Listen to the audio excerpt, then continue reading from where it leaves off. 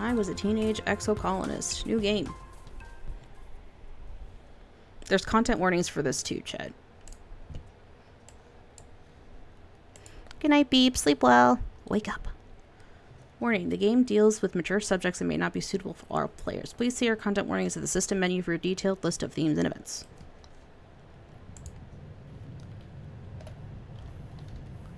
You wake to chaos, a confusion of light, heat, and smoke. Fire!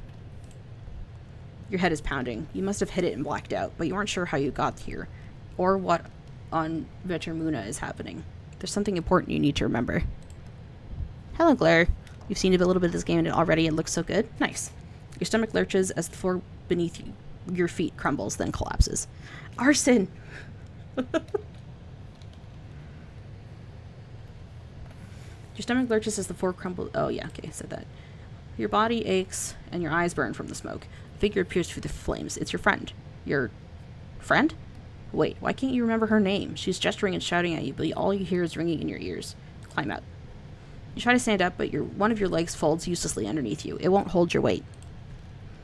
Your friend pulls you out of the rubble. She throws your arm over her shoulder and half drags you towards the door. Through it, you see a deep, eerie twilight, a dark blue and cold against the heat of the fire around you.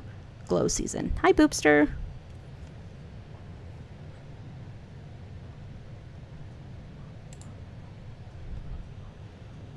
Glowing eyes. You shake your head to clear your vision. Is that some kind of dog, like from Earth? Oh, God! The creature howls and lunges, its jaws open.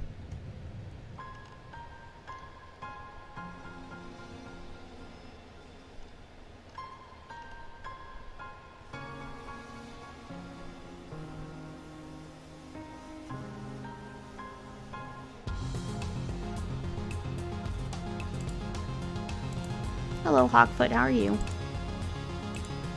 How's the game volume for you guys? Is it too loud or not loud enough?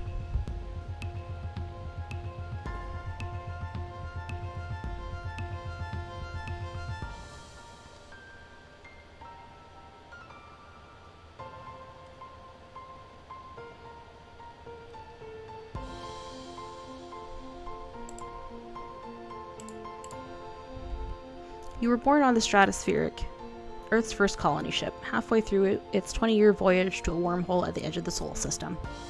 A little quiet.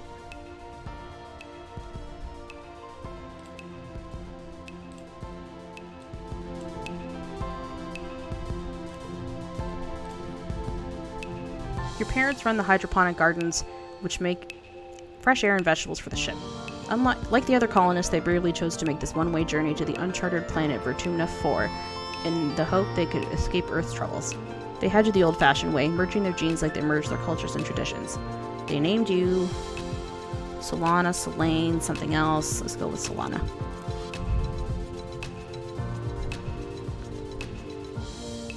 She, her, they, them, he, him. She, her. Feminine appearance. Androgynous in late teens or male. We'll go feminine.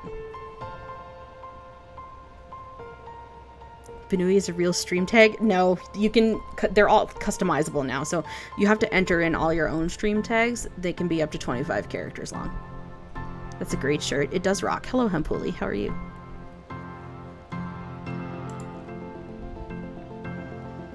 Use the sliders to change. They can be changed at any time. Cool. You're a bright-eyed child with an active imagination. Sometimes too active, your mom says.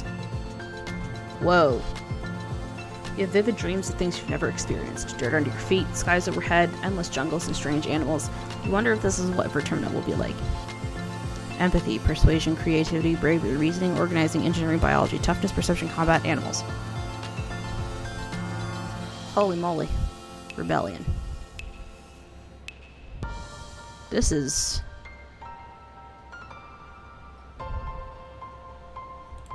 very detailed. Gotta find a birthday present for a friend today. Ooh. There's somebody else streaming with the Benui tag. Fuck yeah. Can you please link that in chat?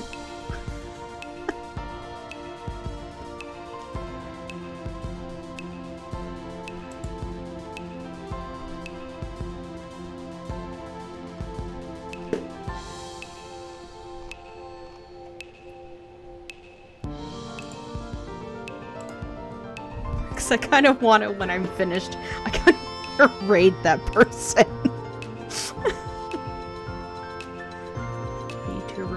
VTuber Okuno.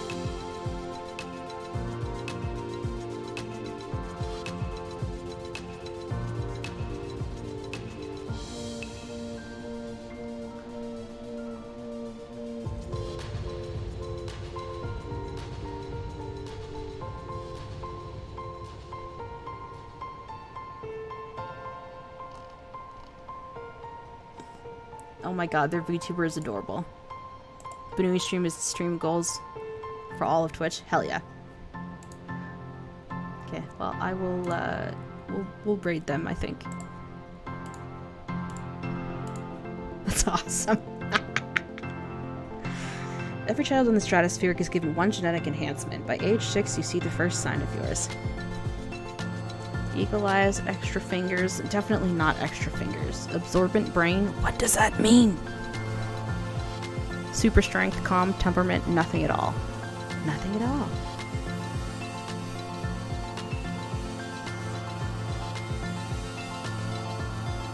You were gonna ask me earlier if I knew of this game? I do. Water absorb? I was gonna say nothing at all. Because none of these things particularly... I wear glasses. I don't have extra fingers. My brain is not that absorbent anymore. I'm not super strong. I'm definitely not calm.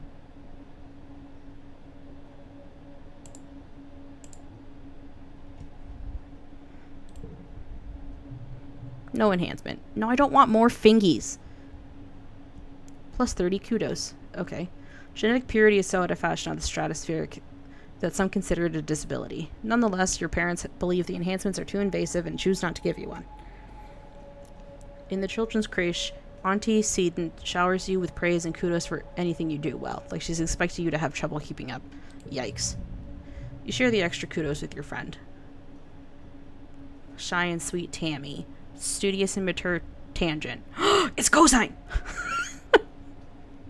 Bold and confident Mars, quiet and adventurous Dis, tough and gentle Cal, energetic and loyal Anemone. It's Anemone Rose!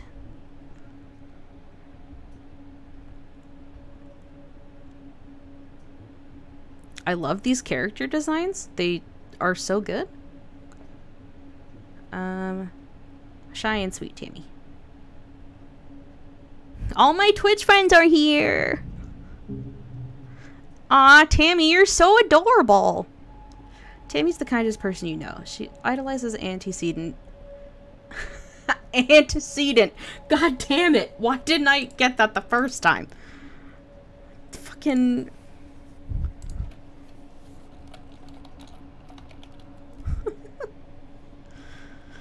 A thing or event that existed before or logically precedes another. That's funny.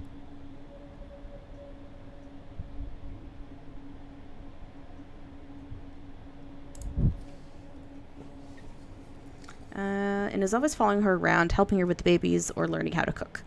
She always has the best snacks at class recess and always shares, especially with you and Cal. She and Cal are just as close, so it's kind of like having two best friends. Tammy's care. Yeah, Tammy. You're 10 years old when the ship finally reaches the wormhole. Professor Hal says it's like a doorway to other star systems, with the planet Vertemna 4 on the other side. You run emergency drills for months to prepare. When the day finally comes, it starts with a rumble, then things start to slide off the tables. You hurry to gather near the escape pods, just in case. The art style in this is really nice. I love it, it's gorgeous.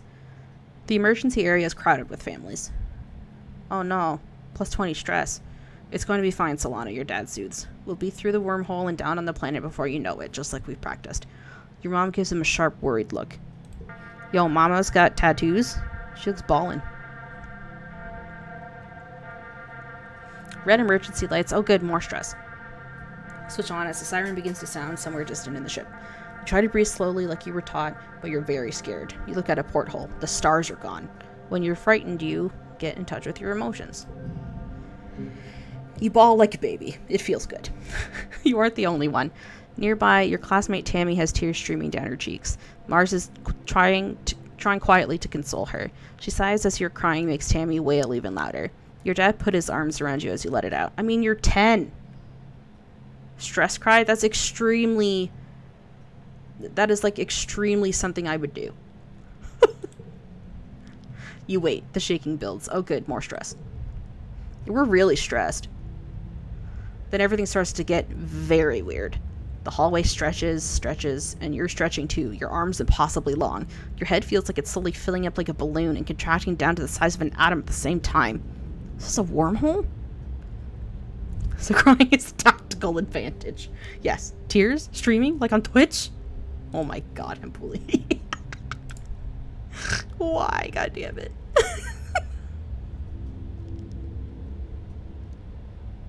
I can't believe you just said that.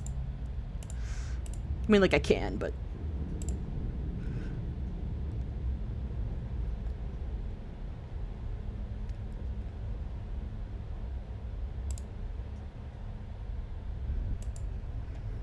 Twitch's cry, yes. That makes sense. You hear the distant, ominous squeal of metal giving way as the ship shudders and lurches in slow motion. The weirdest part is a sense of deja vu. You're sure this has happened to you before, and you know somehow that everything is going to be okay. I can't believe they added streaming from Twitch to real life. I know, right? The shuddering reaches a crescendo. You hear an impossibly loud crunch and feel weightless for a few seconds before gravity slams you back against the wall head first. You black out. As you slip unconscious, you feel twisted out of time. It's today, yesterday, and tomorrow all at once. And more than just one tomorrow. Lots of them. Different tomorrows. Metal clanking. Oh no. Yo, who is this? You have great character design. You find yourself in a place you know from your dreams. Tilled fields, dramatic ridges, and a stranger. But also not a stranger. Grinning as she grabs your hand. Hurry up, she says. I'm not going to let you miss this. Distantly, you can feel the ship's shaking has stopped, and you hear your parents' worried voices.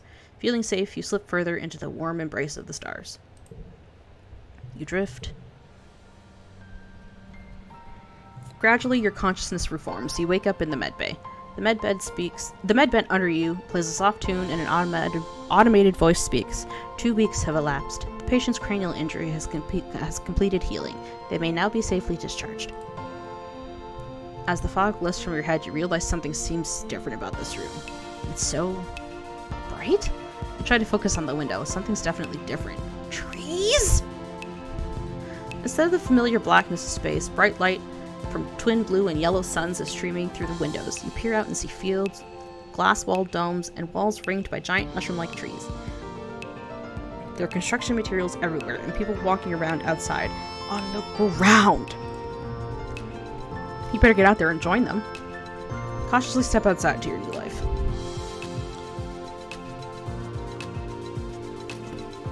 Oh, this is adorable. Start calling. Oh, Tammy jumps as you step out of the ship's quarters behind her. You're awake. Are you all better? You better go see your dad. She points southeast towards some geodesic domes. To walk, click on the ground. Click on characters to talk to them.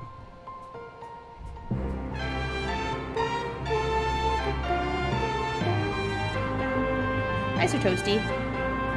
Thank you for the raid. How are you? How's it going? Were you Pokemoning?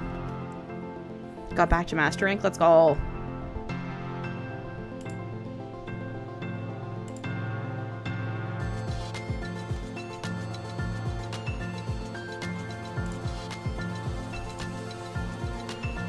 I like this art style a lot. It's so pretty.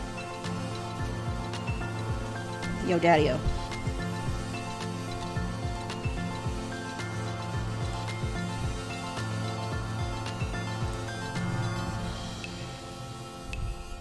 Some of the sprites are quite stretched, but otherwise it's great. This is very pretty, yeah. Solana, your dad gives you a big warm hug. I'm so happy you're finally awake. Dr. Instance thought it'd be best to keep you asleep while your noggin healed. Your mother and I thought you might sleep away the whole year, my little snoozy gooseberry. My snoozy little gooseberry. He checks your head and looks relieved. He was clearly very worried about you, but covers it with jokes and smiles. Aw, you love your dad. Welcome to Vertumna, he says, gesturing around you.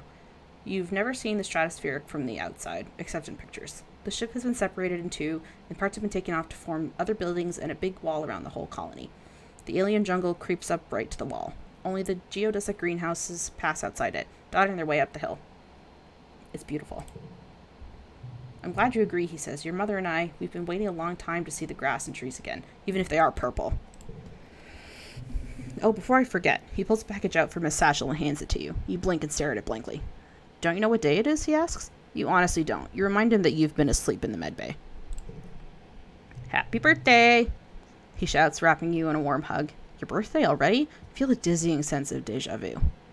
You stare hard at the wrapped package. You know exactly what is in there. You remember it. No, you dreamed about this package 10 years ago on the ship. Inside will be a small medallion in the shape of a sun that your dad made by hand. Open the package.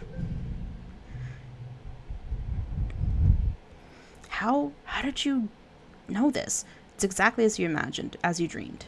+1 to challenges. You feel a panic. A feeling of panic rises in your throat. Your hand shakes, but how? Your dad notices. Are you okay, Solana? He snaps his fingers. Dr. Winston shouldn't have let you out so early. Sometimes those sleeping meds take a while to wear off. They might make your head feel funny for a few hours. You nod. Maybe that's all it is. Someone shouts your dad's name. Listen, I'm so sorry, Solana, but I have to get back to work. There was an accident when we landed, and... He stops himself. Don't worry, we're going to fix it, your mother and I. Professor Hal is expecting you in classes if you're feeling up to it, your dad says, pointing west to the engineering wing in the rear end of the bisected ship. Then he points to large doors you came out earlier, or you can relax in your quarters until you're feeling better. We'll talk later tonight, he says, then kisses the top of your head and ruffles your hair. Have a wonderful birthday, Solana. I love you. Unlocked, study humanities and engineering. Love you too, Dad. To enter buildings, click on the door and the flag beside it, or get close and press enter. Then choose an activity for the month and gain skills in advance time. There are 13 months in a year and 10 years to the end of the game. Oh, you only have time to focus on a few things. Okay. Yikes. Geoponics.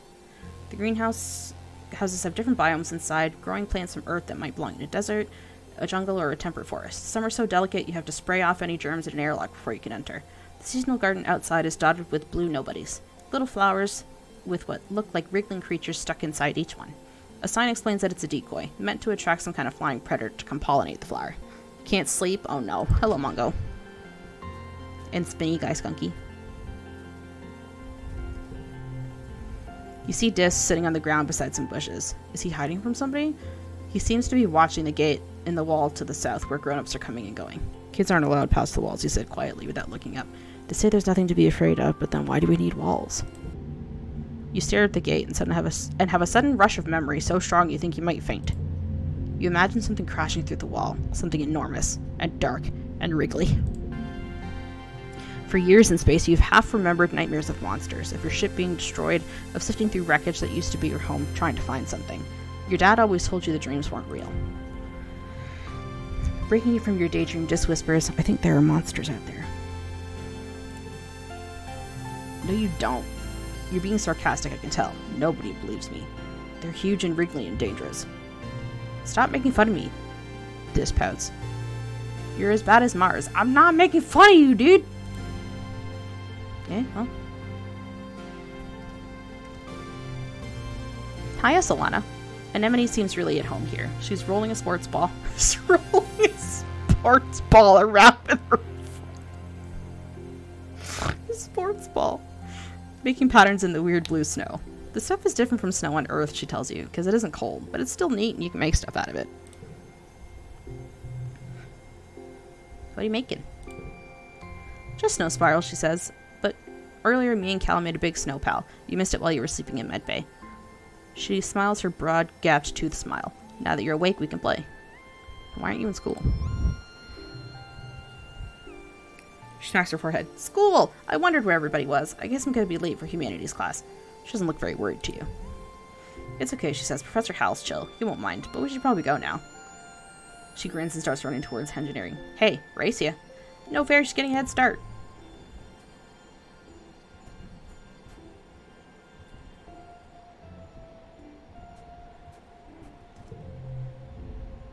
A low throbbing noise comes from the engine room, which provides power to the colony. Other corridors lead off to the teaching labs in Med Bay. You know the route to your classroom well, but this wing is off limits. The rest of this wing is off limits to children. Congruence, the ship's onboard AI, beams down at you from a nearby holoscreen. Don't forget to study hard, Solana. Study life sciences or humanities.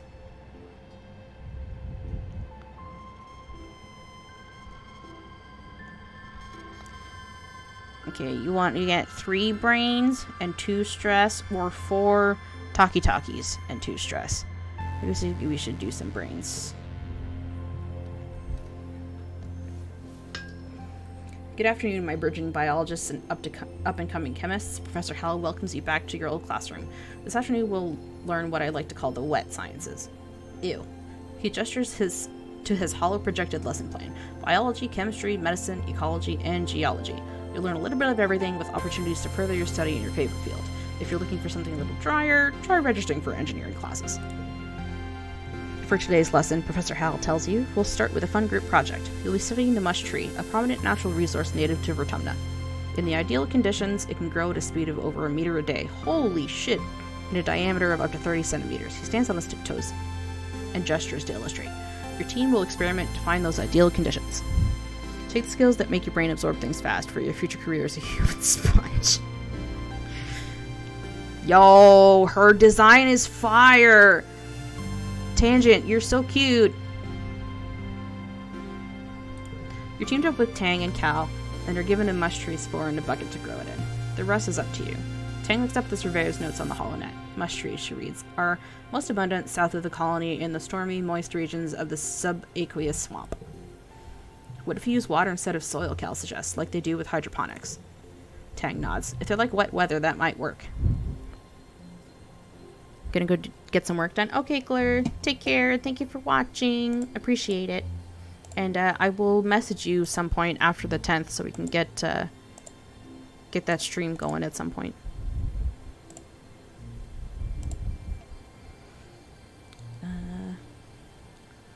Sing to it daily.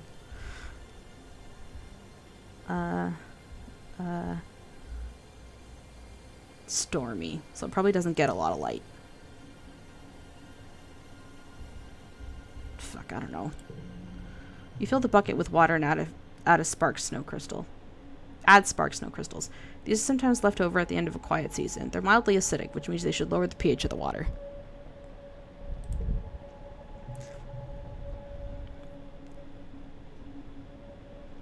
Every day you rush into the classroom to check on your progress. At first there's nothing, but by midweek your little mush tree sprouts up and starts its journey. In the end, yours is in the middle of the pack. Seeing as mush trees don't usually grow where there's spark snow, you're able to conclude that they probably don't like acid. When you work or go to class, you'll play a quick card challenge as the month passes. Move the 5 cards to fill the panes and make the best hand you can. The order matters. If your total in the circle on the right reaches the goal value, you win. Depending on your card, some challenges can be won, but you can still get a reward. Can't be won, but you can still get a reward for doing your best. Bonus for pairs together.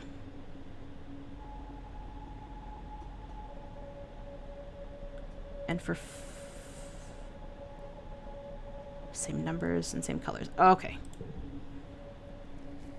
Bonus for straights increasing left to right. Okay, the more cards in a flush pair are straight, the higher the bonus is to your total. Cards can also affect each other and can be rearranged to find the best total score. Oh god, my brain. Goal 12. 12? Okay, these are all the same.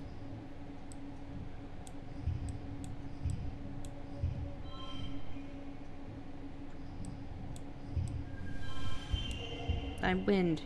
Super goal.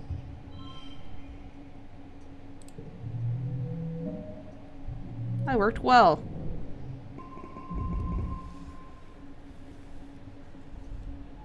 Reminds you of Civ 5 DLC. I never played any of the Civ games. I don't think they're my thing.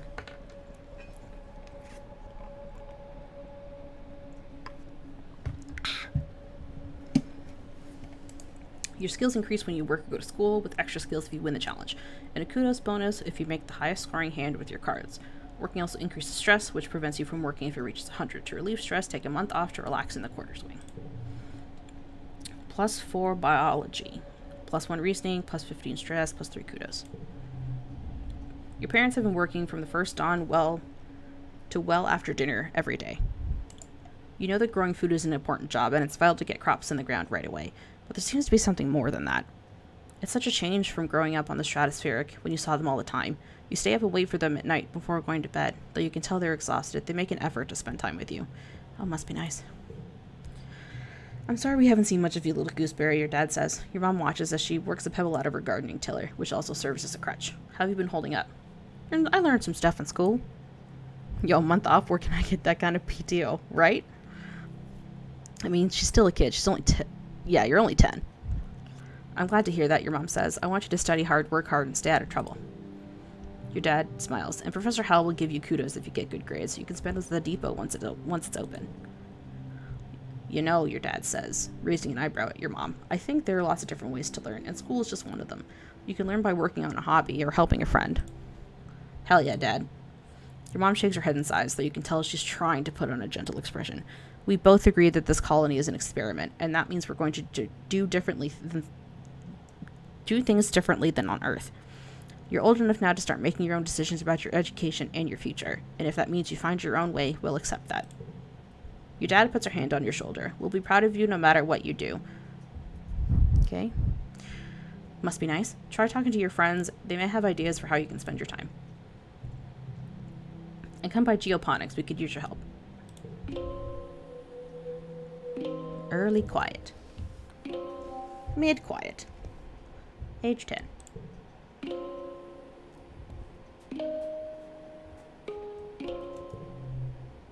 Living quarters.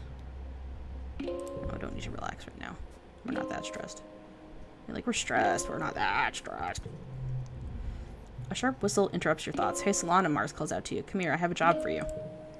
You walk over to Mars, who's sheltering from the snow under the ship's overhang. It's so gross here, she complains. The spark snow would ruin my good clothes. At least on the ship we had climate control. Ugh. Tammy made some soy sweets, but there's no way I'm going out in all this weather, she continues. Since you're like running around in it, could you fetch them for me? Okay. Good, she's probably just down the hill near our quarters. She's scared to take more than a few steps from the door. All she wants to do is hide inside and make sweets.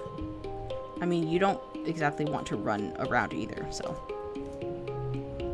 Tammy stares obliviously at the sky, smiling to herself. She startles as you approach. Oh, hello, Solana, she says, putting her hand on her chest. Do you need something? I'm here for Mars's soy sweets.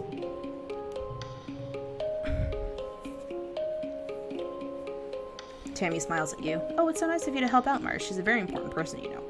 She hands you a box wrapped in a pink and yellow scarf. One order of mango soy sweets made fresh this morning, she says.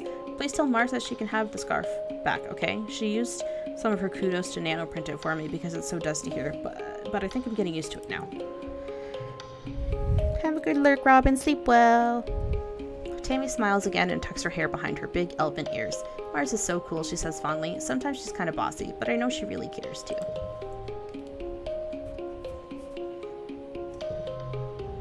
Mars puts her hands out expectantly. Give it here.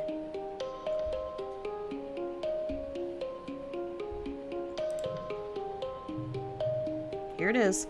You hand over the box of soy sweets with a smile. Mars takes it and giggles. You're such a good sidekick doing everything I say. Well, I don't know how I feel about that. She opens the box and hands you a soy sweet. Your tip, she tells you. Oh, an administrator seeks looking for someone to do delivery jobs for the depot, she says. I don't want to do it because, like, ew, running around out there. No. Just go through there, she says, gesturing to the door behind her, and tell them I referred you. Okay. Command is a warren of long hallways with doors off to tiny nondescript offices. Everyone you pass seems to be hurrying off to something important. The end of one hallway opens into the supply depot, which works as both the requisitions office and general store. Beyond it are cavernous warehouses stacked high with supplies from Earth, now being gradually unpacked and distributed. View the notice board. Colony food shortfall, minus 100%.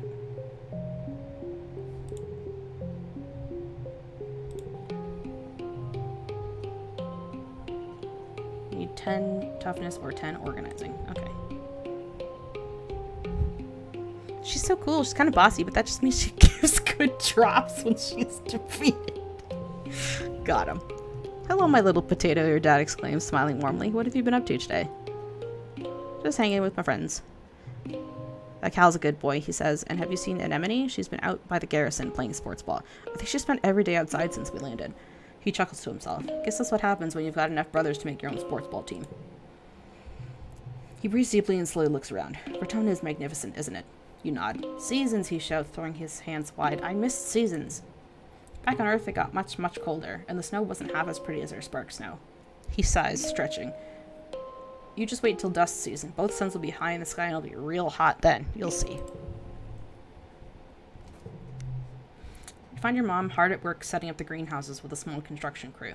You've seen these plans pinned to the wall of your family's quarters for years now. These geodesic domes will house the more delicate plants of Earth. Spinach, tomatoes, maybe even fruit. She takes a swig from her canteen as you approach. Looking for something to do, she asks? Remember, Solana, you're responsible for your own schedule now that we've landed. You can decide how to spend your time, so long as it's productive. She points towards the engineering wing in the back half of the stratospheric severed frame. Professor Hall's still expecting you in class, but, well, a well-rounded education does include practical application. You're old enough to help with the work around here. She clasps her hand on your shoulder. I've got another minute. Anything you need to know? What are you doing in geoponics? She looks down and nudges at the sprout growing between her feet. It's green, the color of Earth plants. We're doing our best, she says, but it hasn't been easy. I just hope the potatoes and corn can handle the weather here, she says, glancing up at the sky. I hear it rains like hell in the wet season. She takes a long look at you up and down. You're growing fast, Solana, but you're still too young for real farming. Instead, well, there's a lot of soil that needs to be hauled.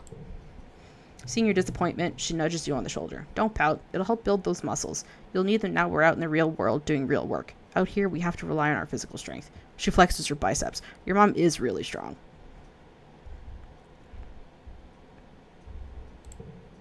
What's happening in engineering? How's teaching classes on life science, engineering, and humanities. If you pass all your tests, maybe he'll let you work there in a few years. Your father thinks you're old enough that school is optional. I don't agree, but I'll be honest with you. We do need every pair of hands we can get. If you want to work with me here in geoponics, I suggest studying life science. If you don't have a good grasp of biology and ecology, I'm going to stick you on shuttle duty. Alright, let's go back to school. Or we can try talking to this kid again.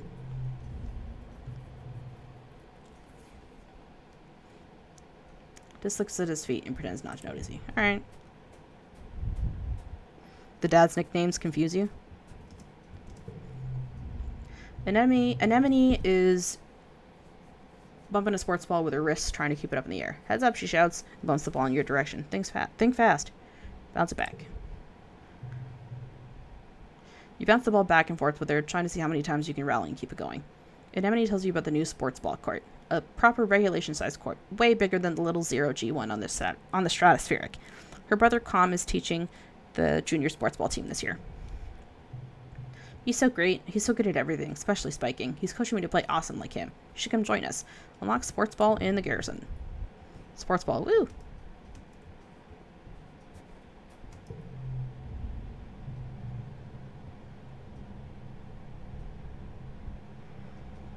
Pick an activity to do this month.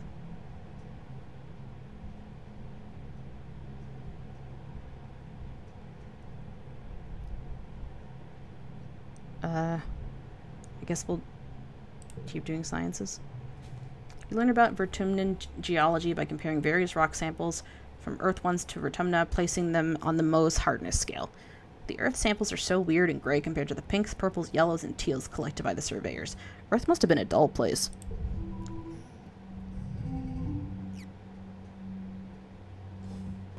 Oh, baby. Okay, so no.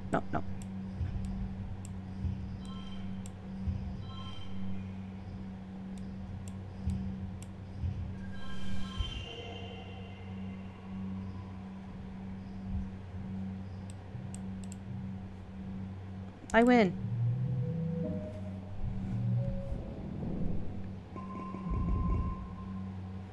+1 friendship with Tangent. Sick. I love Tangent. She's so cool. The portrait art is also cute. Yes. Oh, I'm getting stressed. This week you had a few more bouts of deja vu. Remembering what somebody is about to say or do just before they do it. Sometimes they actually do it, but not always. This morning you were sure Professor Hal was going to trip on the uneven floor in the cafeteria and spill his plate of hash browns. You even told Mars to watch. He didn't, though. As Professor Hal walked away, his hash browns safe for today, Mars called you a liar and a dummy. At night, your dreams are all mixed up with stuff that you know can't be real. You're chased by monsters the size of buildings, only to be saved by a strange person you've never met. You're holding hands with someone you love. You're crying as you help lift a shrouded body into a colony recycler. Ugh! Everything seems so familiar, but when you try to recall their faces when you wake up, they're smeared in your memory like wet paint. But what if those things haven't happened yet, but they will someday? Anytime you try to tell someone, they think you're playing a trick, or that you're sick and you need to go to medbay. You eventually decide to stay quiet about your strange dreams. Why? You don't want people to worry, you just want to be normal, secret powers are fun. You don't want people to worry. Well, damn, that went dark fast. Yeah, it really did. Your parents have so much on their minds already. You have a feeling that something is happening at Geoponics that they won't want you to know. You don't understand it, but when they come home at night, they look really sad. You don't want to make that worse. If you just keep going to classes and staying out of trouble, it'll be easy for everyone, yourself included.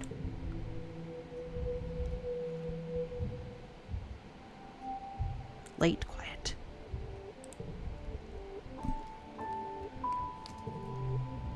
Tangent is hunched over at her hollow palm, frowning and poking it angrily in the air. She speaks without looking up at you. Professor Hal wants us to prep a list of native flora pictures. There should be a catalog on the colony HoloNet, but I can't find it anywhere. Plants? Tried looking outside? I'll help you find that catalog. Let's make our own list. Tangent is dubious but agrees to try your idea. The two of you run around the colony yard, taking pictures of the different vertumnant plants you can, and making up fake sciencey sounding names for them, like Wonkius shrubbius and Purpulus gracium. After an hour, you've categorized 51 different species. Tang doesn't think they're a very complete list or a very scientific method, but she figures you must have learned something.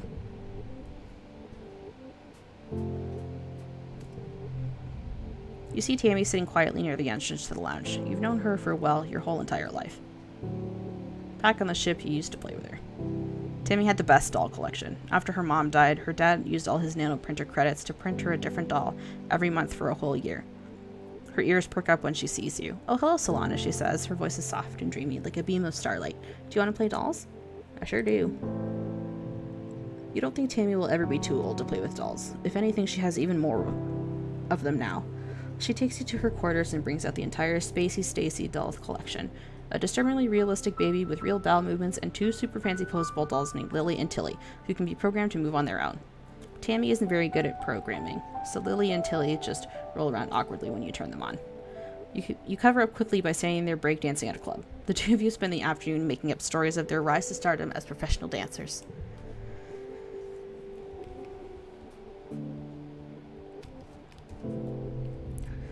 Ugh, I have all these kudos, nowhere to spend them yet, Mars says, sighing. Zeke says the depot store won't be open till next year. How am I supposed to show off how much better and harder working than I am than everyone else? Jeez.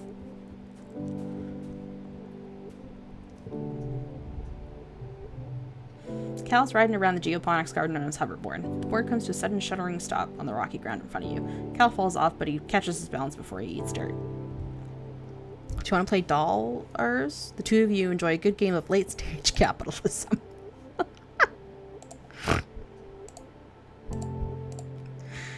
Hi, Solana. Real ground is way harder to hover on than ship floors. There are bumps everywhere. We all have to adapt. Yeah, Cal exclaims. Things are actually way, way better planetside. Hovering outside is rad. Look at this. He runs over to a small depression in a nearby hill and presents it like it's something amazing. Look at this. It's a skate bowl. Cool. Can I try? Sure, but please be careful. Mom says if I break my hoverboard, we can't get another one. You take turns riding around the bowl, trying to get up enough speed, going down one side to come back up the other. You don't land any tricks, but it's hard to stay on the board with uneven ground, but it's still fun. +1 toughness and +2 friendship with Cal.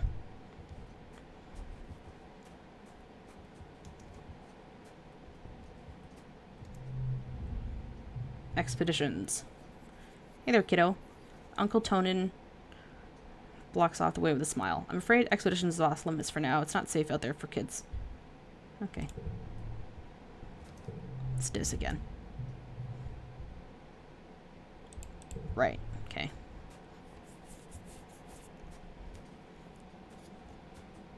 We will rest. +1 friendship with Tammy.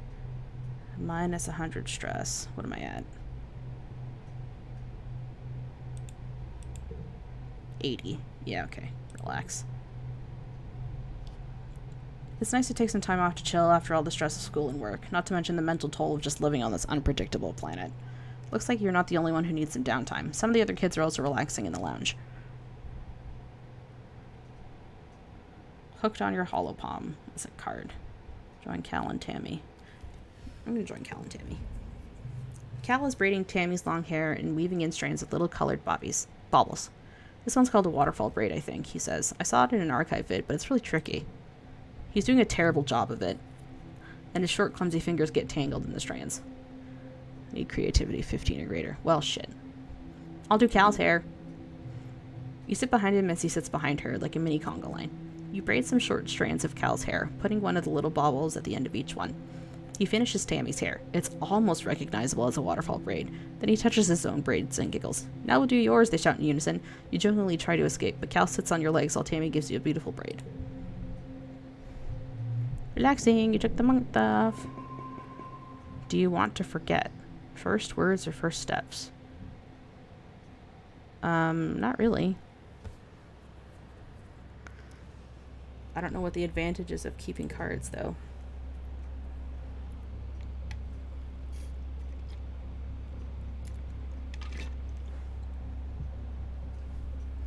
We'll just keep them for now.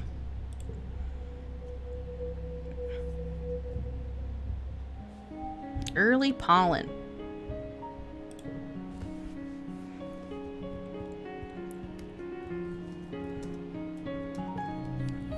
Tangent looks up at the sky and shades her eyes. It's too bright, she complains, and it's too hot, and the nights are cold.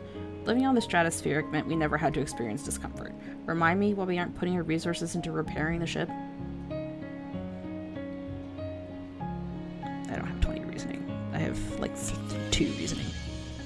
It is 2! Fuck.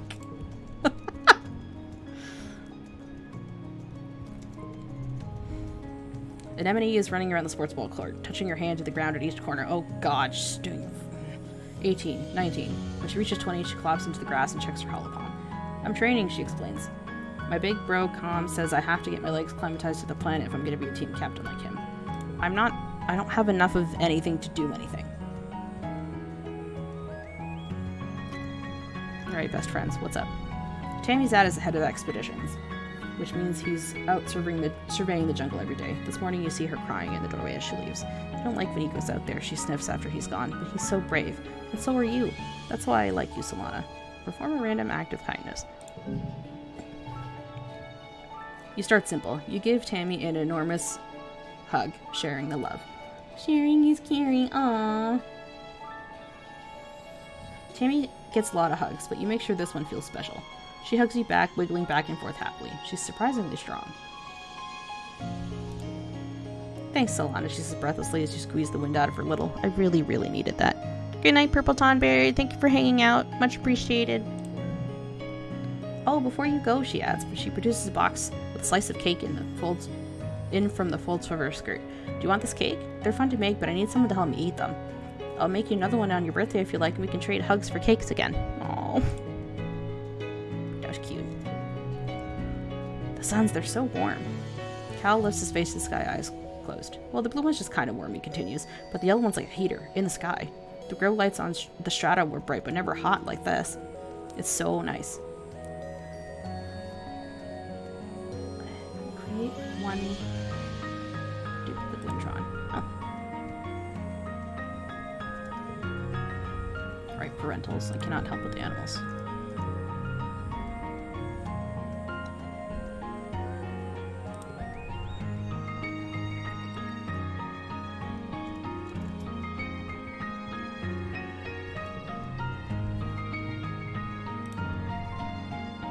Don't talk about my shoes. Why are you such a jerk? Time to go to class.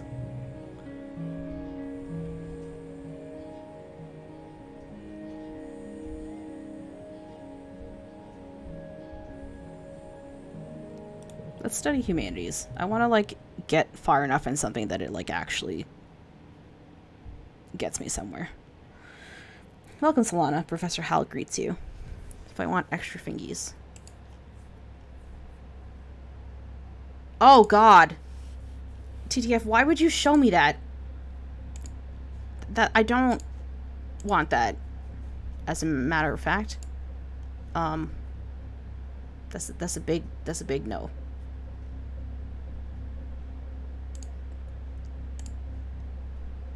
NO spells no. I hope you're all warmed up and ready to study the glorious humanities, history, literature, language, media, and philosophy. And yes, if you're lucky, we'll have a little ancient earth poetry too. I hope they read Shel Silverstein. He seems excited about that last bit. By the way, if anyone's interested in taking engineering classes, please register through Congruence, the scheduling system, when you have a chance. She'll be helping me teach them.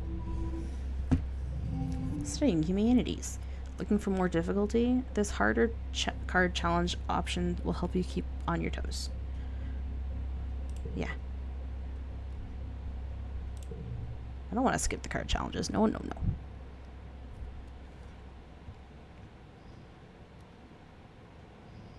What's this purple gem? Gems matter for other cards. Oh.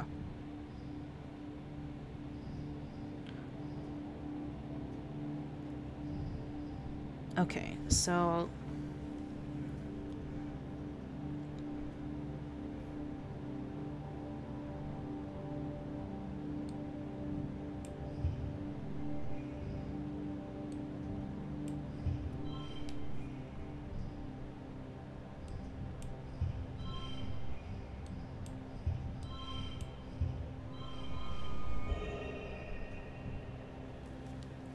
it's a win, but not a super win.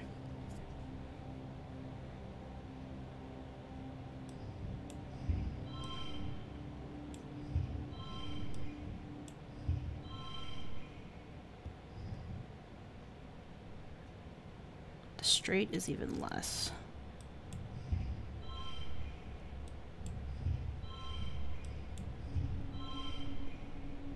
That doesn't even...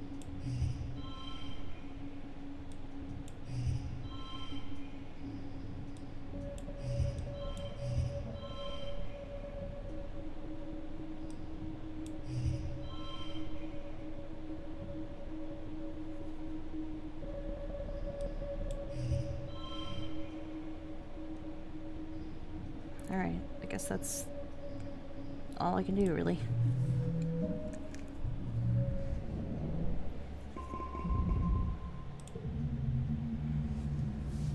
You wake from an afternoon nap. You squint into the pink-tinged light slanting through the windows. You must have fallen asleep in a lounge. Tammy's shadow falls across your nest of pillows. Oh, I'm sorry, Solana, she says, giggling. I didn't mean to wake you up. It's just so nice outside with the pollen sparkling in the sunlight. I wanted to open the windows. You rub your eyes blearily. Ugh, you're having the weirdest dream. Since you're awake, you should visit the cafeteria. Auntie Seaton is making some sort of new candy. She says it's made of cotton. Isn't that weird? Cotton candy. I have to go tidy the creche first, then I'll meet you there. Save some for me, okay? Tammy skips off towards the creche, humming to herself. Go get that free candy. In the cafeteria, Auntie Seaton is cheerfully handing out masses of pink candy, puffy and soft like clouds. Oh, Solana, she says, handing you a wand of some candy spun around in the end. Here, try some of this. We used to have it on Earth. You pull off a piece and give it a taste. It's so sweet at first that your mouth puckers. You've never tasted anything so sweet and so real. It's not at all like the soy sweets that the kitchen nano printer can make. It melts in your mouth, leaving a gritty residue on your tongue. You wait until everyone's gone, but Tammy never shows up. You look down at the cotton candy in your hands. It's wilted a little from the humidity, but it's kind of like her hair, you think. Pale, pink, and soft. You keep some to give to her later. You're relaxing in your family's quarters after dinner. Your mom had to run off some kind of council business, so you and your dad are playing a holo game together. When you're just about ready to head off to bed, your mom returns. You can tell just from the defeated slant of her shoulders that something has gone terribly wrong. Your dad starts to ask her what happened, but she just sighs and waves him away. She sits down and takes your hand, holding it between two dirt-creased fingers. No!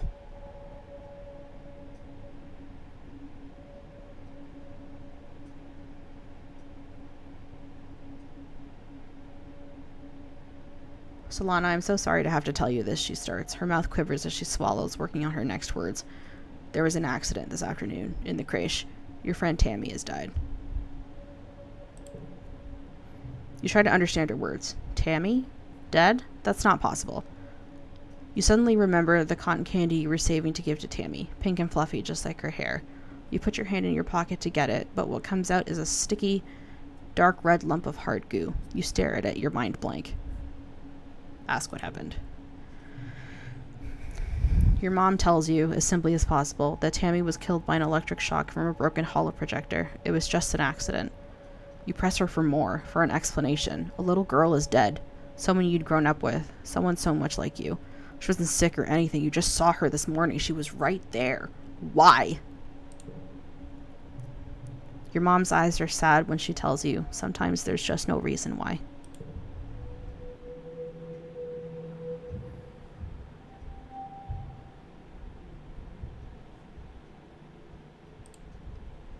Wow, I joined at a very bad time. Hello, apple juice. Tang is pacing around in front of engineering. She looks upset. It shouldn't have happened, she says. Tammy's... What happened to Tammy? It shouldn't have been possible. There was no reason for that hollow projector to break. Professor Hal said it was recently serviced and nothing was wrong with it just before it blew up for no reason. Nobody would have wanted her to hurt her, so why? How? It doesn't add up. You're still not over that happening in your playthrough? I'm so sad. Sorry, Solana. I want to think about this some more. I hate when I can't find the answer.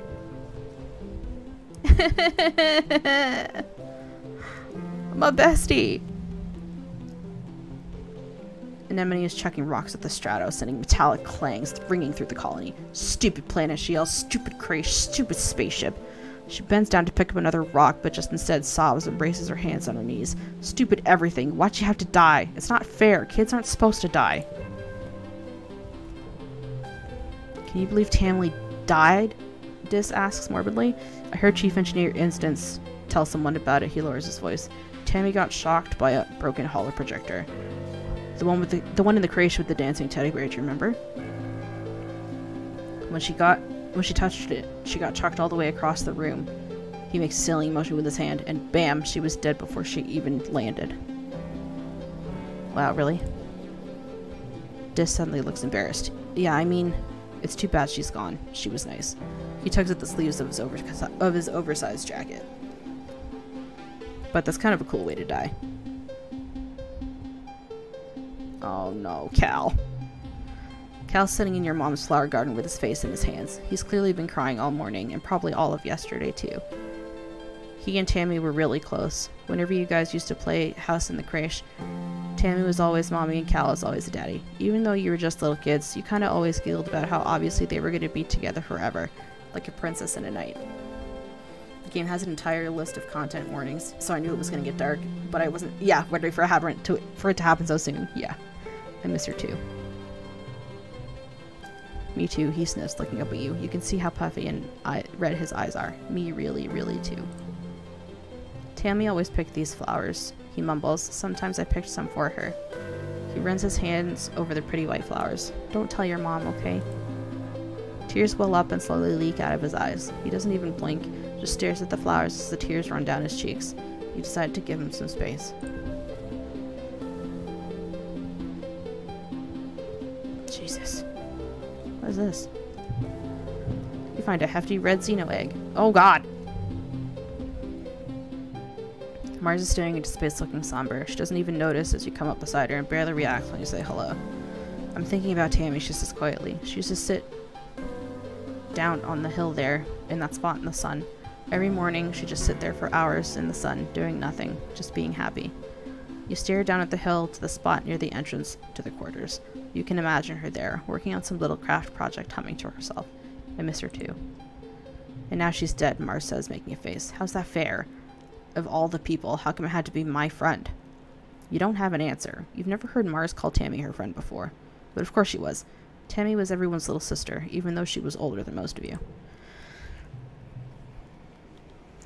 Mars clicks her tongue. Oh yeah, Administrator Seek is looking for you. I guess I need someone to do delivery jobs. She waves vaguely at the door behind her, distracted by her thoughts. I don't think I'm not qualified, though.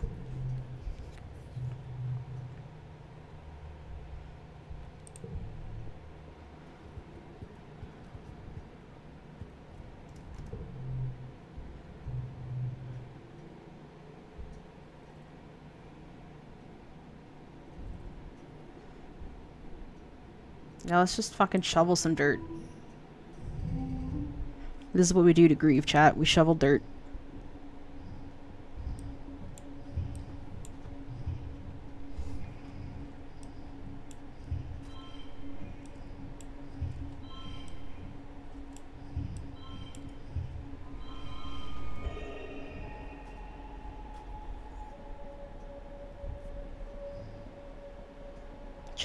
+1 to a card. Change its suit to... Oh.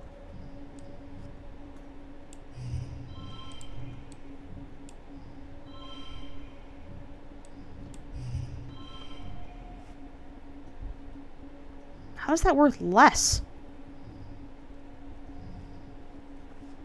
Ugh, whatever.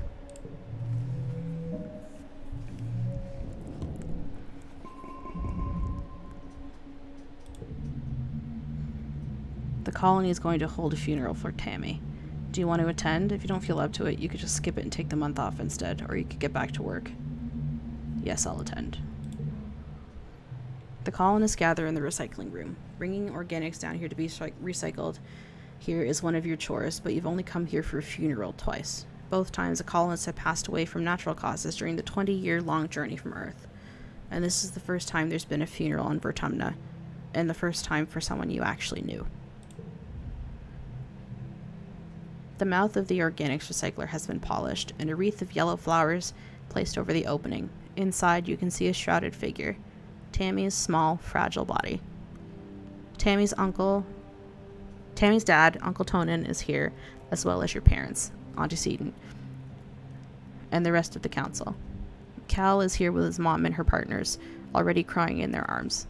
The room is packed with people, and the feeling of grief is so thick you can taste it in your mouth. Governor Adjudicat stands before the assembled crowd. There are no words to ease the pain we feel today, she begins solemnly. There is only the sad company of those of us left behind to share the burden of that grief. Tammy was our child, she continues, one of the first humans to be born in space, and the first to die on an alien planet. In her short life, she exemplified the very arc of human accomplishment, bending hopefully towards life beyond our humble Earth. She is the first of us who can truly call Vertumna home. Her passing was as senseless as it was sudden. Losses like this are impossible to hold within oneself, a painful reminder that life is impossibly precious and fragile. But they also remind us, as always, that as a community we are capable of great strength. Udicate closes the door to the recycler. You hear Uncle Tonin sob over the hum of the particle disintegrators beginning their work. As a community, we remember Tammy. As a community, we return her body to the soil that nourishes us. In this way, Tammy, our child from the stars, will never truly be lost to us. The ceremony is adjourned, but a few people stay back to console Uncle Tonin as he keeps vigil over the recycler. Cal and Uncle Tonin hold each other and weep openly. Your mom stays behind to receive Tammy's remains. As the head of geoponics, she'll be responsible for adding them to the colony's precious supply of brown soil from Earth. Hi, why though? Your dad accompanies you out of the recycling room. He clears his throat. I want you to know that you don't need to be okay, he says, clasping his warm hand on your shoulder. If you want to take the rest of the month off, everyone's going to understand. You feel better just having said goodbye. Tammy was your friend, but you feel like the best way to deal with losing her is to throw yourself into your school and work. This is a bad time. Did someone die? Yes. But they died a while ago. Like, in terms of the time you would have taken to get here.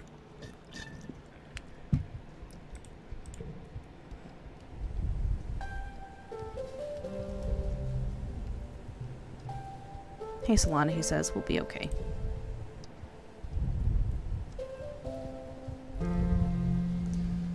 Anemone is unusually still today. She's sitting in the dugout of the sports ball pitch, fiddling with an ugly doll with red hair. Tammy gave me this, she sighs. I kinda told her to shove off because I don't play with dolls. Why'd I have to be so mean to her?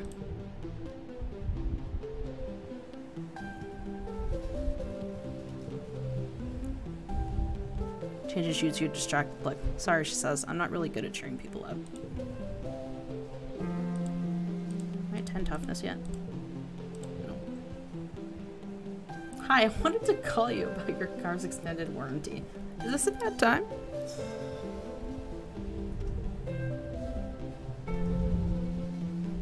We're gonna freaking shovel some freaking dirt.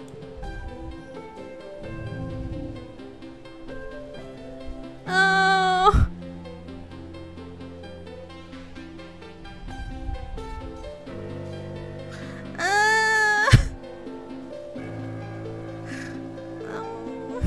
What the fuck?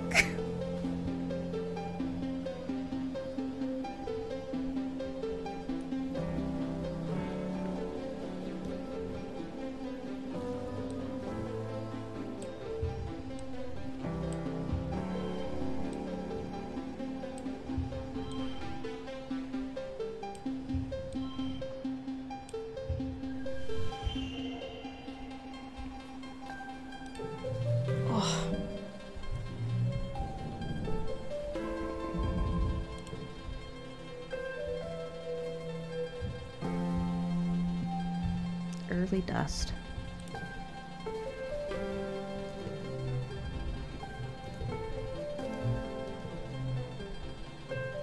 Dust is such a dry, hot season. Both suns are high in the sky, baking the usually lush Vertumnant jungle. If there's a breeze, it's warm and you guessed it, dusty. Your parents are up early every day before dawn, which comes far too early for your liking. They're usually gone by the time you wake up and home after you fall asleep, so you have to visit them at work if you want to see them. Good morning, Gooseberry. Your dad greets you cheerily. Have you come to see the harvest? Your mom and I are gathering crops for actual Vertumnant dirt this week. Sure, that sounds neat. He shows you around the rows of corn and beans from Earth. They all look a little yellow and scraggly, not what you'd expected, but your dad enthusiastically points out the vegetables ready to harvest. Don't forget, he tells you, the Vertumnalia Festival is coming up. There will be a talent show and a science fair. I'm sure you're eager to participate. Am I?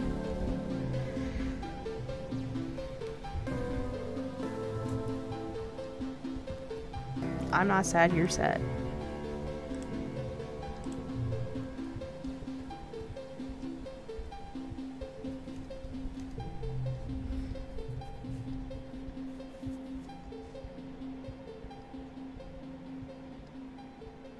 Solana, Tangent says, approaching you with purpose. We need to discuss my brother. Who dis?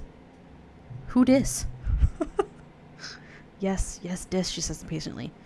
I need you to figure out where he's been disappearing ever since he landed. I barely see him anymore. He doesn't even come home at night sometimes, and she trails off and looks at her feet. Well, I'm not on very good terms with my brother as of late, but people are becoming worried. You get the feeling Tang is the one who's worried but doesn't want to admit it. I'll find out. Thank you, Solana, she says, looking relieved for a second before her expression hardens again. I mean, it'd be a ridiculous waste of resources if something happened to him, and no one knew where he was or how to find him. Right, of course, Tang doesn't get worried. Okay, how am I going to spy on him because he doesn't like me? Hi, Solana, she huffs. Catching her breath, she grins. On the ship, adults are always running, saying, no running, Anemone, no running, but outside there's so much room. I can run for 5 minutes in one direction, even more after the roboplows clear the land for the farms. I got something for you. Have some freaking cake. No, let's try and give that to... what's his face? Maybe Dis will like some cake.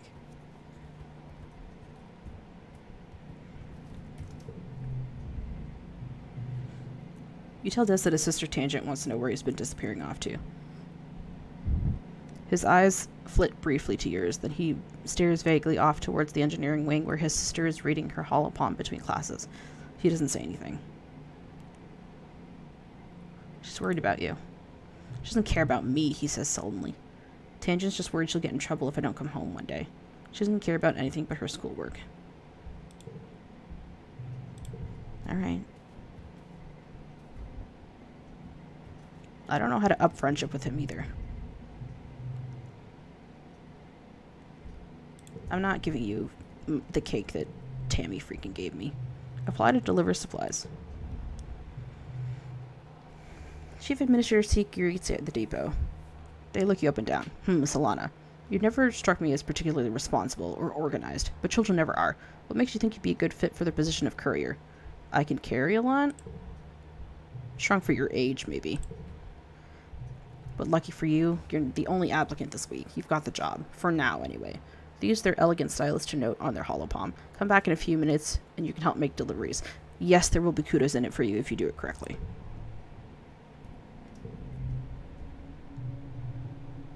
Deliver supplies. Seek sends you all around the colony delivering supplies. During your first week, it's mostly small things you can carry by hand or push on a little cart. Stuff like tools and electronics. Some are high priority, which means you have to move fast. And it's fun getting to yell, important delivery coming through, and people actually get out of the way.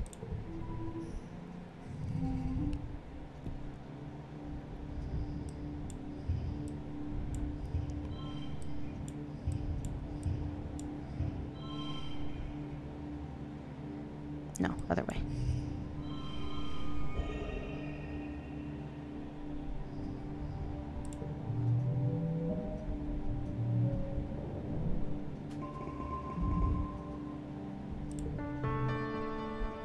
It's time for Vertumnalia. Edgecott and the council have called a festival to celebrate life here on the planet Vertumna. Everyone gathers in the colony square to hear Governor Edgecott's speech. In Earth's history, Edgecott begins and then clears her throat and waits for everyone to quiet down. In Earth's history, Vertumna was known as the god of seasons, change, gardens, and fruit. It's no coincidence that our forebears of the Vertumna Project chose to take on such an auspicious name, in the hopes of seeding future bountiful seasons of humanity. We will continue his tradition of Vertumnalia, a midsummer festival to celebrate our Vertumna, this lush planet upon which we find ourselves today. Everyone cheers and applauds. The members of the council all get up on stage, one at a time, to give their own short speeches. Governor Edgecott announces each one.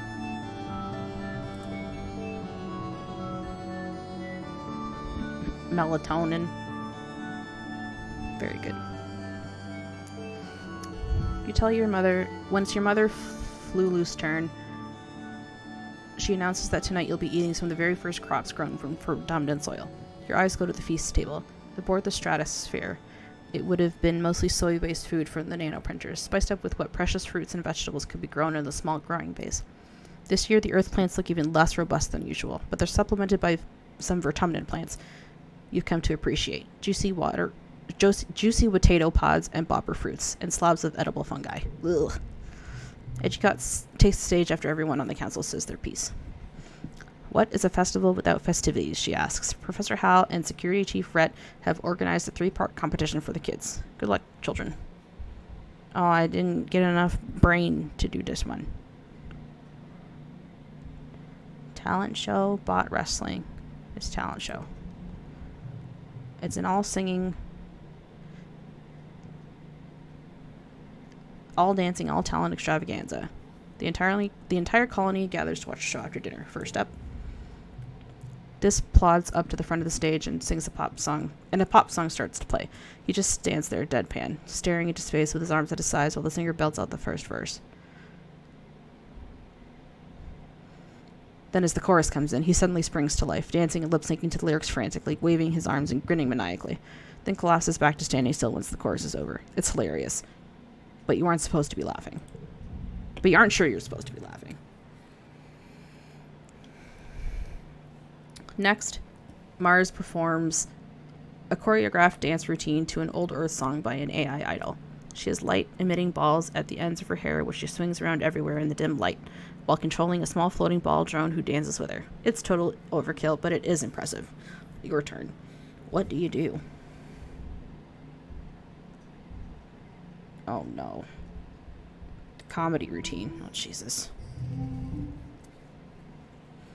Story challenges have 3 rounds instead of 1. After every round, you keep the cards you didn't play and unlocking an extra slot to play them in.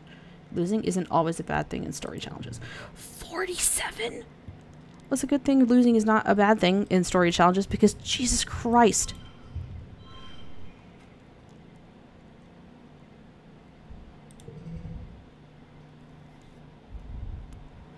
Enjoy my dark, adorable death game.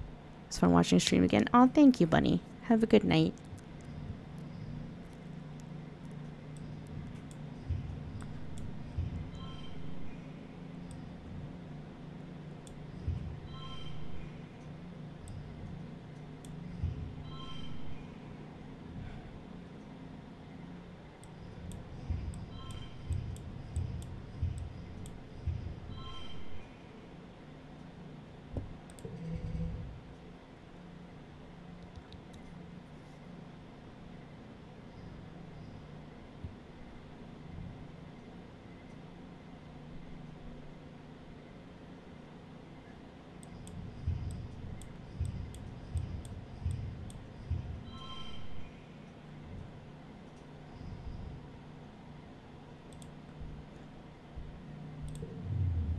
defeated.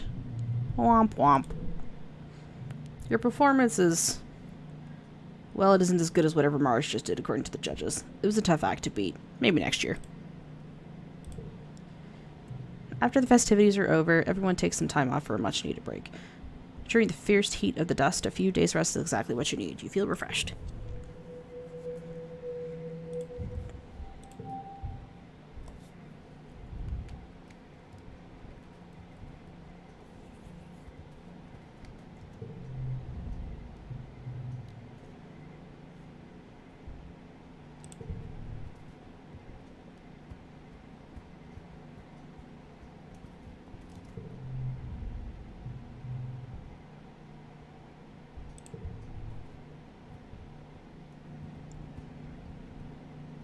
That got me friendship with this. Sure, I guess we'll do some more package delivery.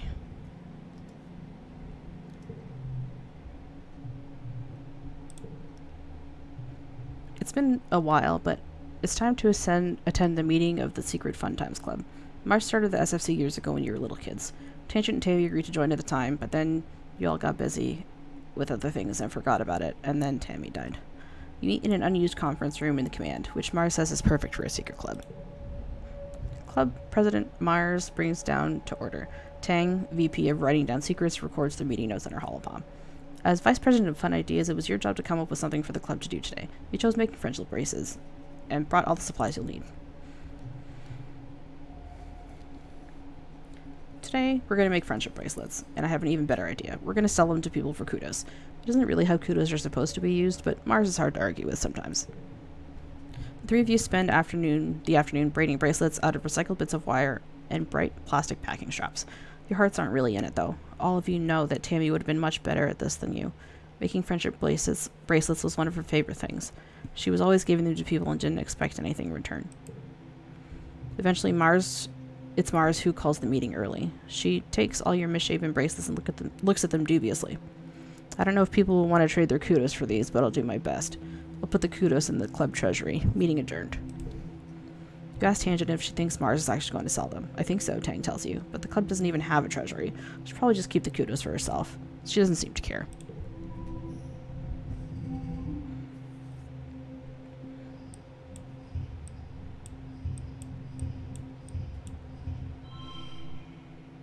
Oh no.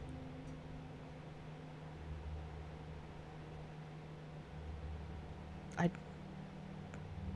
don't really have anything else I can do. Just push through.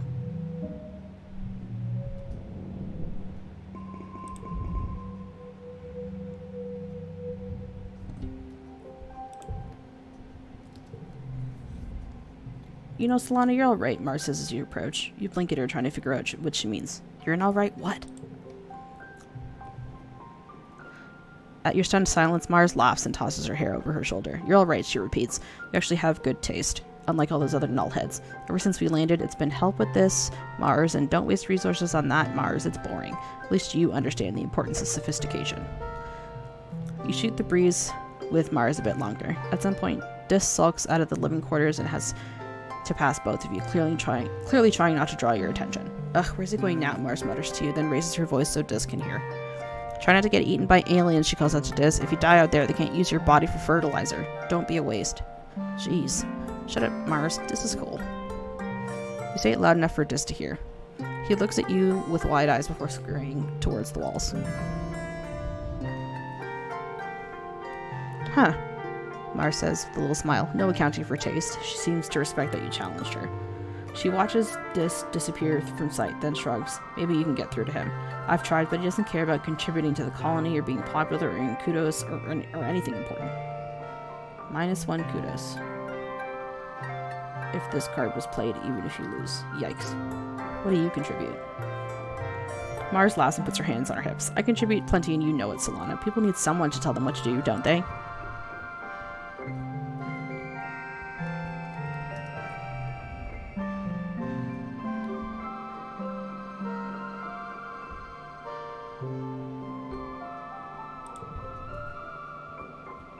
Alright, time to go back to class.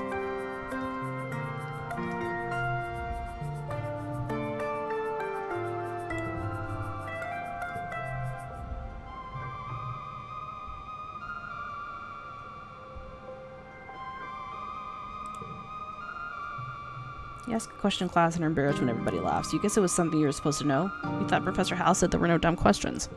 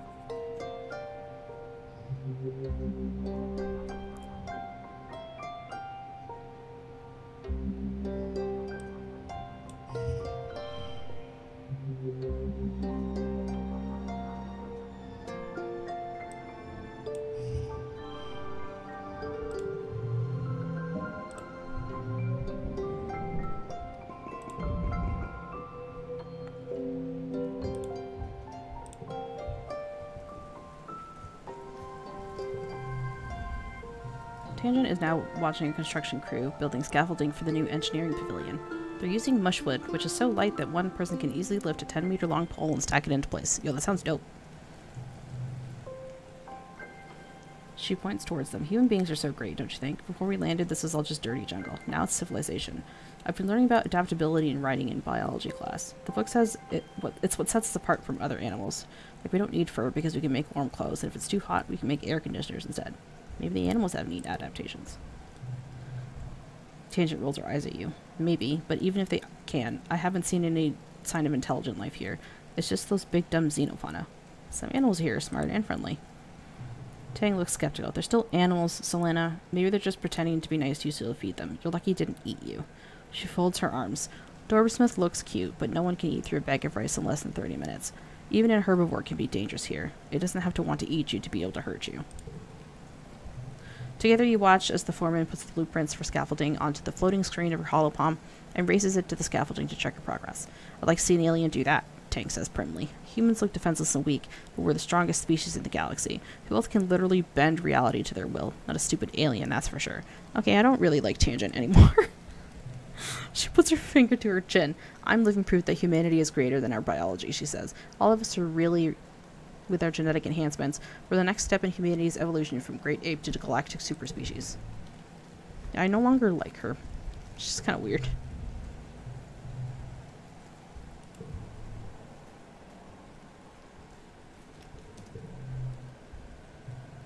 You're looking for Cal in the garden when you nearly trip over someone else, one of the younger kids, and they're blindfolded?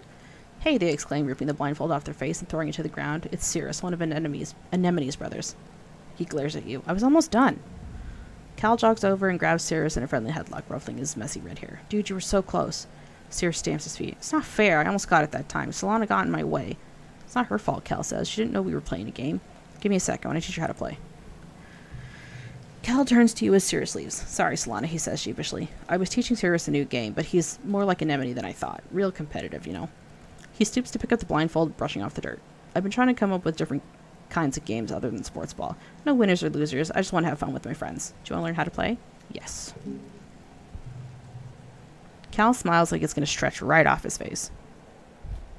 Tang would be interesting as a cyberneticist if she wasn't cold and supremacist about it. She's very supremacist. That's what it is, and it freaks me out.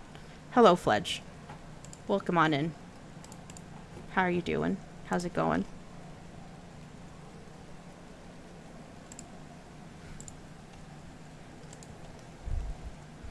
Okay, so first put on this blindfold. The blindfold is a little scratchy and smells like dirt. You can feel Cal's big hands on your shoulders. I'm going to spin you around, and when I let go, you got to listen to my instructions. We're going to walk all the way to the cafeteria, okay? You nod. You can't see Cal's grin, but you can hear it in his voice as he spins you around and counts to 10. 1, 2, 3. First, Cal says you got to walk forward 10 steps. Do your best. Take 10 steps forward, holding your hands out for balance. The rocky dirt between the garden beds crunches under your feet. Yeah, says Cal. Now turn to your right and take 15 steps towards the door. You turn to the right and walk forward, counting out 15 steps. When you stop, Cal laughs. You can hear his footsteps crunching behind you. I forgot how much bigger I am than you. You're like 2 more steps away. You take 2 more steps until your outstretched hands land on the warm metal of the door. Success! Awesome, Cal says. You can't help but smile. This is fun. Now hit the door on the button. Now hit the door button on the right, and then keep walking forward until I say stop. Go really slowly, okay? You open the door and start to walk forward. The path slopes downward and your feet slip a little bit, even though you're moving as slowly as you can. Real dirt is nothing like the metal floors of the stratospheric. It's turbo rocky here, Cal says, and you can feel uneasiness prickle up the back of your arms. Just keep going forward slowly. You slowly creep down the slope into the center of the colony, somehow managing not to bump into anything. Cal cheers. Okay, now turn a little to your right and keep walking straight. We're so close. You carefully pick your way forward, stopping when you hear Mars's unmistakable voice ring across the courtyard. What are you nullheads doing? No! Cal tells you, hurry, you're playing a game. Is that a real game? Mars scoffs. Looks like Solana is just wandering around with her scarf over her eyes. Aren't you a little old for this? Urgh! I want to ignore her. What a fucking nerd. Embarrassment burns in your belly as you tear off the blindfold. Blinking away tears in the sudden brightness, you can see Mars looking down her nose at you. Mars sneers, tossing your braids over her shoulder. I thought you were cooler, Solana. Let me know when you're ready to play adult games. I don't know what she meant by that, and I don't want to know, frankly. You become aware of Cal standing behind you. Sorry, Solana, he says quietly. It is kind of a silly game. No, it's not. It's cute. It's a trust exercise. You ask if he wants to get some potato juice from the cafeteria instead. You spend the afternoon brainstorming ideas for more games with no winners or losers. Mars, you're an asshole. Eat dirt. Oh, why is my perception so low? Tell someone. You tell Security Chief Red that you saw a disrupt no good behind the garrison. He's too distracted to put buckets under various leaks in the roof to pay attention. Thank you, Solana. I'll check it later, he says, waving you off. If there's a danger to the colony, one of the lookouts will catch it. You're not so sure. You know Dis. He's very good at hiding when he doesn't want to be found.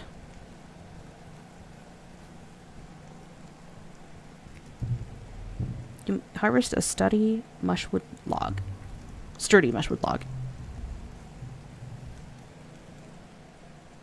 Animals.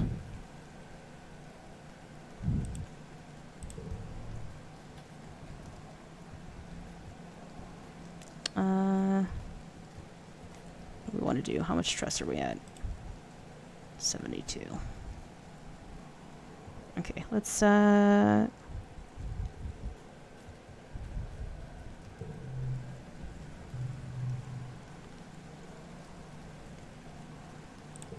do this. Good morning, Solana. Looks like you're working for your old lady. I hope you don't expect me to go easy on you just because you're my daughter. She walks you around the geoponics wing and points out where everything is. Your job is to move sod, compost, plants, and garden waste and equipment from one place to another. Get comfortable with this, she says, pushing a squeaky old-fashioned wheelbarrow in front of you. Now, any questions before you start moving that dirt? Let's go to work.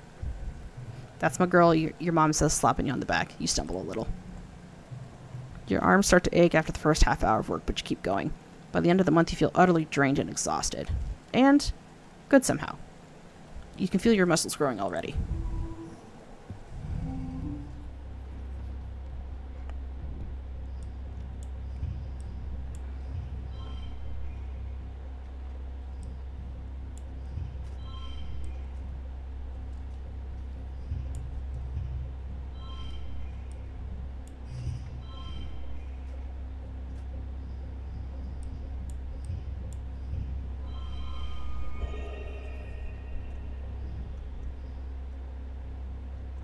+2 to a card.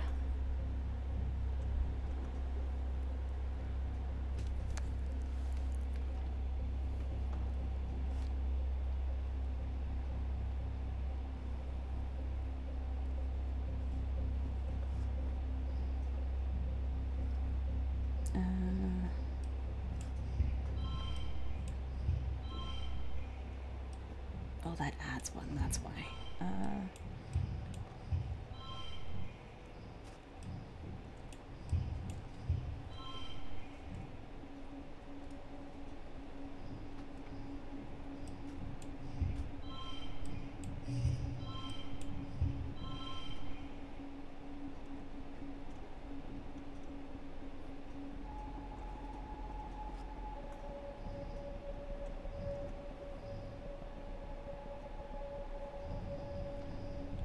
That's fine.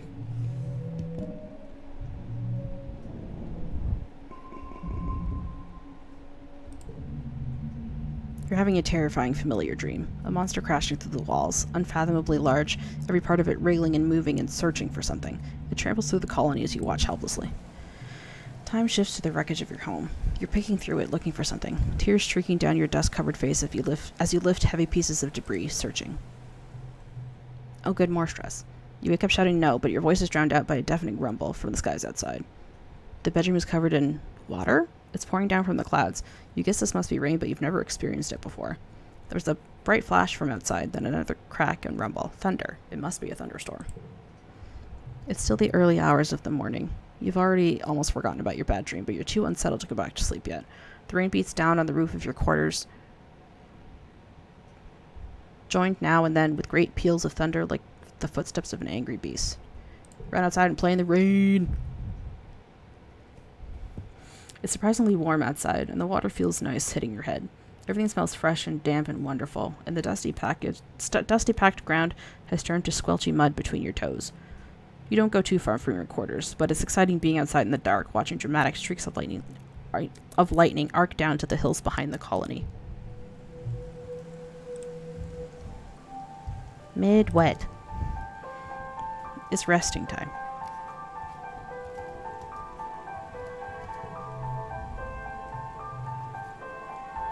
Does this interest you? Cake. You made this? What a waste. Wow! Tammy made that cake, you son of a bitch. What the hell's wrong with you?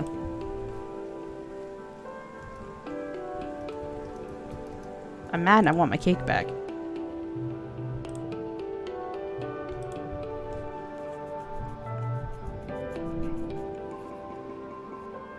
What do you want to forget?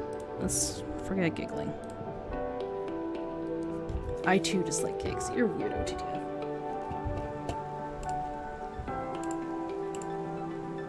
But I guess that means more cake for me. More cake for me.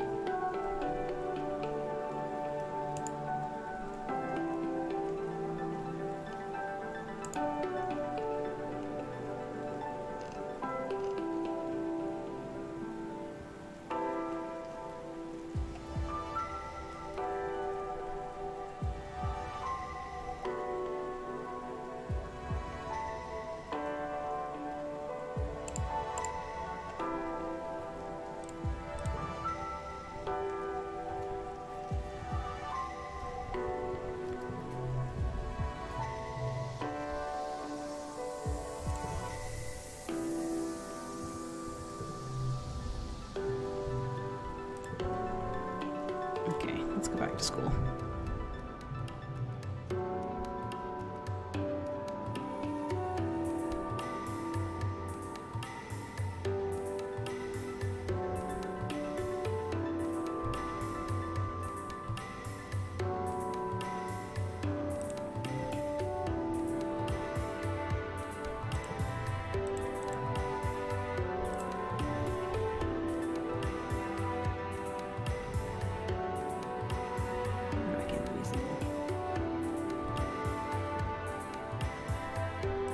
Life sciences it is.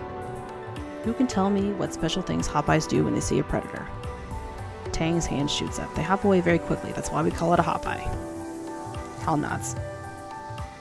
That's true, but it's not what I was getting at. Tang stammers and looks upset, like she can't believe she got something wrong. I'll scans the class again. Anyone else? Selena? Gut feeling. They fly away? You stammer after being put on the spot and say the first thing that comes to mind. That might work, Hal smiles, but Hopeyes don't have wings. He gestures to the picture of one right in front of you on the holo projector. You feel pretty dumb. They thump their feet to warn other Hopeyes in the area. Then they hop away very quickly. You look over to see Tang smirking at you. You both got it wrong, but she still thinks she's better than you.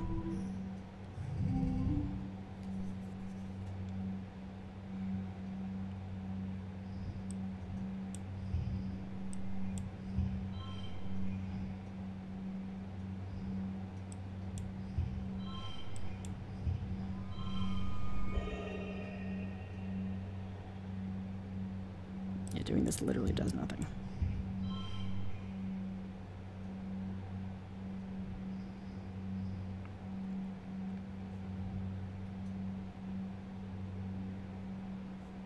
I'll lose 1 to kudos. That's fine. Win.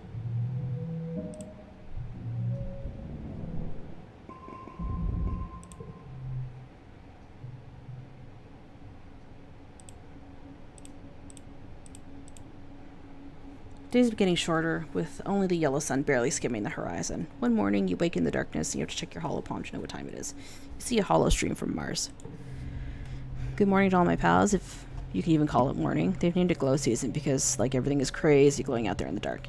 I'm staying the heck inside for the next month. What is the point in even going out if you can't see anything? It's gonna be a long month. No way, it looks cool out there. You peek at the window. The wormhole's the biggest you've ever seen it, like a massive fiery ring in the sky. The planet must be very close to it now. And out in the jungle, something new is taking place. The plants are flowering, glowing iridescent blooms, and everything's full of life. There's strange new sounds, long hooting calls, and gurgling roars. After Mars's message is a notice from the council, warning everyone to stay safe inside. Tammy's dad and the other surveyors have been called back and the gates closed for the month. There's tension in the air, as if everyone is waiting for something.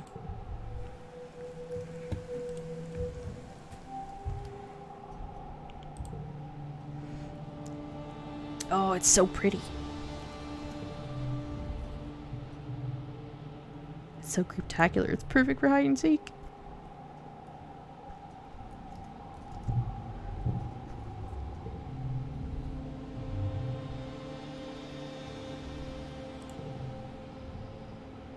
Redraw your hand. Ooh. Done.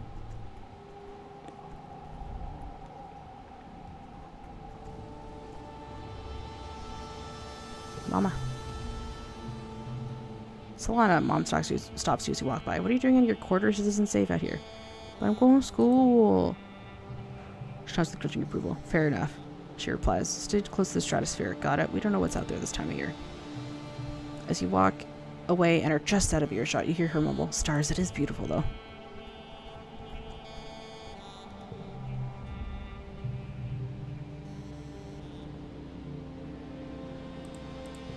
Four. Tang is absent for all this month. Hal explains that Chief Engineer Instance has asked for Tang's help with a few experiments. Because you're judged on what you know, not what you've proved in this class, many older students choose to skip class and instead get hands-on experience in their field of interest. Tang's been working closely with Instance since she was just a kid.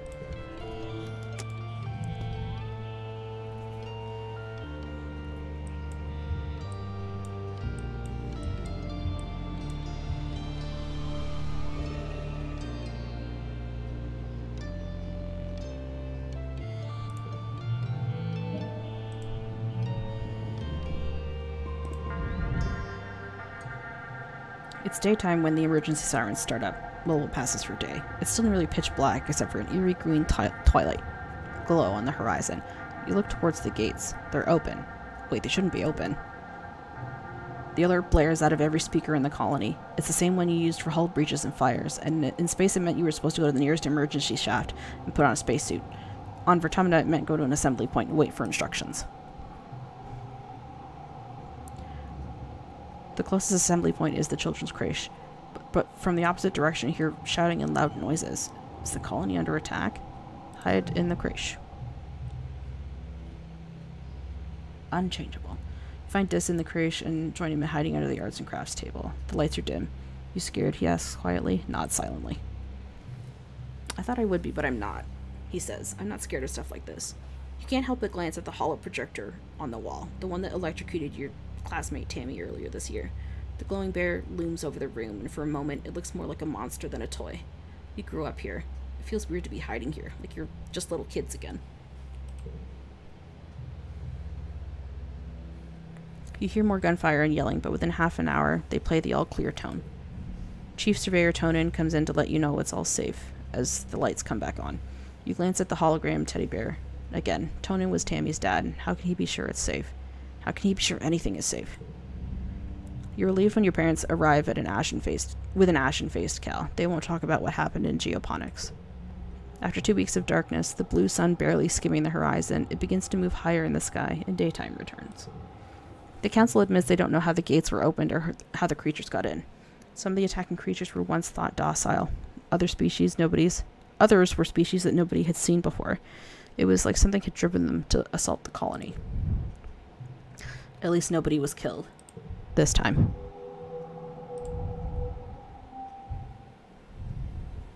Childhood is fleeting. The game will end when you reach age 20, so you should focus on a few skills to improve and friends to spend time with. Use the Skills and Friends button at the top left of the screen to keep track of them.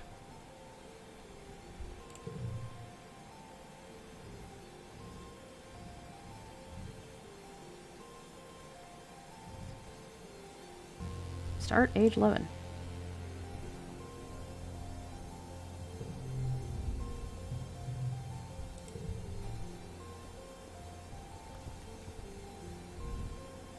God, Tang, you're such a jerk face.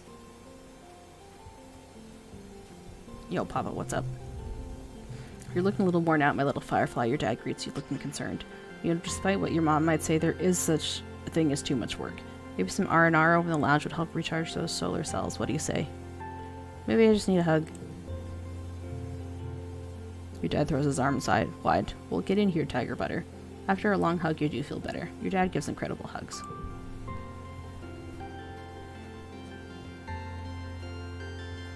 Alright, back to class.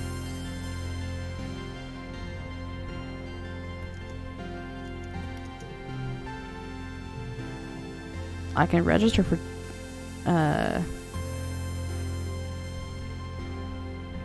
thingamajiggy now. For engineering classes.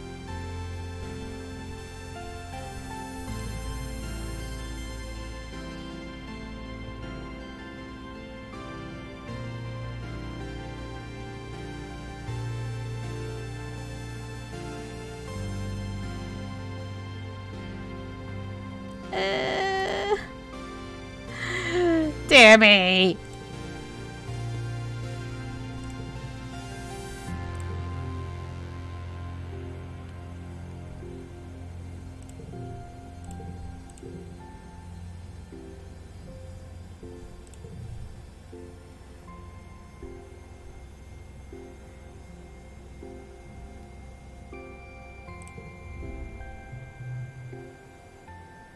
Today's assignment is an easy one, Hal says with a yawn, because I was up late repairing congruences subterminal and could use an app. I'd like you to write an essay on what the Vertumna colony means to you.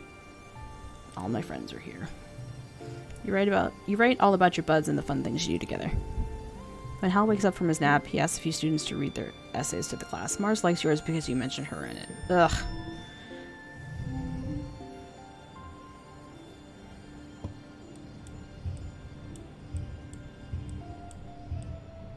As you get older, challenges can have conditions. The challenge suit, social, mentor, or physical. Determine what conditions can appear and which dex works best. Try to collect social cards if you want to win battles for social skills.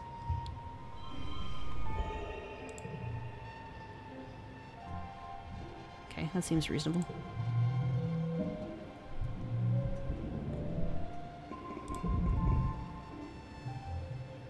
So much has happened in the last month since the monster attack during the glow. The idea of this planet as a peaceful utopia has been shattered. The security squads are training new members and keeping close watch on the gates now. They're reinforcing the walls and even installing a few robotic turrets. In class, you have drills on what to do if the colony is attacked again. And all the excitement you forgot today was your birthday.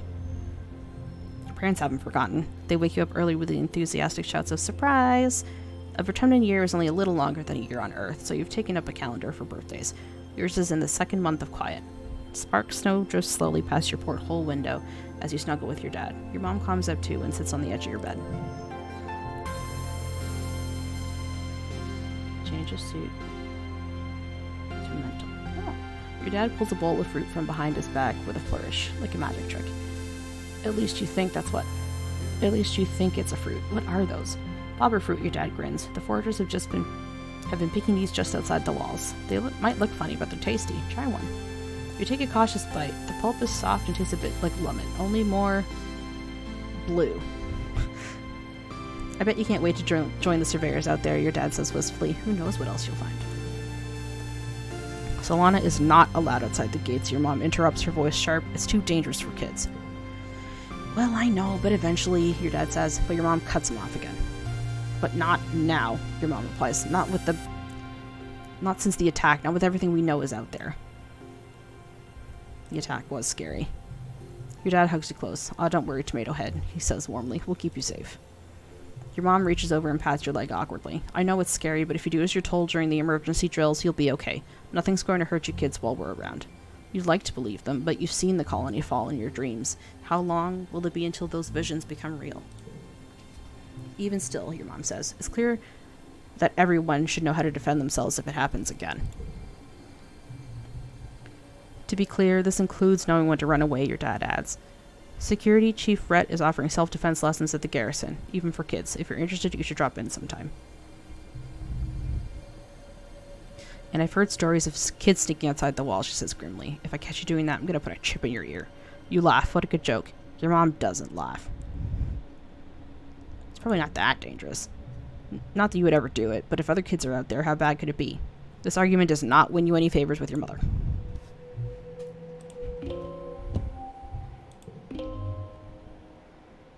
Alright, I need to rest. But then I want to go do self-defense. Relax. Who do you hang out with? Cal. Cal's practicing hoverboard moves in the corner of the lounge. Because the board never touches the ground, the adults can't really complain. In this way, he has pillows to land in. He's working hard, trying and failing, flip after flip, but he hasn't broken a sweat. He leaves you over. Hey, Solana, he says cheerfully. Do you want to practice with me? You practice with Cal for about an hour. It's exhausting. By the end, you're sweaty and a little sore, but you feel good. You promise him you'll come back all this month and keep him company. What do you want to forget?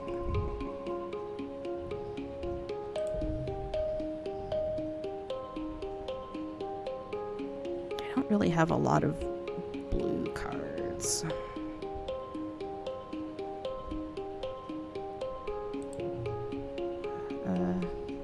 But I have a lot of first words, I think. I've got 3. Or do we just purge them all and go... Okay, yeah, let's do that.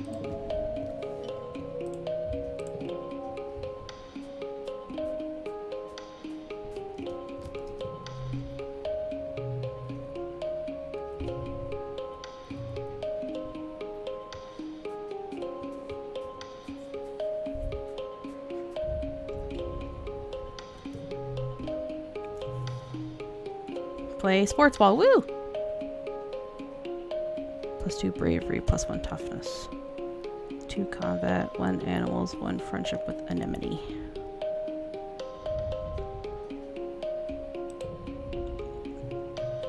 You attend your first session of Security Chief Rhett's self-defense classes. It's a small class, mostly security officers and other adults. You and Anemone are the only kids. She gives you a wink and a cheesy thumbs up as you listen to Rhett rant about how everyone in the colony needs to learn self-defense. You could be walking along and think you're safe within the walls and a flying animal could swoop out of the sky. Then what would you do? Rhett chops the air with his hand. I'll tell you what you're going to do. You're going to chop that beast right in the throat. Hi-ya! He points at the assembled class, but only if you learn what I'm about to teach you, and the only way to learn is by doing. Who wants to volunteer? Sure. Security Chief doesn't scare you, or so you pretend. Rhett is like the biggest adult you know, and he's so intense. Okay, you step forward, and Rhett nods as he crouches down. Okay, he says, I'm a manticore stalking you through the forest. What do? I kick it in the face. You try to kick Rhett as he approaches you. He easily grabs your foot and flips you onto the mat. Ouch. Wrong. Use your brain, Solana. The first thing you do is call for help. Then you run.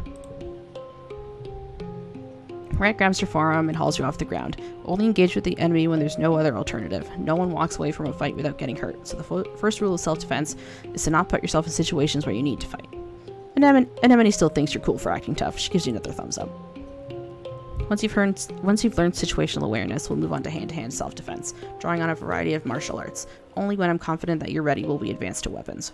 There aren't that many weapons in the colony, mostly stun gloves and batons, a few plas rifles.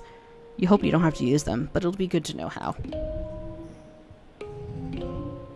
5 kudos if equals total.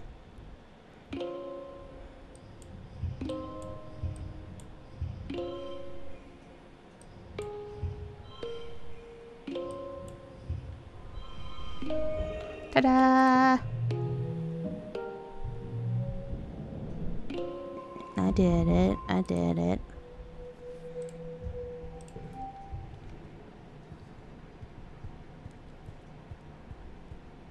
Anything for me to pick up on the ground? Yes. I take up a bunch of medicinal roots. Meet your dad adjusting a watering pot in your mom's flower garden. He's having a sneezing fit, his eyes running and red. You're alarmed. You've never seen him look sick before. People were hardly ever ill in the stratospheric, except sometimes when the zero-G rooms made them queasy. Not to worry, my little beanstalk, he says nasally. I'll be fine. It's just this pollen making my head a little stuffy. He wipes his nose with a handkerchief and looks around. Everywhere you turn, the air is soupy and tinged with pink from all the floating pollen. On Earth, your dad tells you, we used to call this hay fever. Even though it had nothing to do with hay, your mom cuts in, carrying a large bouquet of flowers. The native flowers seem to be in full bloom at this time of year. She bears your nose deep in them, and they smell fantastic. Your dad smiles kindly and agrees that they sure are beautiful. Then he blows his nose loudly. Sniff the flowers tentatively.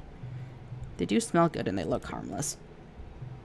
Your dad's eyes look so sad, but maybe that's just the allergies. Hey, Solana, I know the last few weeks have been hard for you.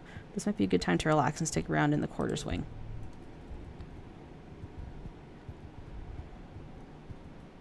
Why? Because you killed my friend Tammy?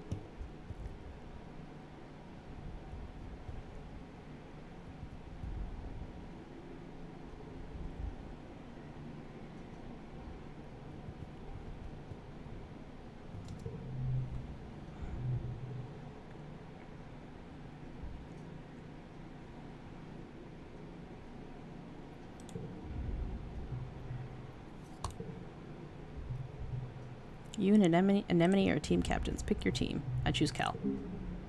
Mind if I play goalie? He asks. Sports ball's fun, but I don't really like to score against the other team. Anemone chooses kombucha. Of course, they bump fists. Your next choice. Ugh. I'll play Spiker. Mars runs to take position. Seems like she's in it for the glory. Hopefully she'll want to share that with the rest of the team. You face off 3-on-3.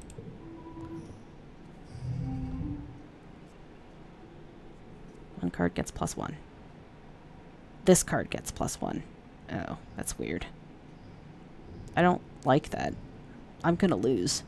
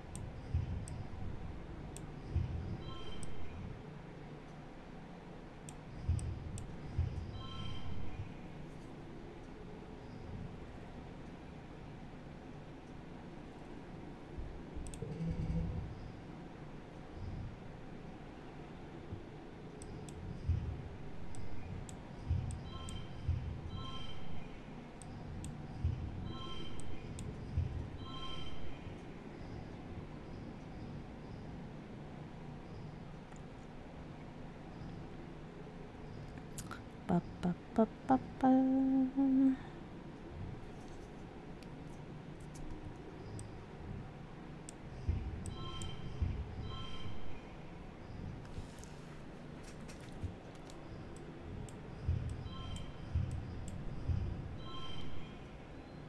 Is that worth the same as this? It is worth the same as that.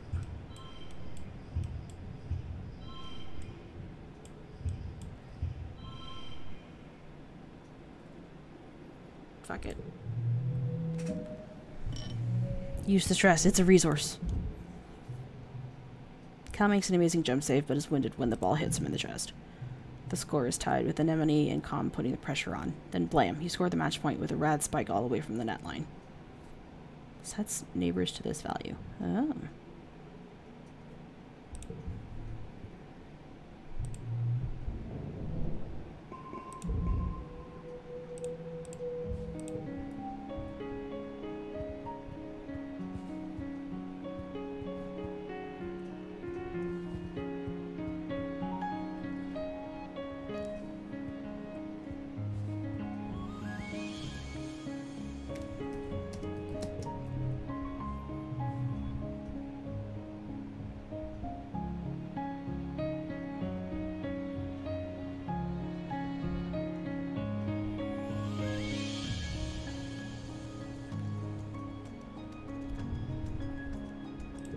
we'll go and just dig.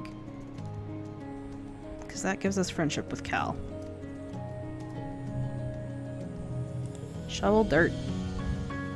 You're pulling weeds from the garden beds when you see Cal scurry past you, moving with a purpose. He doesn't even stop to say hello before he disappears into a barn. Follow him. You slip into the barn behind Cal. He's so absorbed in whatever's in that broken storage box, he doesn't hear you. You can do it, he whispers. Come on, go, go, go. You creep forward, but the barn door creaks closed behind you, and Cal jumps. Solana, he says, moving between you and the box. What do you need? What's in the box? Nothing, it's nothing. Whatever Cal's going to say next is interrupted by a chirping noise from the box. Cal gasps and whirls around, and you both rush forward to look. Inside the box is a pink, caterpillar-like creature about the length of your arm, blinking up at you with big, multifaceted eyes. Its mouth parts wave at you and make a clicking, chirping noise. It's hatched, Cal says. Hey, little baby, welcome to the world. You knew about this thing?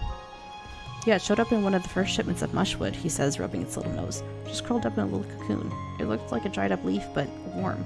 I didn't want to throw it away in case whatever was inside was still living, and no one was using this busted-up storage box, so...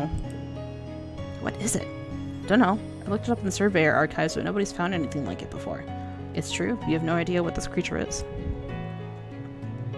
Cal puts a small creature on his shoulder. What are you, little buddy? Cal asks. You look like a big old caterpillar, but cuter. The creature yawns, showing off circular rows of tiny, even teeth. It nestles against Cal's neck and scritches as he scritches it under the chin. Maybe we call you a dilly pillar? He touches one of its 6 white-capped feet. Socks. Socks the dilly pillar. It could be dangerous. Everything could be dangerous on this planet, though. Look at her, she's harmless. He pulls a leaf off a potted plant and offers it to her, who greedily chomps it up. See, she's a plant eater. Plant eaters are good guys, like us. I have to hide her, Cal says. Think she'll be okay if I keep her in the broken storage box? He places the socks gently in the box and closes the lid. Go back to sleep, little buggy wuggy, he croons. Sleep tight. Random cart locked in one slot.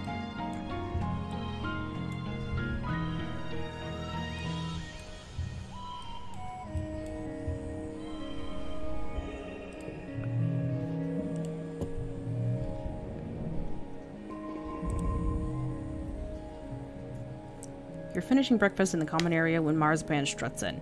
Look at you eating cereal, she says, turning her nose up at you. I bet you don't even know what today is. You're right, I don't. Today, she announces to the room, is St. Valentine's Day. Dis and Cal wander over to hear more. Back on Earth, Mars explains, it was a day when everybody had to give their best friend a gift, especially sweets. And then you put the sweets under your pillow, and it makes you dream about who you're going to marry. And there are decorations of hearts and arrows, and pigs. Pigs? We don't even have pigs here, Cal says. Before Mars can answer, Dis snorts, this is dumb. Marzipan just made it up to get free candy. He rolls his eyes and walks away. As he leaves, Mars shouts at his back, well, nobody was gonna pick you anyway. You stink. I know who my best friend will be. Mars bats her eyes jokingly. Oh, really? Who could it be? It's not you. I'm gonna tell all the other kids about it, so you go around and find your best friend and give them a gift. Make sure you do it by the end of the day or it doesn't count. If too many people try to be my best friend, I'll hold tryouts for the position. It's only fair. God, you're actually the worst. But I don't have any sweets.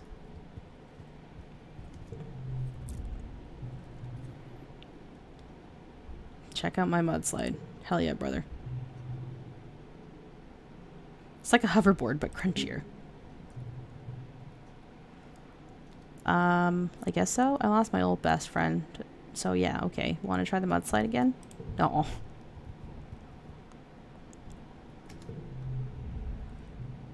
Mars is in a huff. Because you didn't pick her for Valentine's Day? Seems like nobody picked her. She crosses her arms and scowls at you. You just felt sorry for Cal, didn't you? Look, we all miss Tammy, okay? Whatever.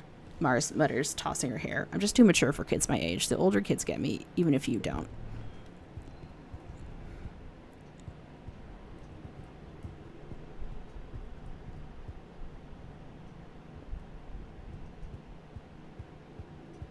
Of course I would pick the girl who dies, like, immediately to be my friend.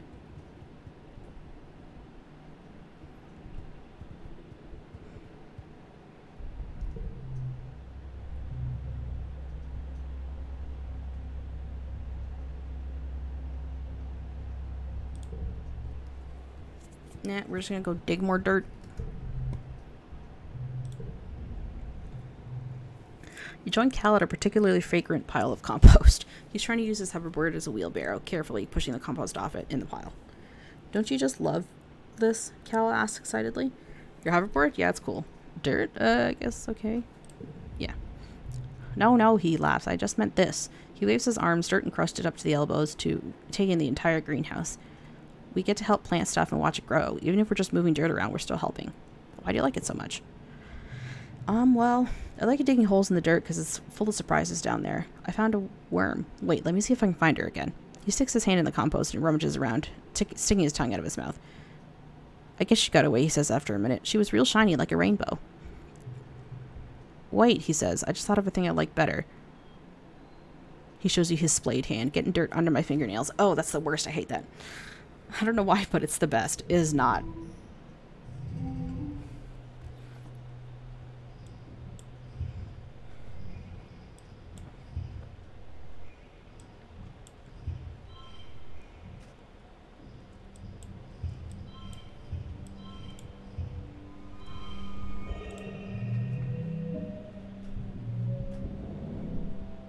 Yo, got a 10-hand win streak. Let's go.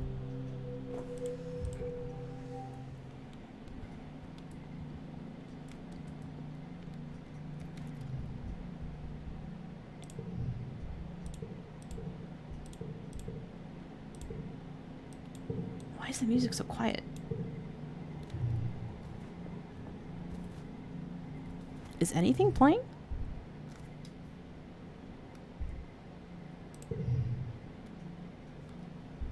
Constant music on.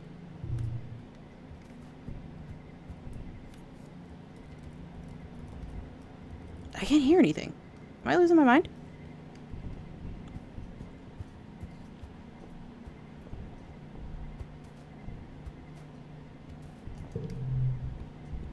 More dirt. Still that weird pet bug.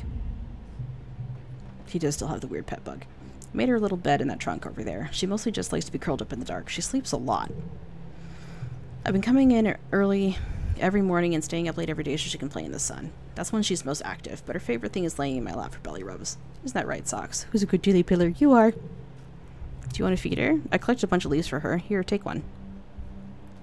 You kneel down beside them and take one of the leaves. Socks trundles from Cal's lap into your cupped hands and gingerly holds the leaf between her two front paws. She's like a tiny dinosaur caterpillar. She nips at your finger. Her teeth are really sharp. Play it cool. You pretend like it doesn't hurt, but it super does hurt. You can barely keep yourself from crying as Socks munches happily at the rest of the leaf. When she's done, Cal puts her gently back in the box, then notices your hand and gasps, Solana, you're hurt.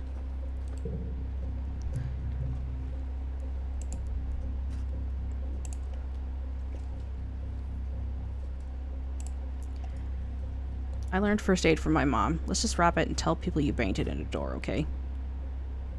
Yeah, but what if it gets infected and I die? What then, Cal? What then? If people think she's dangerous, they'll take her away. She's not dangerous. It was just an accident. How do you know? You weren't watching. +3 on 3rd stage of challenges. Oh. Cal brushes his hands over the loose dirt and straw at the barn floor. My mom says the aliens here are dangerous, he mutters. I asked, like, in theory, if I found an alien, could I keep it as a pet? But she said I can't. Even if it's a nice alien, because of diseases and stuff. He sighs. Socks isn't sick, he insists, and she doesn't mean to hurt anybody. The other animals probably don't either.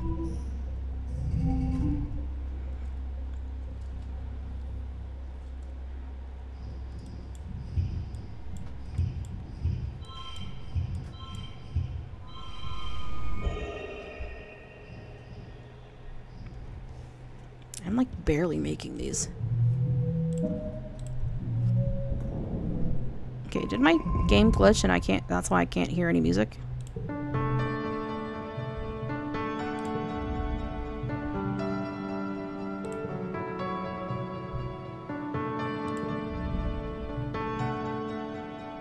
The depot's gonna be open to the public. My dad gave me an allowance. My dad's gave me an allowance. Too bad your parents make you work for yours. Can you just go away, Mars? I don't like you.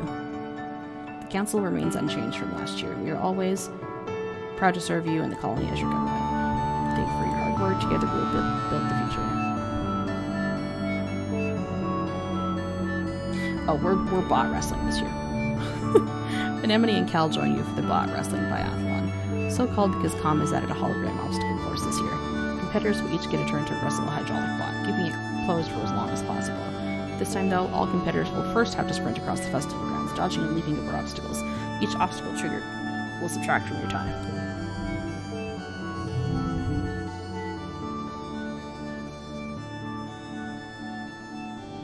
Card becomes 2. 2. 2. 2.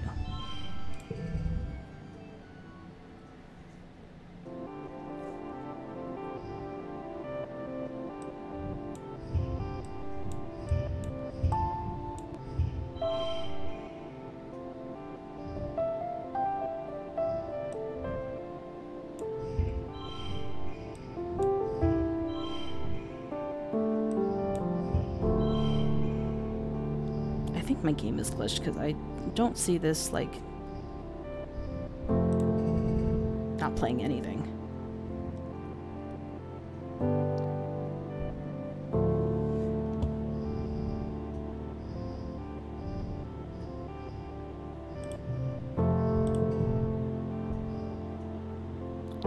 Okay. Set neighbors to this value. Neighbors on both sides?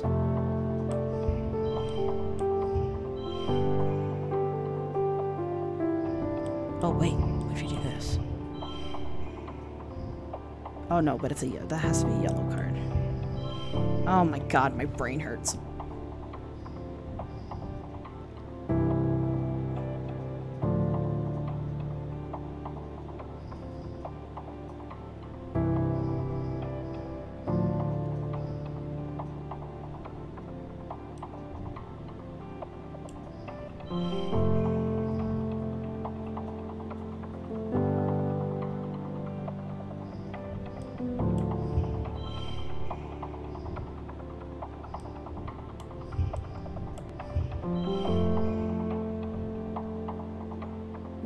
Oh, I'm like super stressed.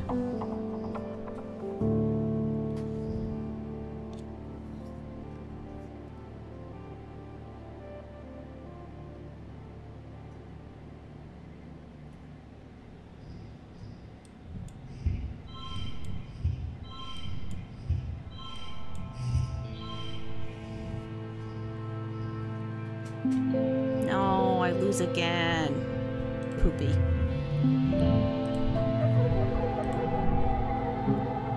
You really weren't prepared for those obstacles. In the end, even Cal has a better time than you. Not that he cares, of course. He just wanted to have fun. Anemone wins by a large margin. She does a victory dance on top of the bot, cheering until Kong grabs her around the waist and carries her around his shoulders. After the festivities are over, everyone takes time off for a much-needed break.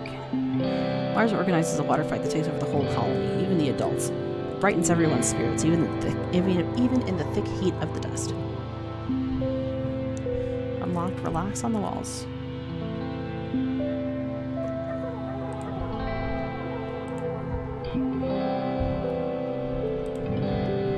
Ooh, we getting heckin' tough.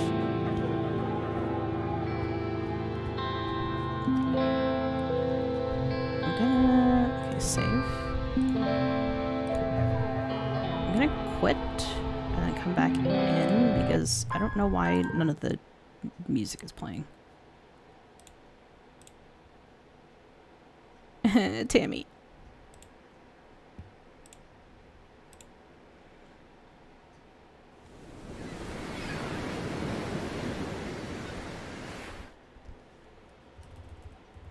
Oh, there we go. I had moved the volume slider on my mic, I think.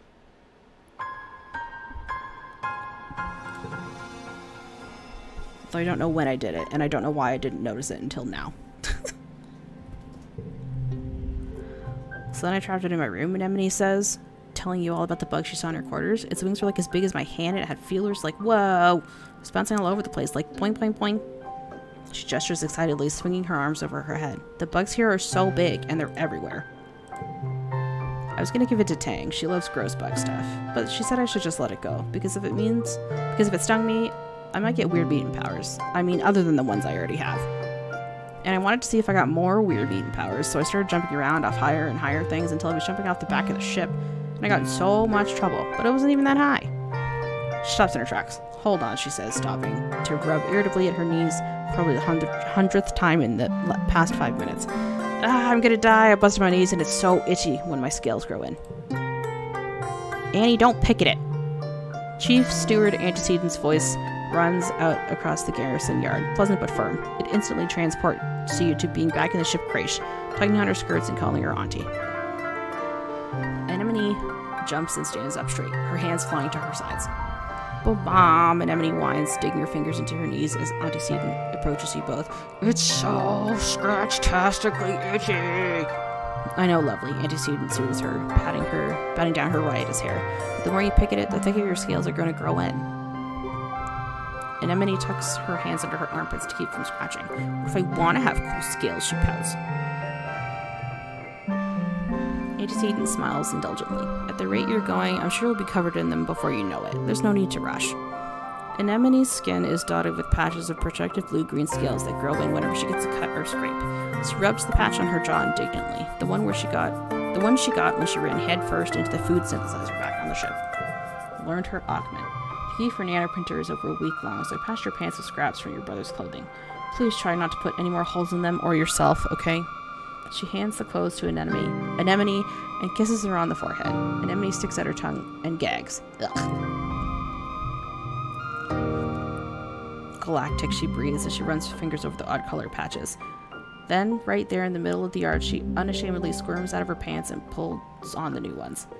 Ah, I look like a fighter jet from the Hollows, she exclaims, showing off her new pants, like when they stencil your kill count on your plane. Or like a really cool scar. Yeah, you get it. My pants are scarred just like me. Strato colony. What? Yo, log.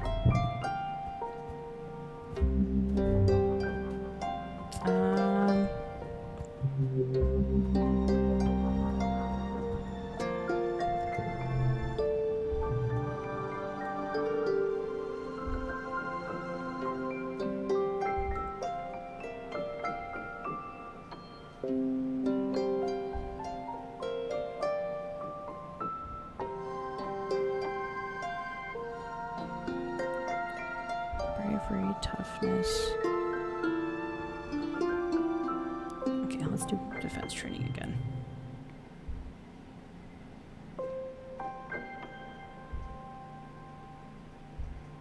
Part of any self-defense is training your body so it can be ready for any situation. It inverted the anti-grav pad so it makes your limbs feel super heavy. When you do jumping jacks on it and then do them again in normal gravity, it feels like you could jump straight back through a wormhole. It's exhausting, but not that different from sports ball training. This is a breeze. 4+2 during challenges. Sure. Feels great. It's good that Rhett actually challenges your body and encourages you to achieve peak condition.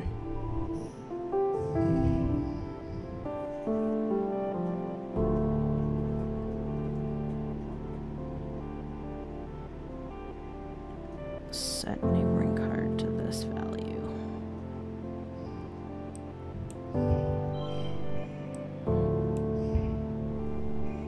The blonde girl in the purple is 100% I know from Naruto. I've never seen Naruto. You've been lurking for a bit and have no idea what's going on. To be honest with you, I'm not really sure either. But, no. The way this game works is you get different cards from doing different stuff around the colony, and then you use the cards to like gain more stats, and then there are different skill checks throughout the game. It's like a story game with this card game in it.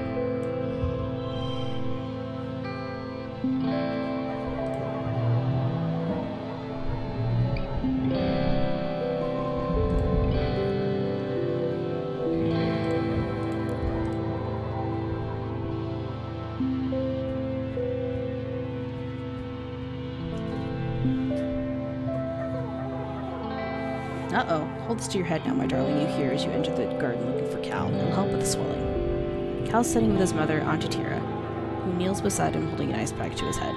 Cal's eyes are a little puffy. He rubs them and sniffs you as you approach. Hello, Solana, Tira greets you with a smile. Don't worry. Recalcitrance took a tumble off something he shouldn't have been climbing. Mom, he complains, it wasn't that bad. Are you gonna be okay? I'm okay, I just bonked my head a little. Mom always knows how to make it better, he says with a boyish smile, even if I'm old enough to take care of myself. My brave boy, Tira says, stroking his hair. Thanks for humoring me. She looks over to you. Don't let him show off for you, Solana. Ground-based feats of bravery only for the rest of the day. Cal whines and wrinkles his nose.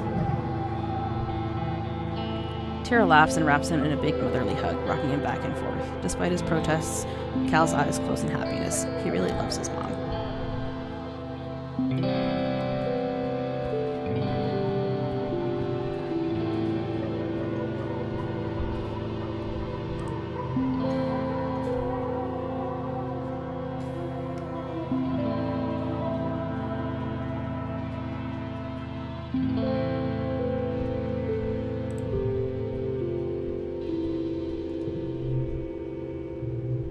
View the notice board.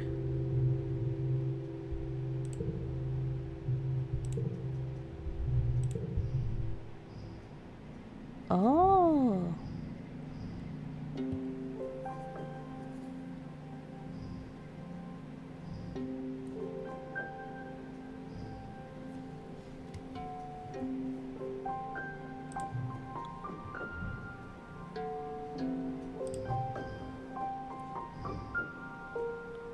Interesting.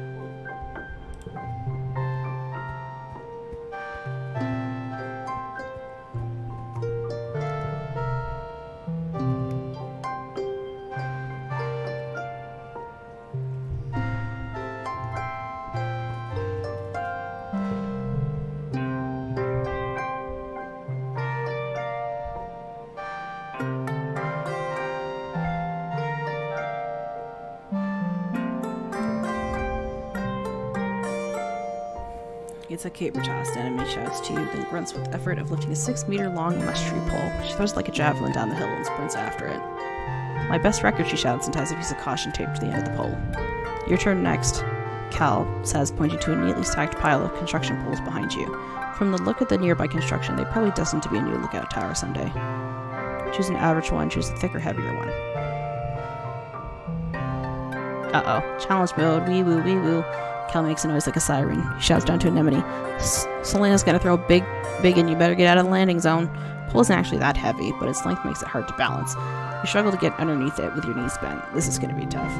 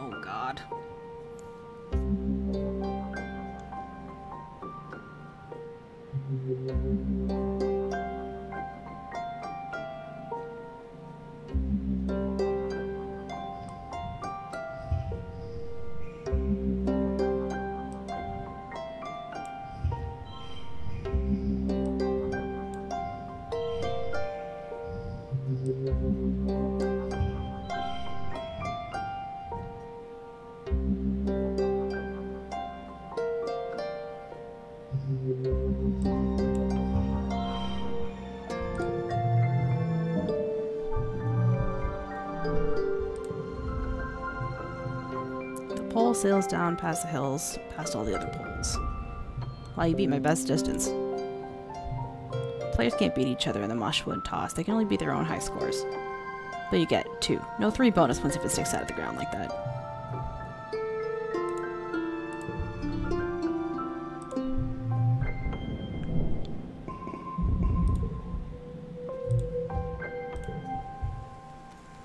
You need a break soon. Yeah, we're gonna go have fun on the wall.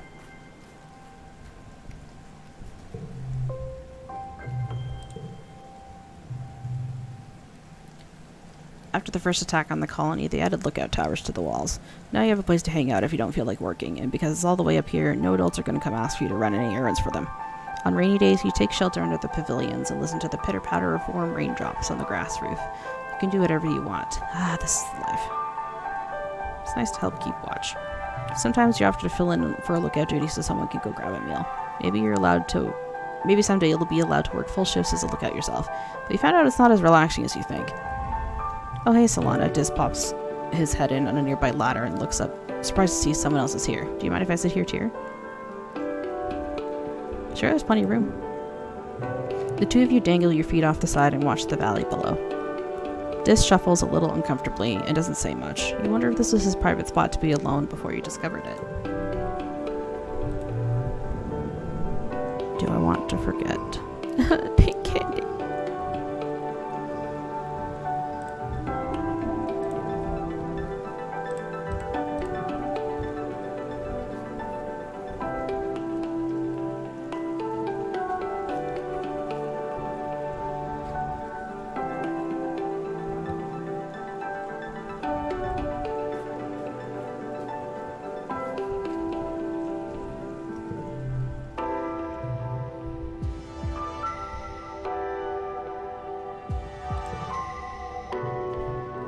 Congruence's HoloNet scheduling system is almost a test on its own. I feel like a hacker navigating the confusing interface, but managed to add your name to the list of drop-in students. You're now eligible to join Tangent and some of the older students in engineering.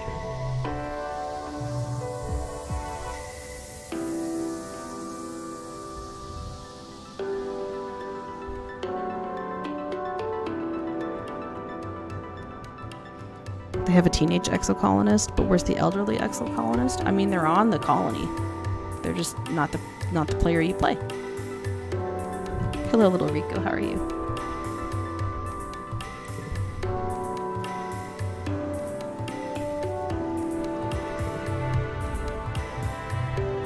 Want to train together? -2 to neighboring cards.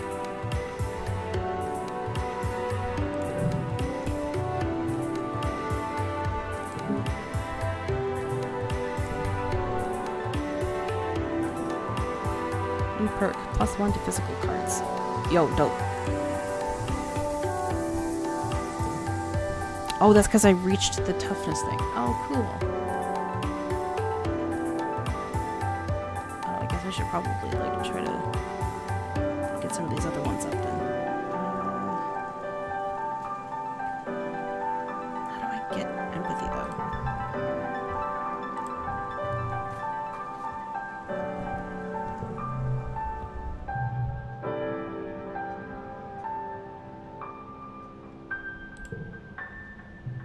Biology. Bringing supplies to medbay when you see something unusual. Tangent curled up on a bench, her head pillowed on a rolled up lab coat. She's fast asleep. You stop and stare. You never see Tang sleeping. She's always so busy. You're surprised she even has time to nap. You turn to leave her in peace when you bump into an Anemone. What? She hardly ever sleeps, like just a couple hours a night. Is she sick or something?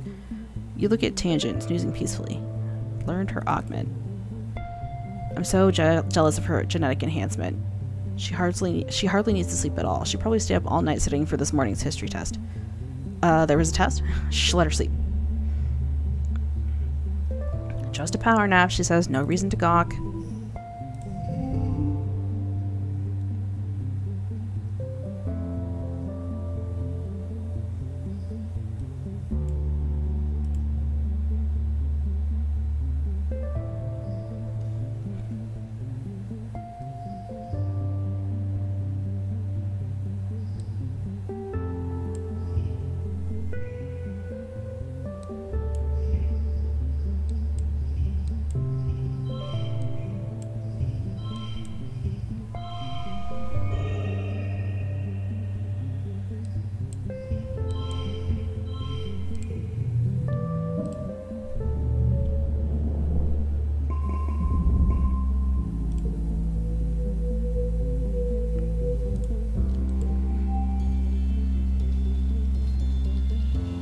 more biology.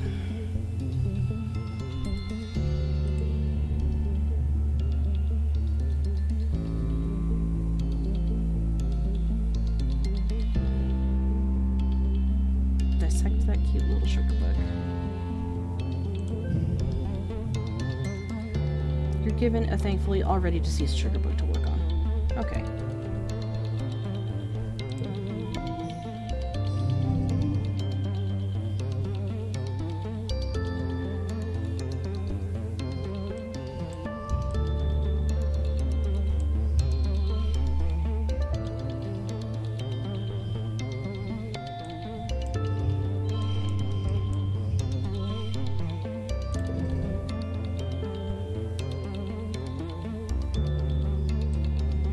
Get a -2.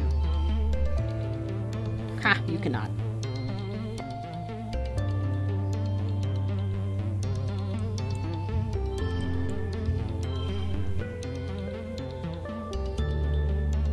Wait, does this count for another?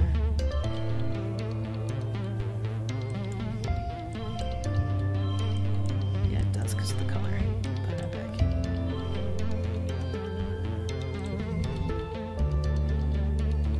What do these purple gems mean?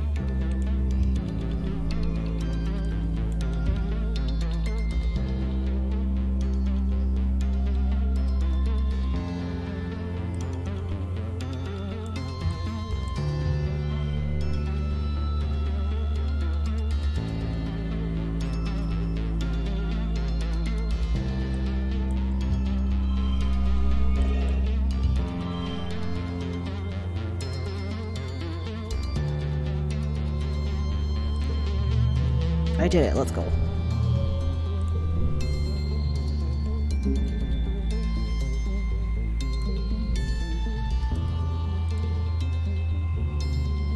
The next morning for your class is in for a surprise. The sugar bugs are alive again.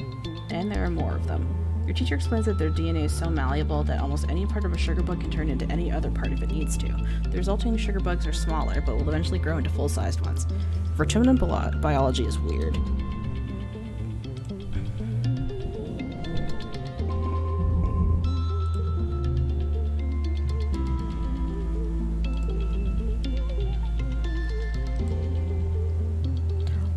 Oh no. Chief Surveyor Tonin's body. Someone quickly covers him with a sheet, but not before the image of his torn open body is seared into your memory. However he died, it was violent and bloody. You feel your stomach cramp with nausea. What happened? Disc coming over to crouch around the corner. You share that Uncle Tonin is dead, and he stares at the sheet-covered body intensely as if he could see through it. Did they say how? I'm sure they'll tell us later. No, they won't. They'll just tell us something happened, the way a bunch of animals just happened to attack the colony.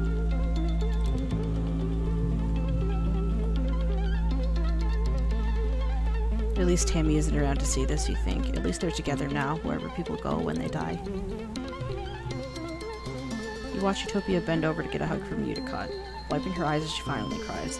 Utica has never been the most comforting presence in your life, but it seems to help. Utopia will be the next chief surveyor.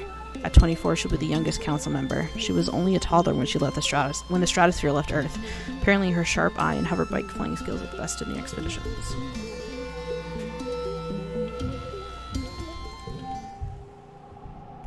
Oh, it's the glow. Anything for me to harvest?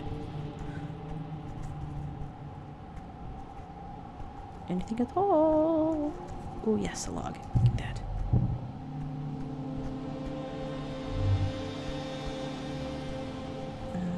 Back to class.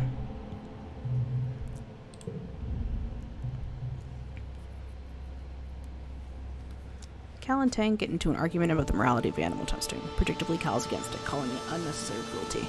Tang doesn't rise to the bait. Instead of defending it on the basis of whether it's cruel or not, she skips right to arguing that even if it is cruel, it's still necessary.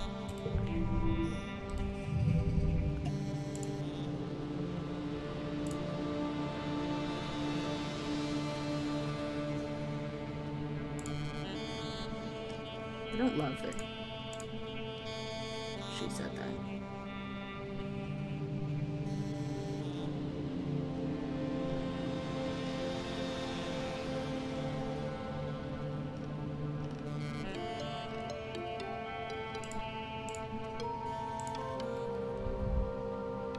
One slot will turn cards blue. Unchangeable.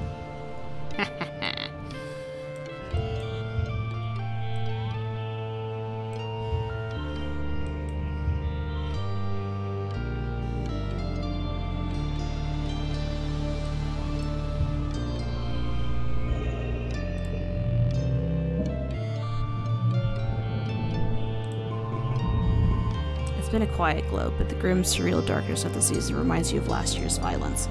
As the month wears on, you overhear arguments at dinner, adults worrying that an attack is still coming, and others who think the first was a fluke. Surveyors mention seeing new tracks in the forest, but are shushed so people don't panic. The gates are closed. You drill emergency procedures, filing soundlessly from the classroom to the creche to hide under tables, waiting for the sirens to call the all clear. You drill and prepare and worry, but nothing happens. Just as the glow is starting to wane, the toxic purple spill of the wormhole fading as the suns almost rise past the horizon, the sirens start. You're reading a hollow novel in bed when you hear them, followed by the stomp of boots down the hallway outside your quarters. An alert flashes on your hollow palm. Shelter in the creche, this is not a drill. You get another message from your dad. Me and Mom are going to stay in the greenhouses. We're safe. Just follow Auntie Anne to the creche and wait for us, okay? Don't worry, we're more prepared than we were last year. Love you, stay safe. You could go to the creche where you belong, or you could follow the security guards. My bravery is not that... Well, I have like 3 bravery? 4. We're going to the creche. Even with the emergency lights on, your feet could never forget the way. When you get there, you spot Tangent and Dis huddled together on the beanbag chairs. Dis is stone-faced as usual, and he's holding Tangent in his arms. You can't remember the last time you saw them this close. Tang must be really scared. You take a seat on the beanbag chair and wait. Other children filter into the room after you. Anemone, her little brother's nougat. You don't see him. So Cal must be sheltering with your parents in the greenhouses. You hope they're okay. It's so dumb they won't let us outside, Dis grumbles. We live here too. We deserve to know what's going on. They're treating us like little kids. I'm not even scared. You search his face for signs he's lying to sound cool, but his bad mood is sincere. Tangent smacks his arm. Don't be ridiculous, she snaps. There's dangerous animals out there. Dis shrugs. Nothing scares him. After a while, the sirens sound the all clear and you follow back to your quarters. Your mom and dad join you right away and give you a big hug and thank you for following their instructions. When things have calmed down, you overhear your parents talking. I'm not going to be the first to congratulate Red, but all of his defensive improvements were exactly what we needed, your mom grumbles. Ugh, he's going to be insufferable at the next council meeting. Your dad pats her hand. Credit where credit's due. Flulabelle, he says, and she smiles despite herself. It could have been worse. Your mom nods and they both sit in silence before your dad speaks again. Poor Hal, what a way to go. Oh no, what? Hey, Pumpkinhead, your dad says. Yeah, they're gonna announce it in a few hours after everyone's had a chance to calm down. He didn't make it. What happened? Don't worry about that, your mom replies, shooting your dad a look to keep him from talking. It's adult stuff, okay? You guys won't be able to go into engineering wing for a little bit until it's decontaminated. Professor Hal can't just die. He can just be gone. He's your teacher. Hello, Nero. Or Neo. How are you? He's Rip indeed. And the engineering wing is where you take your classes. You can't imagine something bad happening in such a safe place. You fall asleep thinking for sure there's been a mistake.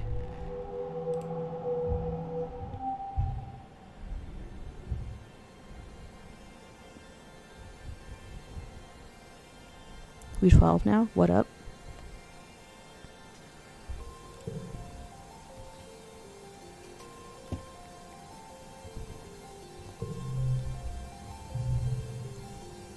Who's going to teach me my life sciences now? Are we almost at the thing for biology? You're not sure what to expect from life sciences class. This is soon after Professor Hal's death. He was the teacher back on the ship. Who could possibly replace him? You take your seat in the classroom. There's no teacher here yet. You and the other students wait, exchanging awkward glances as time passes. Eventually, Chief Engineer Instance breezes through the door. She's accompanied by Tang, who takes a seat beside you, barely giving you a second look. Life Sciences Instance snaps. Who can tell me what it is? She points at you. Solana, start us off with the correct answer, please. You easily rattle off the subject names. Instance doesn't look pleased, but she doesn't look disappointed either. That's as good as you ever get from her, honestly, so you can count that as a win. Kudos if... 5 kudos if total equals goal.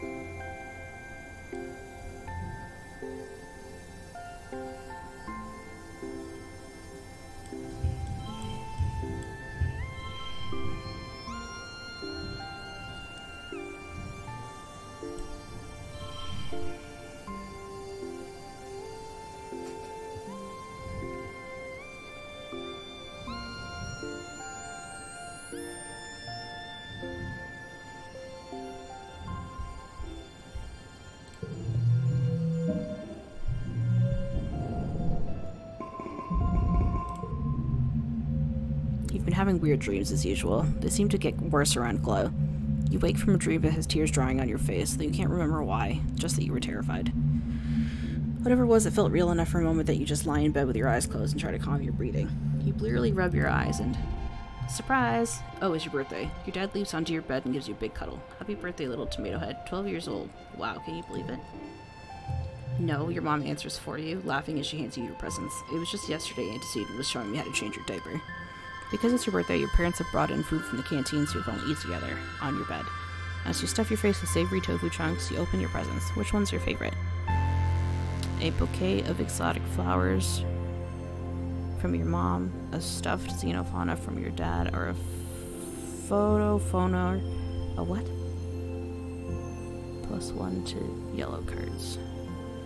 +1 to tough cards. 0. What the hell does that do?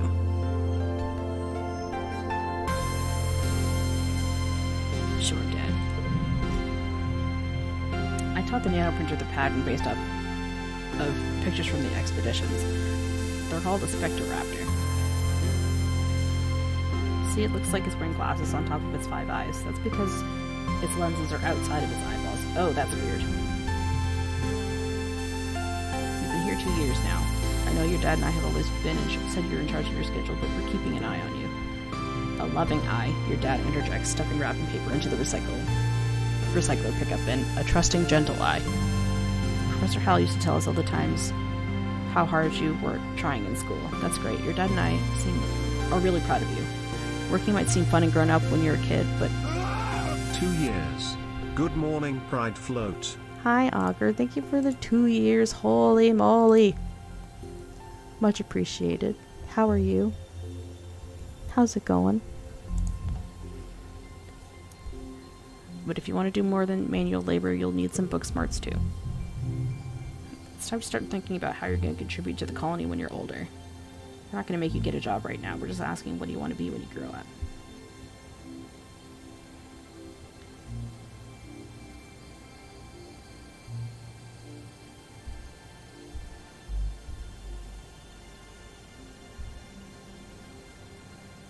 You're caffeinated? Let's go. Getting ready for work? Sick. Don't want to be a governor. Famous idol? No thank you. Sports ball?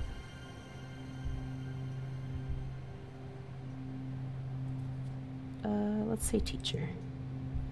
Your mom smiles sadly. I'm sure he would have loved to hear that, she says. The colony will need someone as passionate about teaching as he was. Well, I'm sure your friends all want to wish you a happy birthday. Oh, and you might not have considered a career as a depot clerk, but Al and Bernie mentioned their daughter Marge is working there, and she needs some help. Now that people can freely order luxuries, it's pretty busy there. She'll be shoveling dirt, your dad says. If you don't take that job, you tell Mars I'll be right there.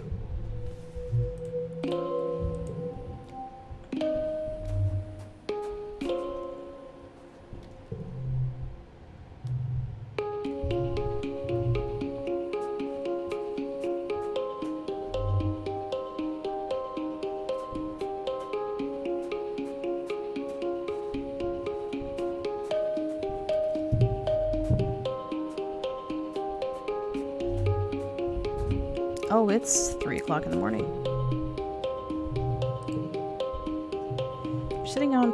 You're sitting up on a corner of the walls when you notice something unusual. It's Diz. He's crawling out through a drainage pipe in the wall and sneaking out. You watch him carefully. Slide the heavy metal grate back into place behind him, then disappear into the trees. Leave him be, I'm no snitch. Oh god.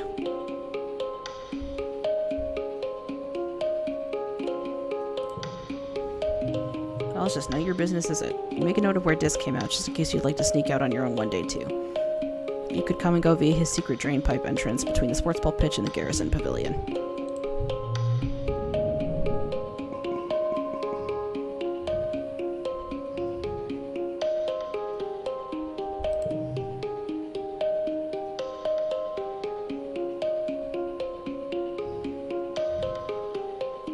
I feel like I've, completely fucked this because I started doing too many things.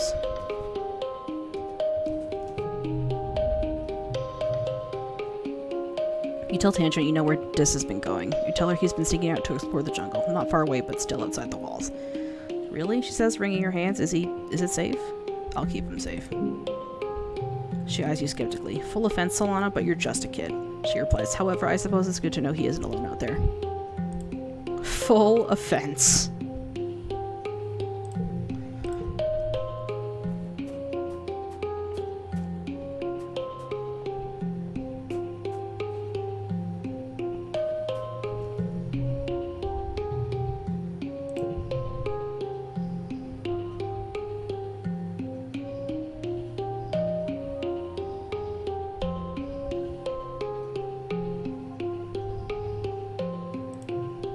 Cake. Oh, can I only buy one thing at a time?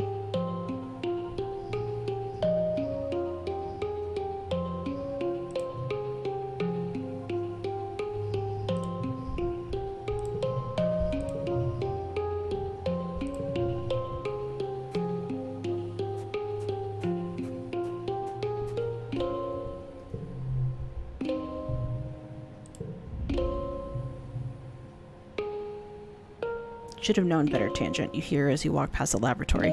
Curious, you listen at the door. Chief Engineer Instant sighs. I know you meant well, but your presumption has cost us 3 months of work. You can't simply look at an experiment and change the parameters to your liking. Getting results is not the same as doing good science. Your findings, however scientifically interesting, are useless to us without sound methodological underpinnings. Tang's response is more subdued than you've ever heard it before. I'm sorry, Chief Engineer, she mumbles, looking down at the floor. I recognize the error of my ways. I should hope so, Instance replies, pinching the bridge of her nose in her fingers. I'll expect you in the lab first thing tomorrow morning, and I will personally supervise your work in resetting the experiment.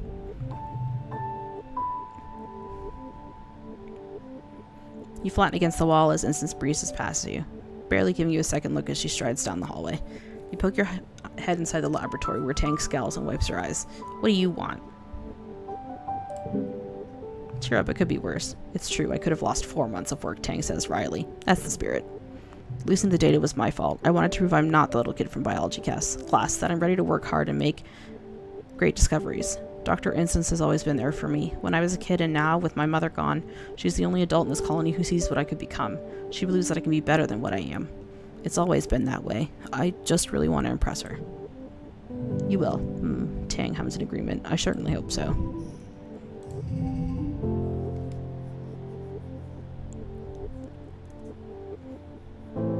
Hi, Wagnus, how are you? After dark? Yeah, baby. You know it.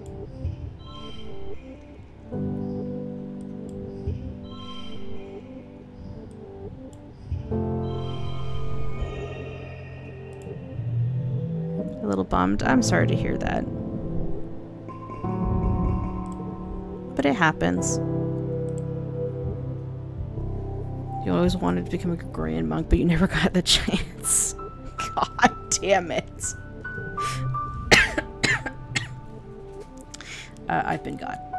Tangent is storming around the quad in front of engineering, checking her nose on her hollow palm, gesturing and grunting in frustration. Ugh, this is the worst. What's the matter? I can't possibly. Professor Hal, he was helping me with the physics chapter, and now he's... She throws her hands in the air, virtual hollow palm screens flying everywhere. Sci-fi VN? Yeah! Boom, got him! I got. Bye, Augur, take care. How's this game? I've seen it a bunch of... It looks nice, but you don't know how to make out how it's played. Okay, so, it is very much like a sci-fi visual novel, with a card game, integrated into it, that you don't necessarily have to play. It's as if you want to focus on the story, it changes it to like a coin flip or something. But basically, the choices and stuff you have affect like what skills you can get.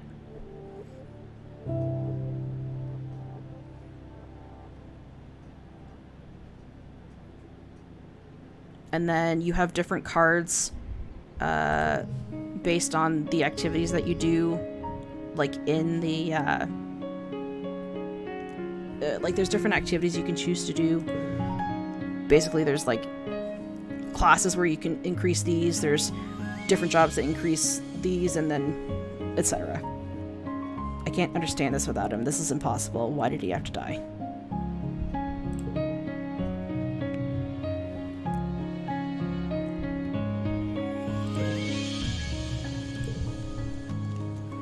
So like, okay, so my stress is low, so I can like do whatever activity and not worry about it. So I'm gonna go do biology so that I can increase my, because I think it's at 33 is when it ups your next, gives you a bonus.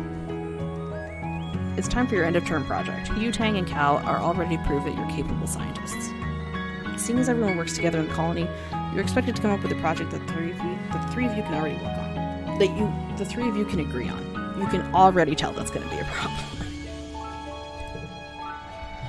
We should do a genetics experiment, insists Tang. I have access to the lab around the clock, and I'm already in there every day. It'd be so simple to just come up with an experiment for something I'm already working on. And efficient. It's the perfect choice. I don't know, lab work is only half the picture, you know? I think we should go for geoponics or some hands-on biology. Mima's almost ready to give birth, and she had trouble during her last calving.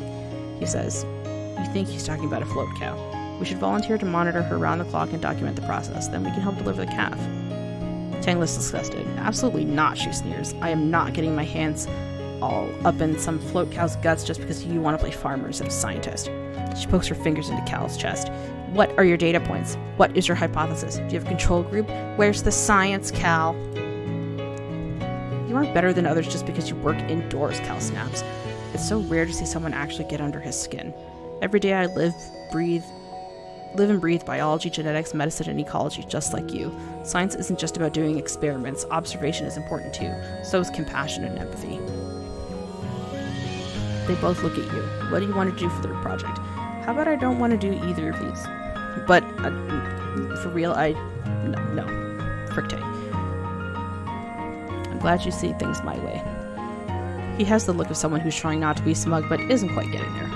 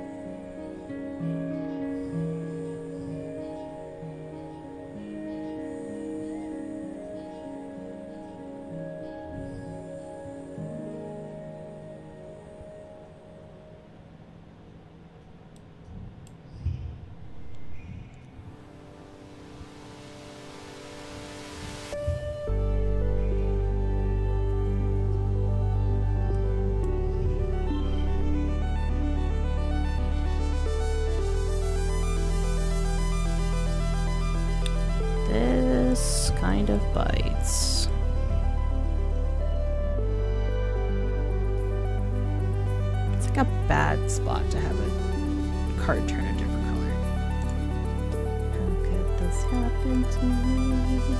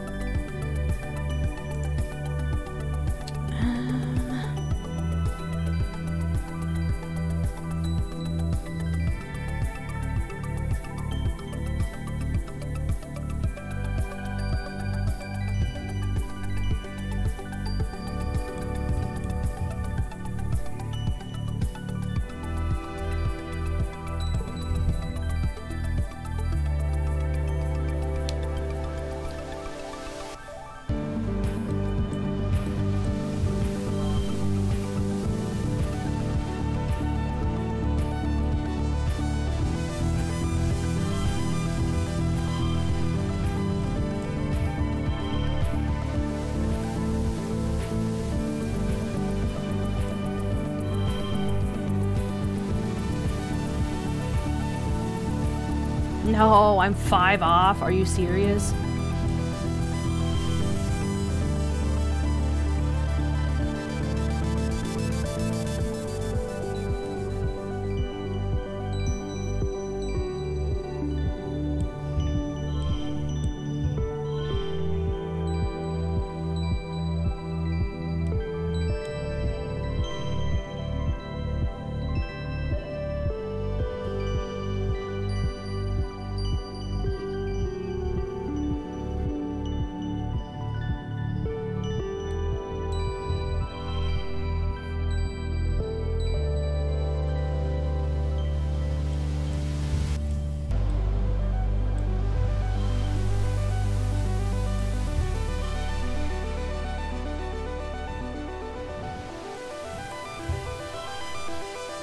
Ah!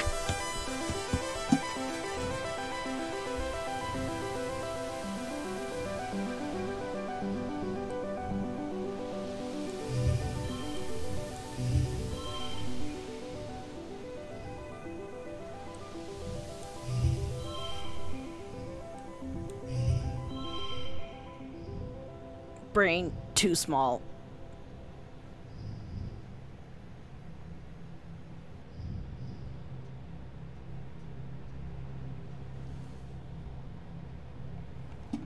Thanks for playing our game, by the way. Oh, digging this cozy stream? Thank you. Of course, I'm having a blast.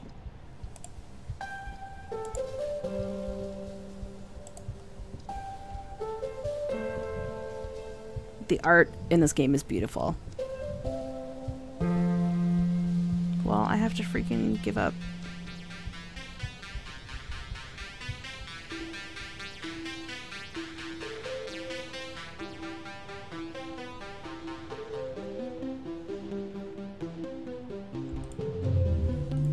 Womp womp.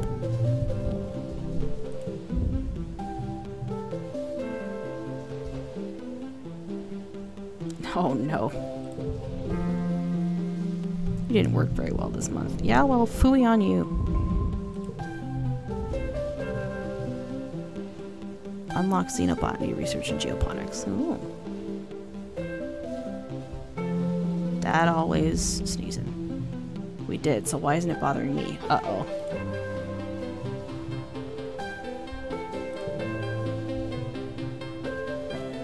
I need rest, not machismo.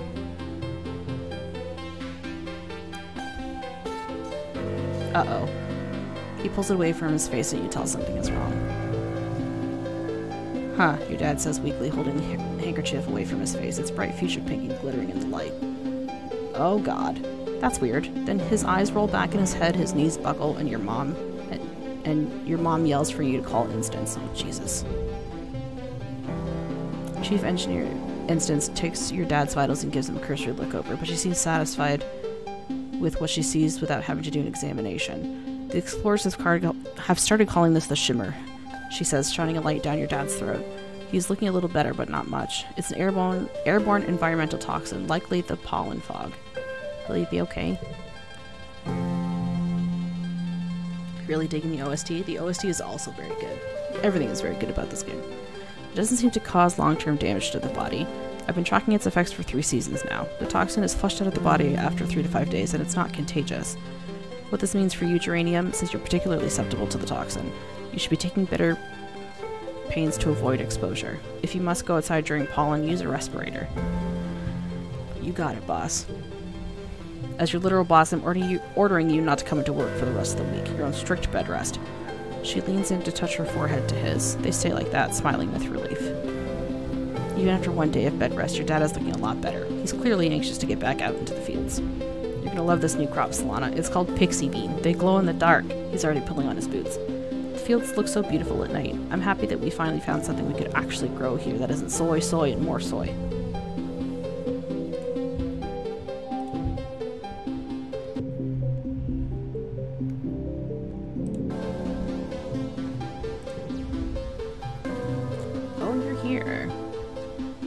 How can I help? I'm researching the shimmer, the respiratory illness that some people report during pollen. I'd love to admit it, but I need your assistance. I need recent saliva samples from both you and your father. There must be a reason why he's so susceptible to the shimmer and you're not. You must share half of your genetic code with him. There must be some marker we can compare between the 2 samples. Then, administer this to yourself. Wait 3 days and take the samples again. The test should be able to determine if anything in your body chemistry has changed. What the hell are you asking me to insert into myself? There's something going on here, something really big, I've begun to realize. This is about more than just curing a disease. Unlocking the secrets of the shimmer, who it affects and why, it could lead to a greater understanding of all life on Vertumna. And knowledge is more than power, Solana. It's control. Are you okay? You seem unhinged. I'm perfectly fine, she says dismissively. This is the phase of complete concentration and focus. I'm in the zone, Solana. Okay, I'll do it. Thank you, Tang says. I've been researching so hard, I think my eyes are going to fall out of my head. And for what?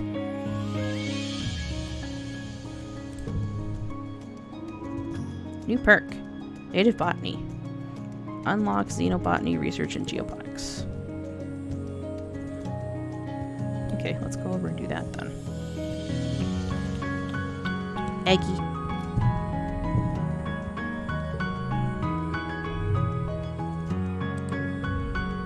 Hey kiddo, your dad says, looking up from his work desk where he's dissecting a huge bell-shaped flower. Can you hand me that separator? I've really got my hands in things here. You hand him a tool which he uses to wedge open some sort of weird stoma-like opening inside the bell. Gooey purple nectar oozes out in pools on the desk. Whoa, he exclaims. I thought I'd drain this little beauty. Could you, get a towel, I guess? You help him mop up the flower juice. Yuck, it's sticky and smells like rotting vegetables. When you're done, he looks at you with pride. You know, I've been thinking of getting one of you kids to come help me out with researching the native plants. You think you might be able to break off some time to help your old man in the lab? I know you've been studying biology, he adds. It's not as glamorous as genetech research with instance, but it is important.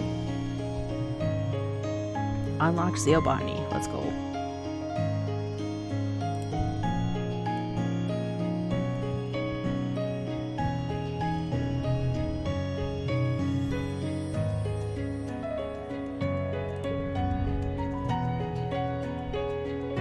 We're surrounded by alien flora and we know practically nothing about it. What's edible? What's medicine? What can we make fibers with or build or use in ways we haven't thought of yet? He beams at you. You and me, we're gonna find out, my little potato.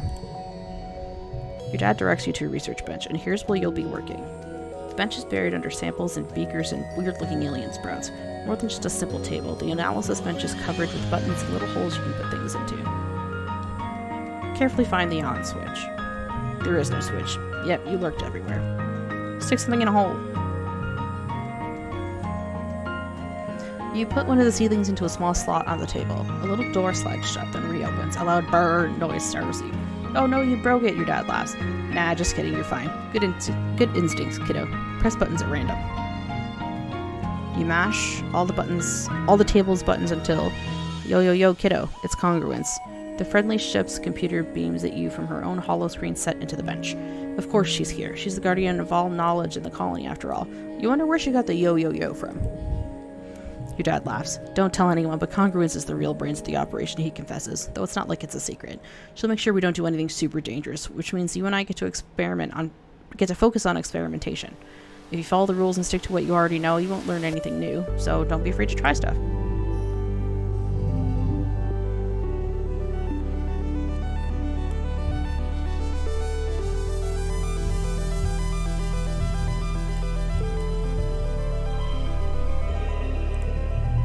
Yay, wind.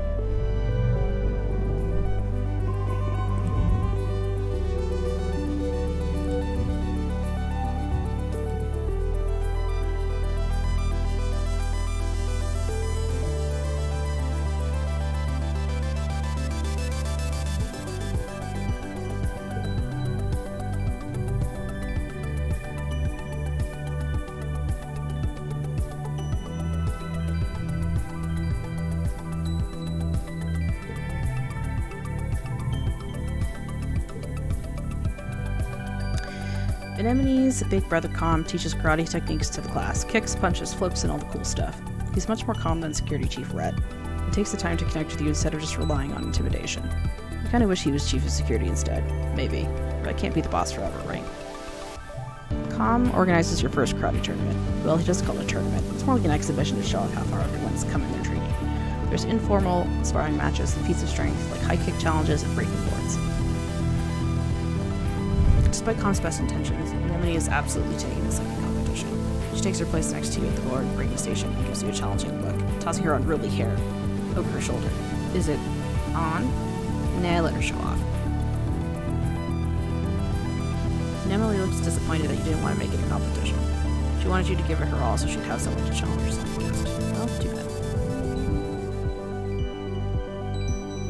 +1 to physical red cards. 1 slot becomes 2.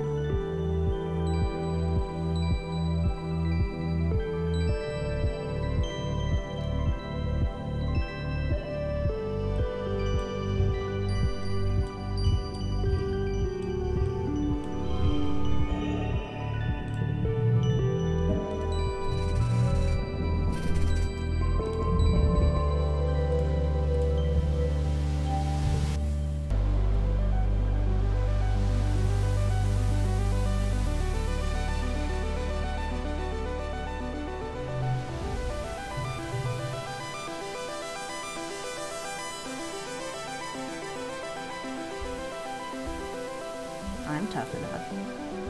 Well, I'll be. You ain't lying, kid. You got grit. Speak to your parents. You're still a bit young, but I wager next year you can join the junior survey teams. Just hold tight till then. Sorry, Sprout.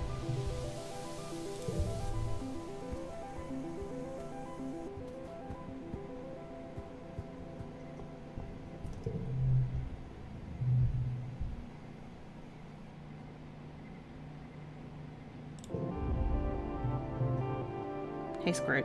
Don't you think it's time to start thinking about what you're going to do when you're older? You look at her in confusion. Isn't she always telling you to stay in school? Gotta think about it sometime, kid. How about you join your folks on the farm if you're up for it? I'm ready. Unlocked farming and geoponics.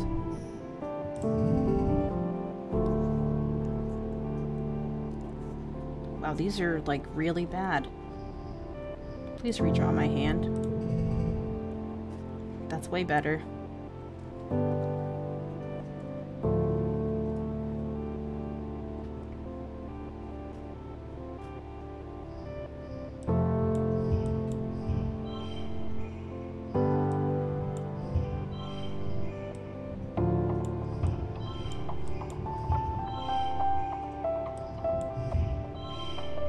Son of a...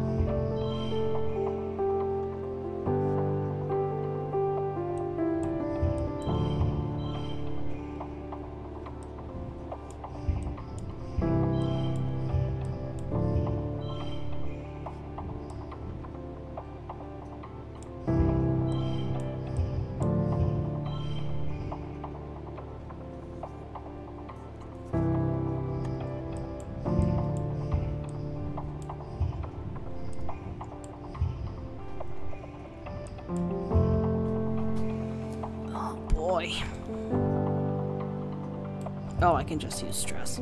Oi.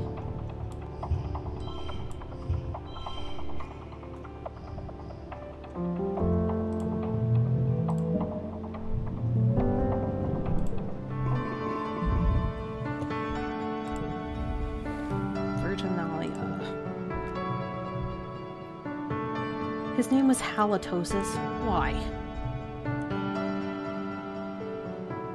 Chief Surveyor Melatonin. Oh, Melatonin. Oh, yeah. Known for his gentle nature and curious spirit, Tonin joins his daughter Aspartame in his partner Lavandula in the world of our memories.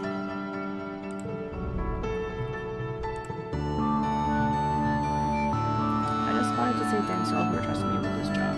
Platonis left some big shoes to fill. Well, I'm gonna try and give it my best. Fixing to get to the bottom of what we're calling the shimmer. The sniffles folks have been getting into during pollen. Until we do, please keep wearing your mask when the pollen is thick and let the doc know if you're under the weather. Okay, we're gonna try this freaking bot triathlon again.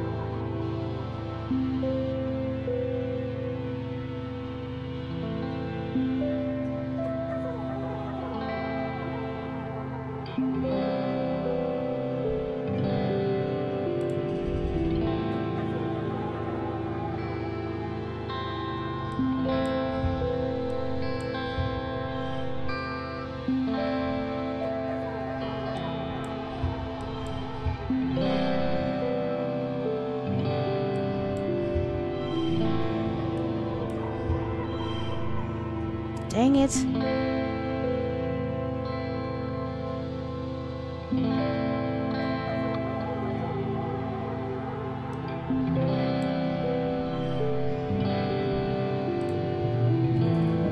Alright, I gotta go take a break.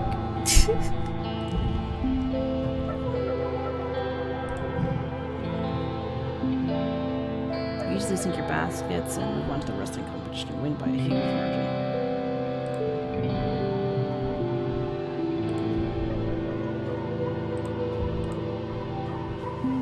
Oh, and then I took a break, so I'm actually fine.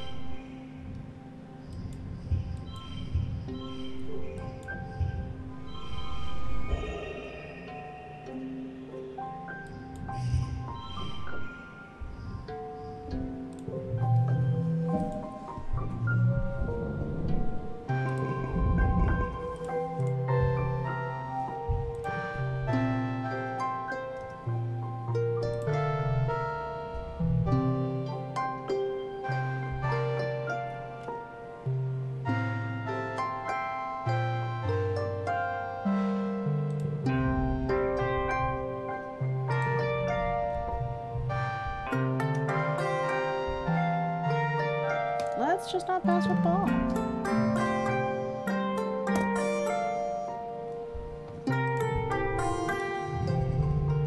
That's why kudos have told equals goal. Right.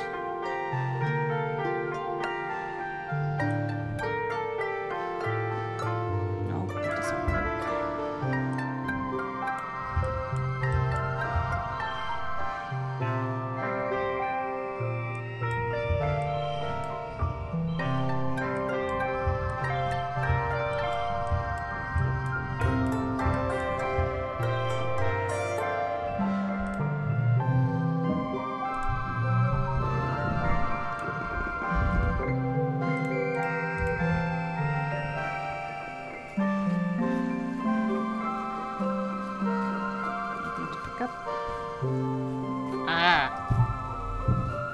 flower.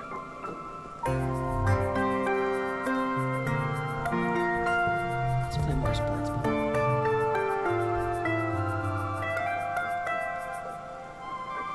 Need how much? 40 tokens.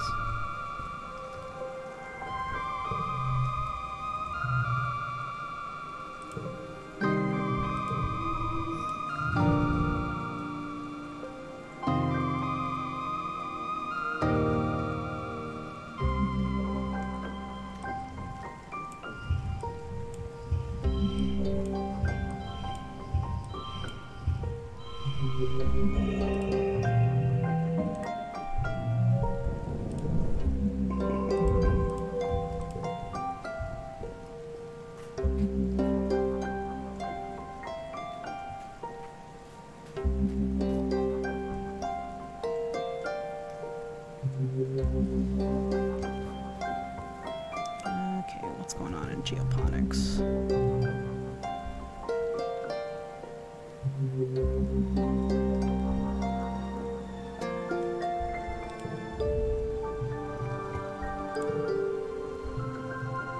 Mostly be working in the fields with the hardier earth crops like the potatoes and the corn.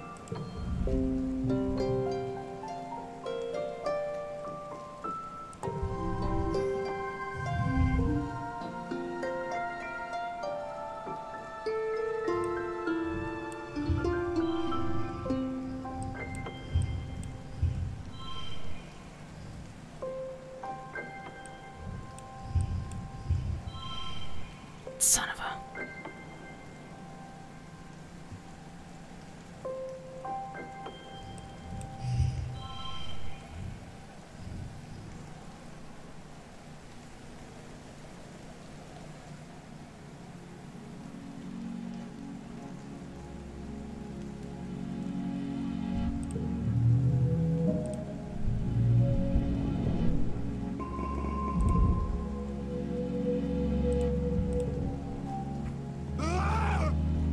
Oh, Angry Men, thank you for the resub for a year. A whole year?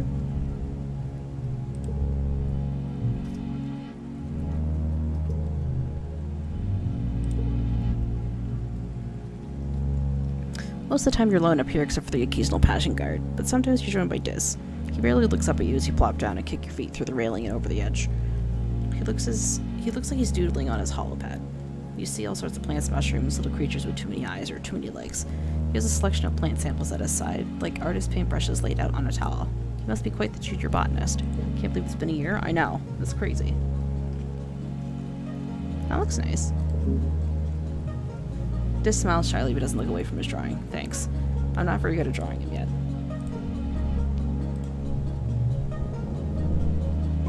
Do you want to forget? Sure. Oh god, it's the glow.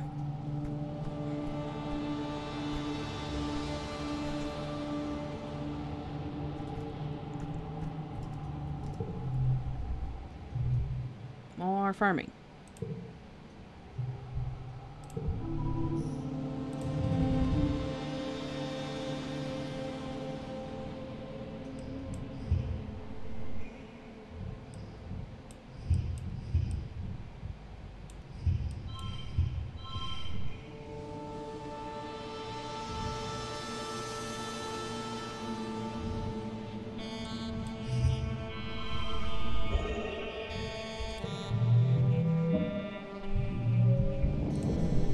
Totally did it on purpose. I didn't just like shuffle my cards around.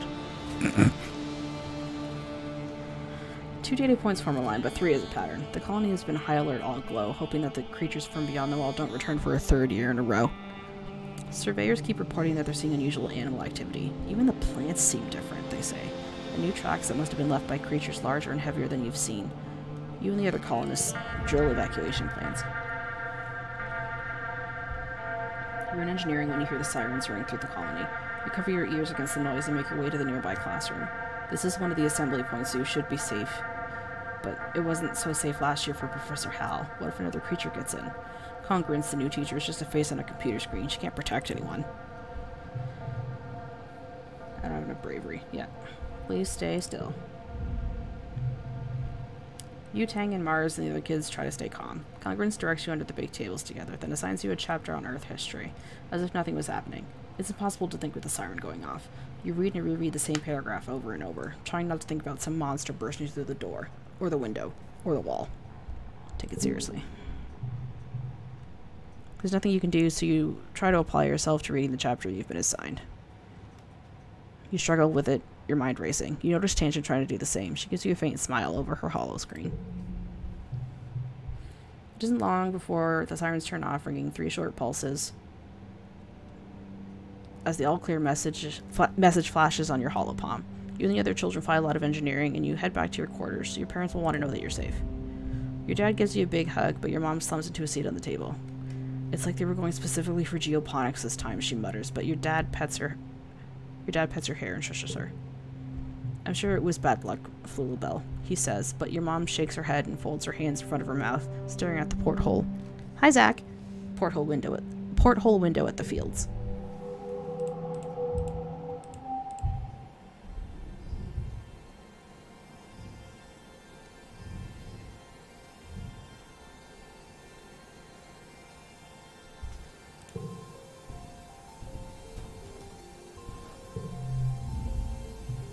Catch Cal at the gate to the gardens. He's carrying a big bucket of rocks. Hi, Solana, he exclaims.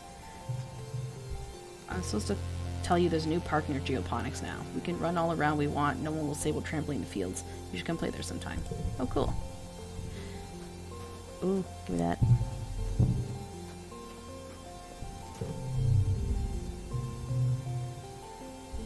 Dis is sitting in the grass near the big gates that lead out to the jungle. He's staring out into nothingness and picking absentmindedly at the weeds.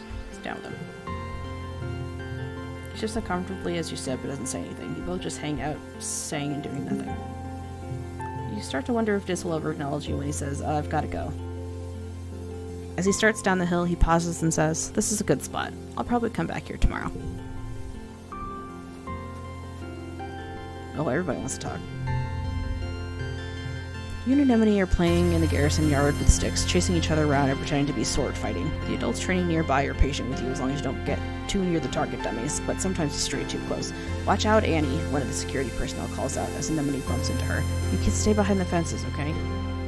It's Anemone, she retorts as you both retreat to a safe distance. Anemone throws her stick to the ground and pouts. Just because everyone else shortens their name doesn't mean I have to do it. I like being Anemone. But having a nickname is kind of cool and mysterious. Kind of like having a call sign, you know? What would you call me, Solana? How about Nem? Nem. Huh, never heard that one before. She mimes swinging a sword a few times. Nem. Nem. I like it. Short and punchy, just like me. It's kind of like I'm an adventurer from a story. All cards under 2 because that's so good. Prepare to be defeated by a mighty Nem.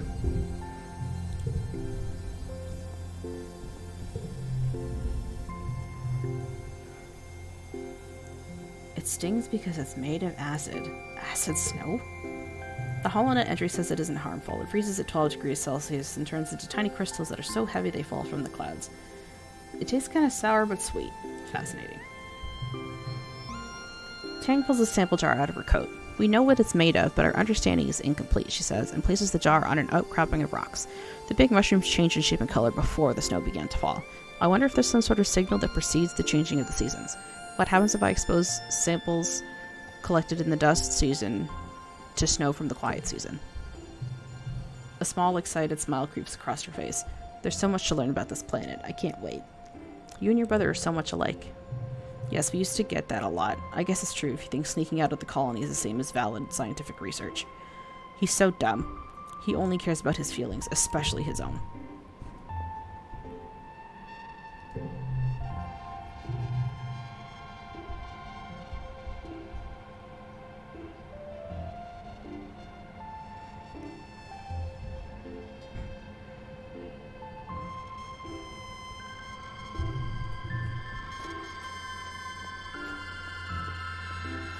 Okay, good. Mars doesn't want to talk to me. I don't want to talk to her either. She kind of sucks.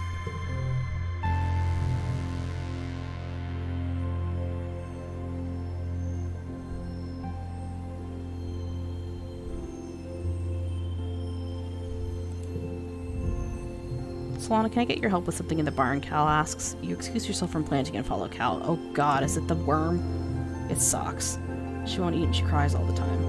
You look at his Socks, great. She's almost too big for it now, even curled up in a ball.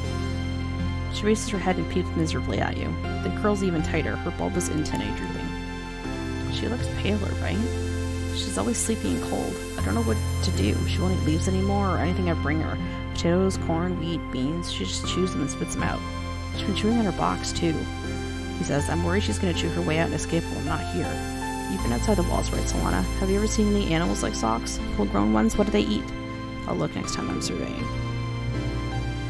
Oh, I can survey now, because I'm older.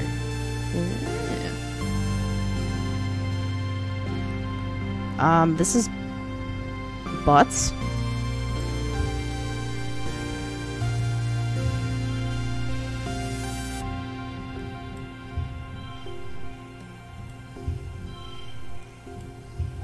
Wow, that's real bad.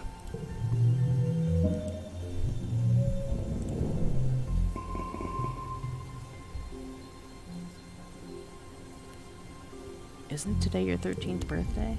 You're being unreasonable, your mom says. Solana's a teenager now. You have to give her the opportunity to take calculated risks or she'll start acting out. That's just what being a teenager is. She's kinda right. Going off into the wilderness isn't a calculated risk, your dad replies. It's too dangerous. It's weird to hear your parents arguing. If they ever disagree, they sort it out quietly or go to meditation. This time they sound really upset. It's unsettling.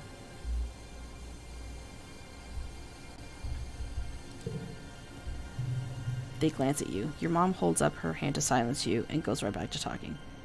Geranium, she grates. You've said yourself that we need every person out there surveying for edible native plants.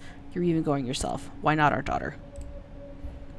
Because, Flulu, she's our daughter. It's our responsibility to keep her safe. You're not keeping anyone safe by coddling them. Your mom almost shouts and your dad flinches in shock. Solana's survival depends on her understanding this planet we're living on. Would you just shut up? Your outburst at least makes them stop arguing, but they still look unhappy. You're a bit surprised at how angry you got there. Where'd that come from? I'm sorry, Junebug, your dad says softly. We shouldn't be arguing in front of you. We were just worried about you and don't want you to be in danger, even though we both know that's a part of growing up. Your mom's fierce expression softens. Hey, Solana. Sorry. It's your birthday today, and here we are arguing like a pair of assholes. Happy birthday. They both give you a hug. You meant to order up from the canteen and have your usual birthday breakfast, but we got to talking about how Utopia's opened up positions and expeditions for kids 13 and older, and, well, that's you now.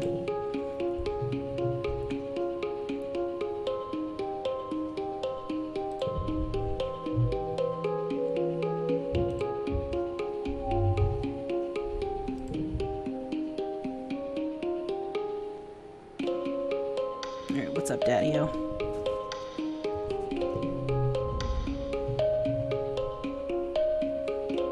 You find your dad comparing some plant samples. When he sees you, he puts down the test tubes and gives you a big hug. Kiddo, I've been thinking, I want to say I'm sorry your mom and I were arguing on your birthday. We disagree sometimes, just like every couple, but it's unfair that you had to see how this soy sog gets made. God, I have, like, no persuasion. It's okay. Your mom and I talked it out. We're both just really putting our everything into the farm right now, and it's making us kind of snappy. You don't have to worry about it, okay? You need a break soon. We're gonna have a break in the park.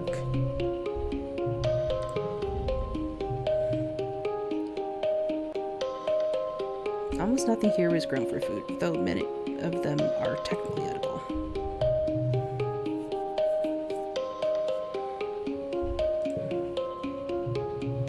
Your mom bought these flower seeds from Earth and somehow found the time to cultivate them here, even though there was so much work to do on the farm.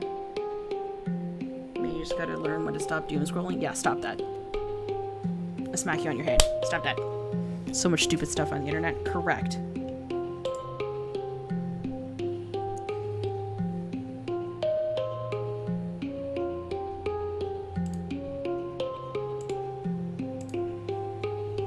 It's so peaceful. It really is. This is one of my favorite places in the whole colony. You can really feel the love in every plant. One pretty white flower in particular is flourishing here, the astrantia, your mother's favorite. It seems to be growing faster than native plants do, covering the paths and bluffs with tiny white stars. practically have to push clumps of it aside in some places just to make sure you don't crush any.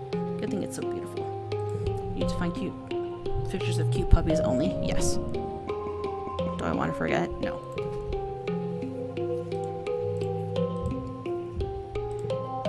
Alright, let's go out on an expedition.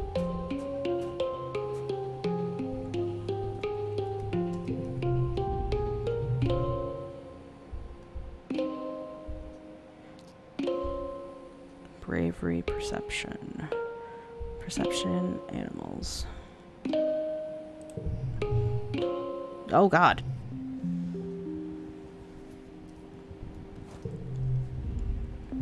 Utopia is working near the gates. This area has been deemed safe for kids to go for a hike, so long as you're back before dark and never go out during glow.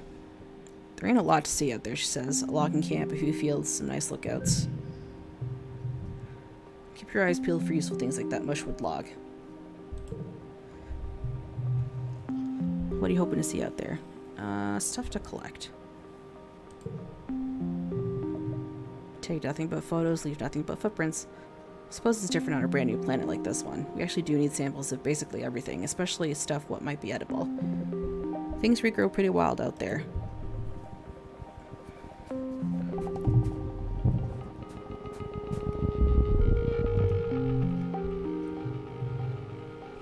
You've come across a cluster of mush trees. They're not fully grown yet, but they're still pretty big. Give them a friendly pat. You like the mush trees. Give one a pat and you're surprised when it moves under your hand. It's not the tree though, but a camouflaged creature lying against the trunk. It's small and looks like a little octopus or a starfish. Lots of long legs wrapped around the tree like it's giving it a hug. Hi, Medial. How are you? Time passes. Plus 15 stress. Oh, fuck.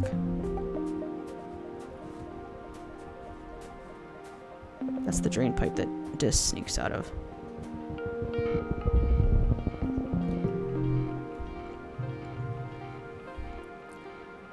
Bravely jump over it. Hell yeah.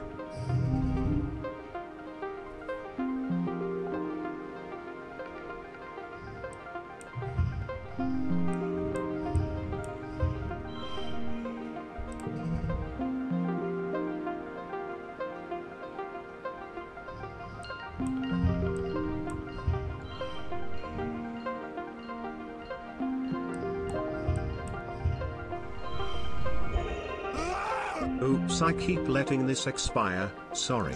You don't need to apologize, Elfshot. Thank you for the resub. I appreciate it.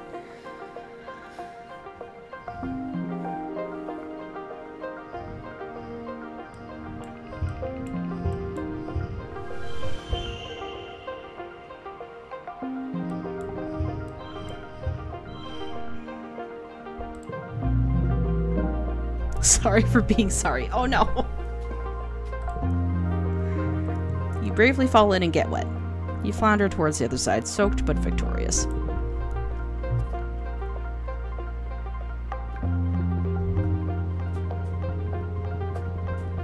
Oh, this thing's so cute!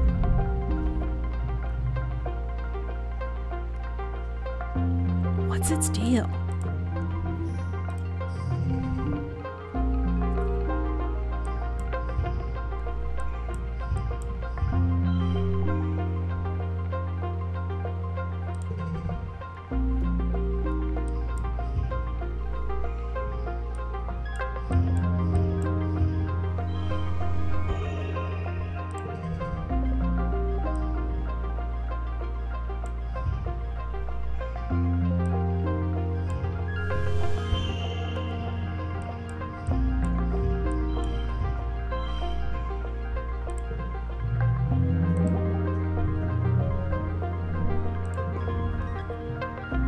Stop trying to get past it and just listen. Oh, you can hear little squeaky noises from nearby. It's probably warning you away from its nest. You carefully avoid the nest while speaking in soothing tones. This agitated little guardian titters warnings at you, but eventually lets you by.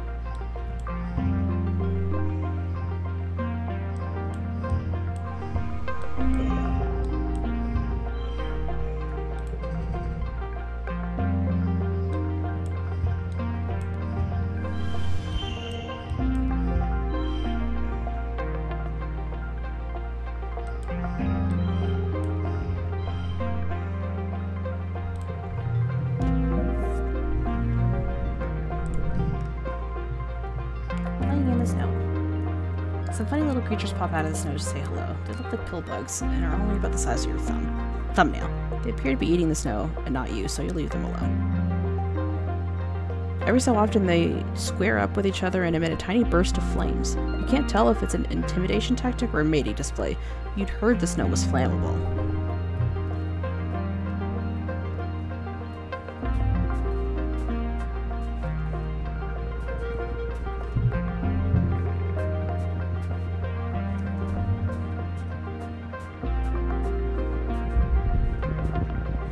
Should I go see what that animal is? Let's go see what this animal is. And then we'll go back.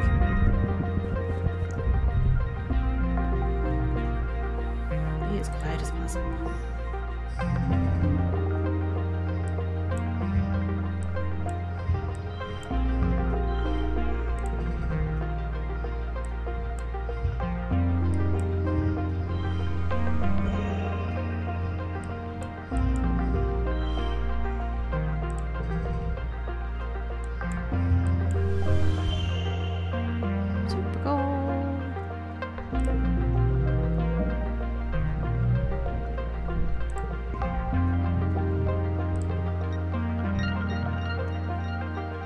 Then it pees like a crystal waterfall on a rock. What the fuck?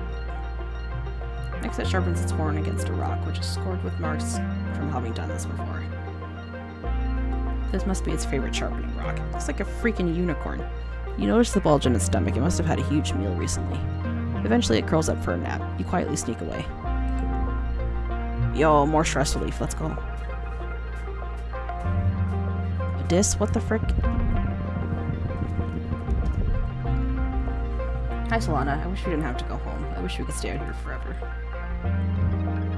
Notice this bulge. No!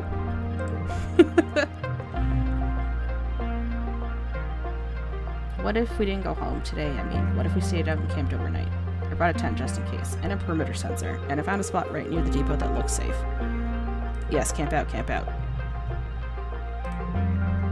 Without even saying goodnight, Dis crawls into the tent, takes off his jacket and stuffs it behind his head, then curls up in a ball facing the wall. He falls asleep almost immediately. You crawl in beside him and pull a thermal blanket over yourself. You're exhausted from a long day of hiking in the jungle, so despite the excitement of being out in the wild at night, you quickly fall asleep as well. You swear that had to be intentional wording. You think so? Wake up. Work up the courage to go outside. No one writes in the words notices bulge without knowing the implication. You know that's fair.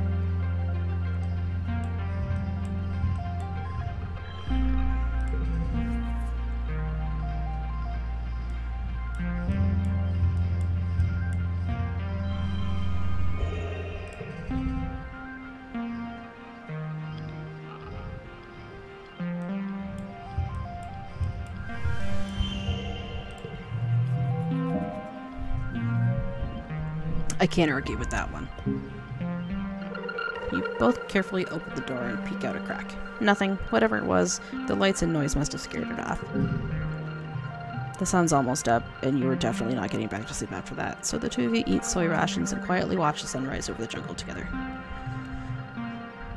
When the surveyors open the gates and start prepping for the day, you pack up your gear and go home. You expect the worst, but nobody even noticed you were gone. You left the privacy curtain on your bed closed, and your parents must have come in late and left early, thinking you were asleep the whole time. You're lucky, but it also makes you feel a little sad. You're back. You spent the month exploring.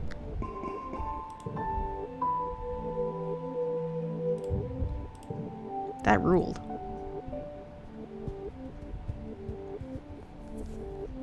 What do we do? Should we explore some more? Uh-oh. He's working hard in the fields, respirator hanging from his neck as he grunts, shovels dirt into a wheelbarrow. He sees you coming and stands up straight, coughing a little as he stretches back. Dad, wear your fucking respirator. Your dad makes a blah blah blah motions with his hand. I do. Don't look at me like that. I'm just getting some fresh air. It's hard to breathe with that thing on. I'm racing to get these pixie beans into the ground. We're all set to have a great harvest this time for Virginalia. Truth is, I've been working like a dog. I'd love to get out of here for a while. What do you say we go for a walk? I know you don't get outside much either. We could use a little nature walk. Sounds great.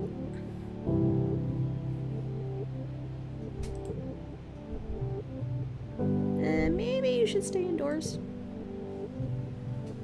just like instance that'll stick in the mud. I remember when I was younger, she was always walking around with her nose in everyone's business. She always thinks she knows what's best for people. What's the game about? It's a sci-fi visual novel.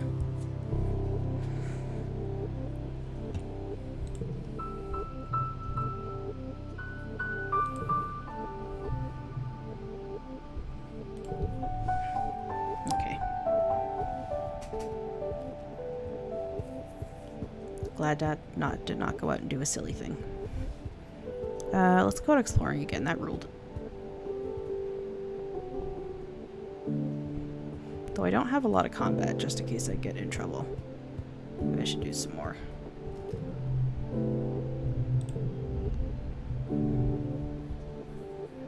No, my perception is bad. Refuse to play this game. Following order saves lives, Solana. I had to learn that when I was your age. You're lucky you haven't needed to yet.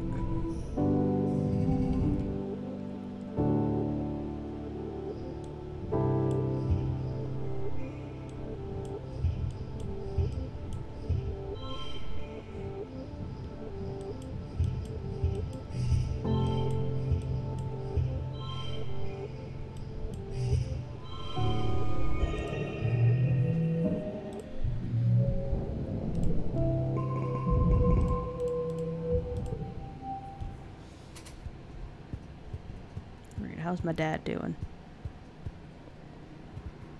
Okay, seems to be fine. More combat training, please. What do you want to do today? I don't know what this is. Smash things with your fists. You're a simple woman with simple pleasures. You want to get absolutely shredded.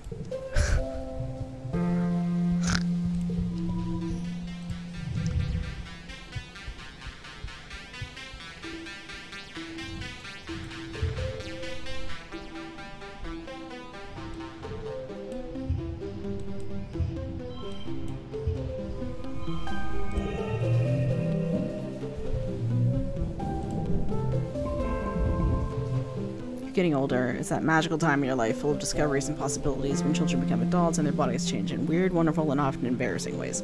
When you were younger, Congruence gave your class a frank presentation about preparing for the changes your bodies would experience in the next few years. Which parts of the presentation were relevant to you? You and your friends giggled your way through Congruence's presentation and left with a new appreciation for the wonders of the human body. Puberty had felt like something that would happen so far in the future that it didn't apply to you. You put it out of your mind even as you notice Cal's voice begin to drop or Mars starting to dress differently. Until one morning you wake up and... Yep, your period started. Ugh. Deal with it on your own.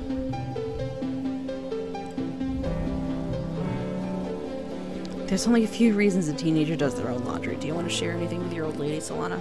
You duck your head and mumble that you got your period. You don't know what you're expecting, but it's not a hug. I wish you'd felt comfortable telling me, your mom says. My little girl's growing up. I'm so happy for you, kiddo. I know you're probably grossed out, but getting your period is important. Sometimes we need a bit of mess in our lives to remind us that we're real, that we're a part of this world. It reminds us that we have the ability to make life and responsibility to take care of that life. Getting your period is a beautiful thing. Okay, well, relax. Hormones. What is happening? You feel on the edge today, like everything that happens feels so unfair and tragic, like you want to punch stuff and cry about it, like you want to be left alone but also desperately want attention. It feels like a fountain of new energy is starting to bubble up inside you. Dangerous, uncontrollable energy. Welcome to puberty, Solana.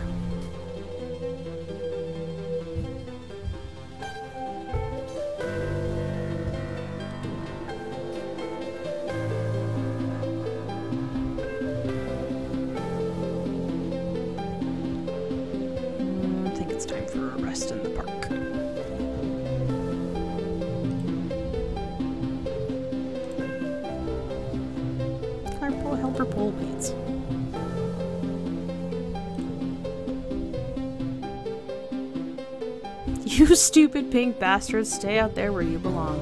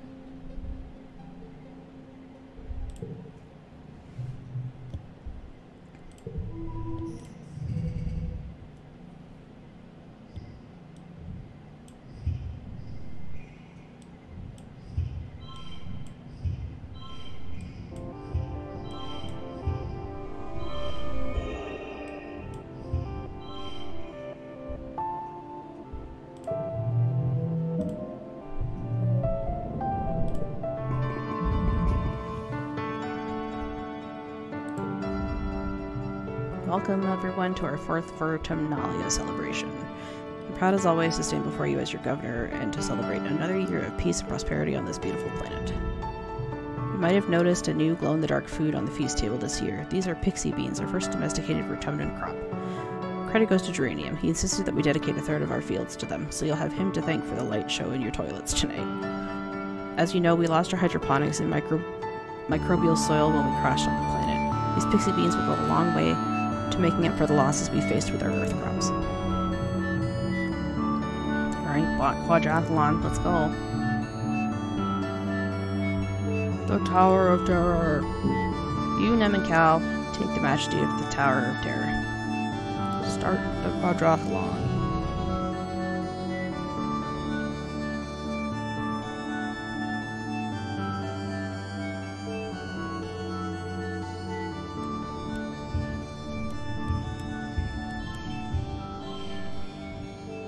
Goal 66? Holy shit.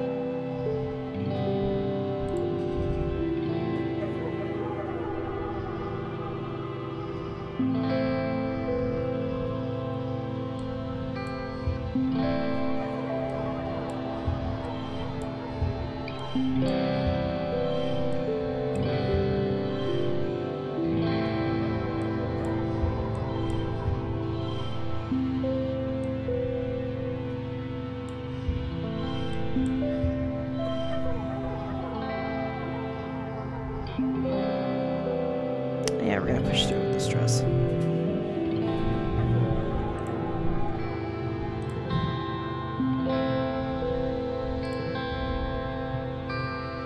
The pixie beans are a hit.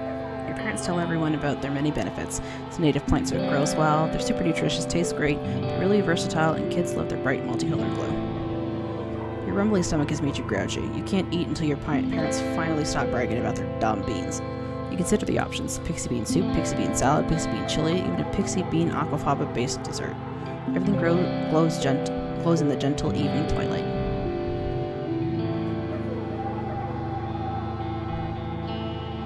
Oh god, just eat your pixie beans. I want to rebel against these stupid beans. Stop, you're so hormonal. +2 to cards with gems. Oh! You do feel better after you eat something.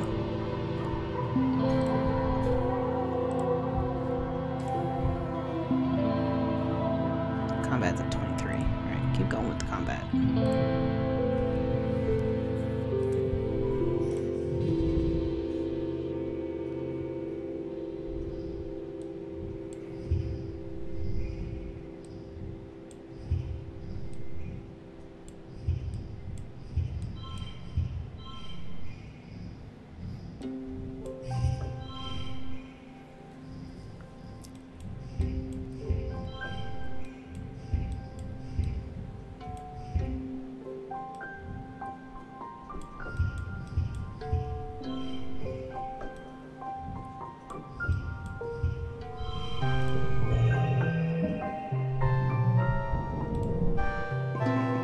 I'm so good at puzzles, chat. I'm not.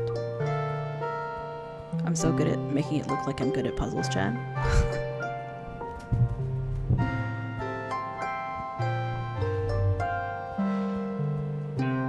Okay, I want a little more combat. I want to be at the next combat thing before I go out. Again.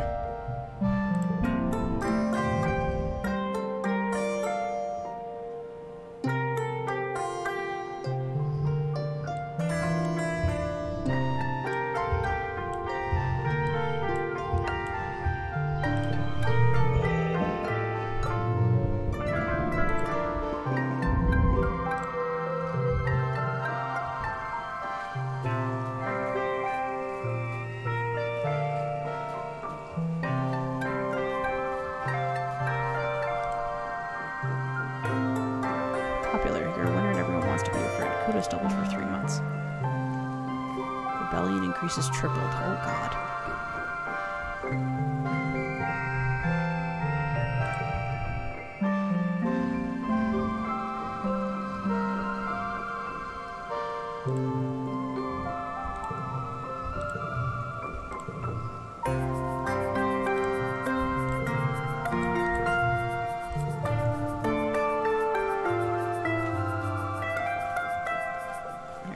Train small combat.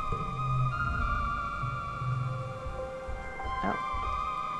Want to train together? Getting your butt kicked. You used to be able to go mano a mano with Nem, but she's been training hard. You get your butt kicked all over the sports ball pitch. Nice.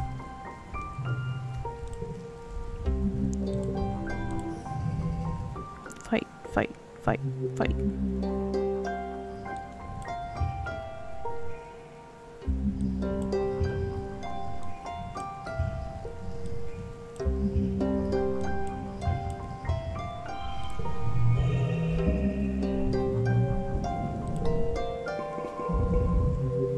Oh my god, one more. We're so close.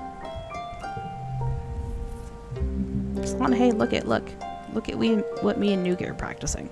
Nem bounces the sports ball from one knee to the other a few times before launching it up into the air. She crouches and leaps after it, and spikes it with her head towards Nougat with a yell. The sports ball thuds into Nougat's chest, sending her sprawling to the dirt. For a second, you freeze, waiting for the crying to start. Instead, Nougat shrieks and laughs, clutching the ball as Nem jumps up and down and pumps her fist dramatically. 4 points for not touching the ground after contact. Crowd goes wild. The Garrison Galaxies win again. Wow, that's awesome. I know, right? I'm gonna be just as good as my big bro someday, and Nougat will too. Hey, you should come by my sports ball pitch sometime. I can show you some tricks. Okay. Me too, me too. She kicked the ball with her foot. Nougat's a natural. She's already inventing new ways to play sports ball. Future coach Nougat. If you come to practice, you gotta play. Nemi says I can be coach. Nemi says I get to be coach, so it's my rules. Cute.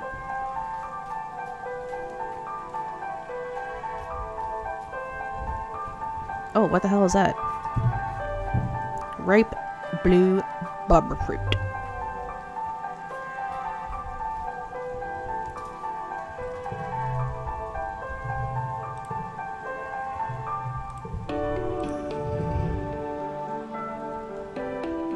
Oh, that's rude.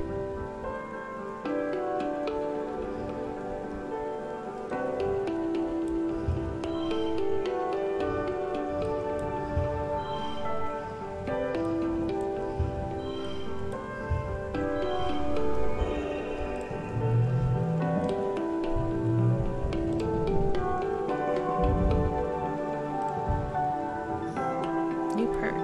New cards in the depot. Let's check out the depot.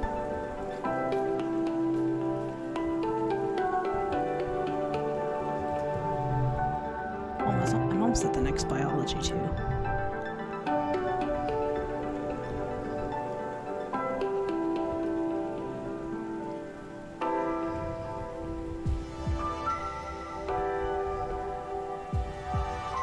Plus 50 combat. 2 times bonus for strong pairs.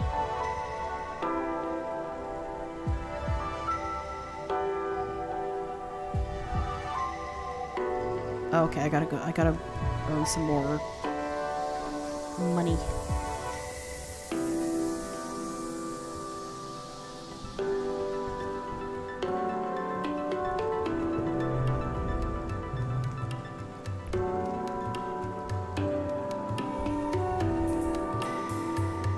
Events remaining. Perception of animals. Bravery perception. I want to explore again.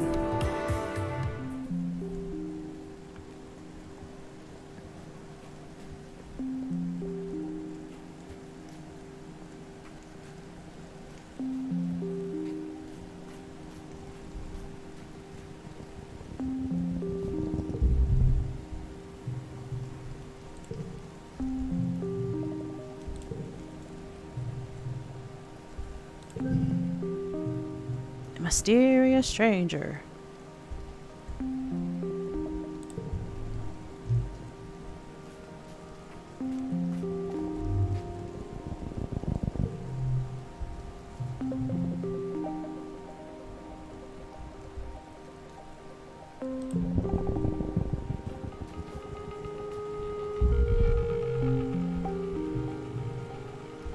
Hike up it.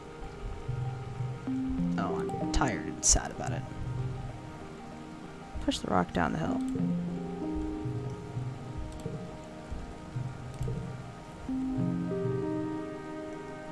Your pack, the rock rolled right over it. Oh, God. You make your way back down the hill to retrieve your bag, now completely destroyed along with its contents. Rip.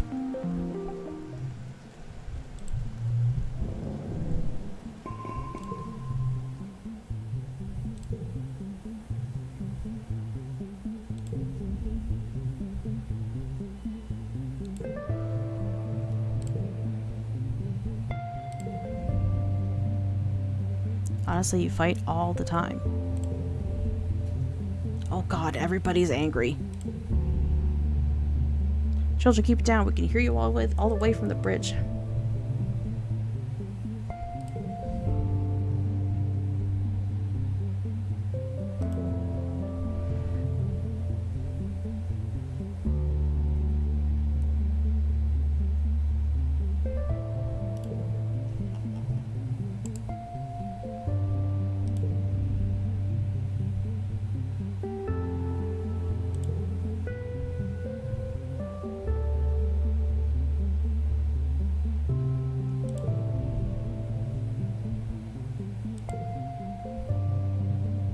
Oh no.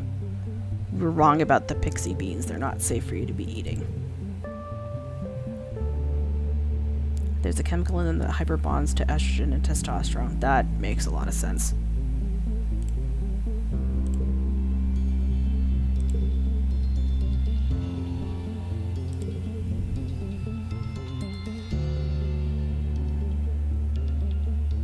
Lulu was right.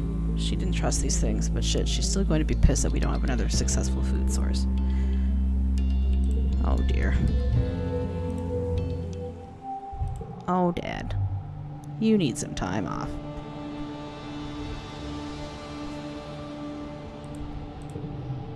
F is for friends who do stuff together. U is for you and me.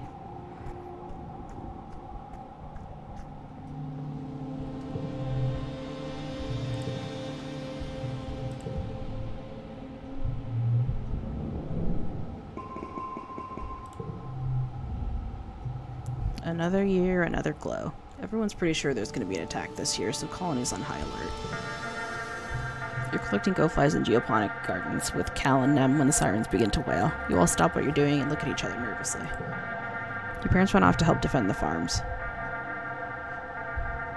telling you to get inside the greenhouses and stay quiet. God damn it. Watch from the walls. The animals burst through the gates. The wood splinters in every direction. Hop eyes are small but large in numbers when they're fierce.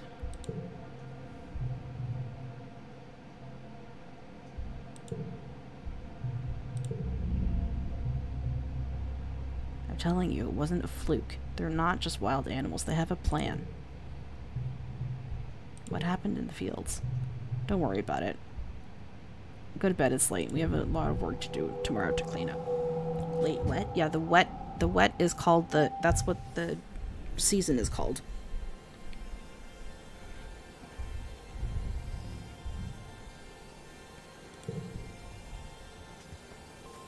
Don't need to make it weird.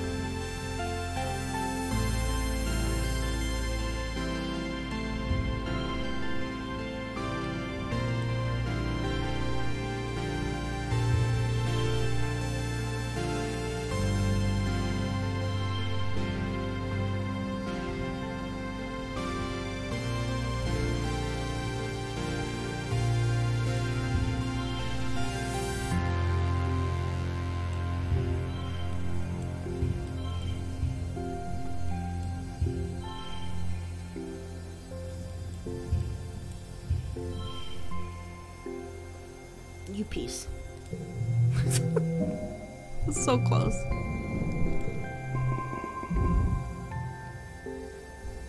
14 is gonna be your year.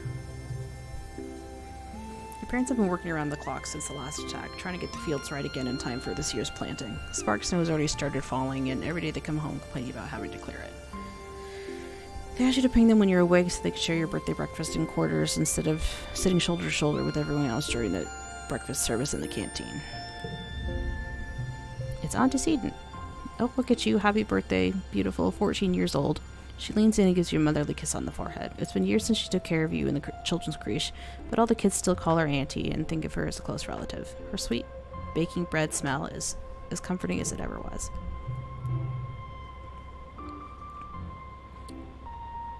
Solana, ever since I held you in my arms as a baby, I knew you were so special, so important.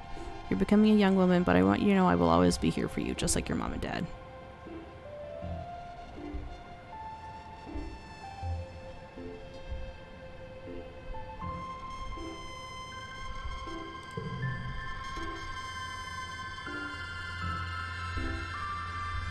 I guess I'll take the blue one. Okay, enough with the mushy stuff.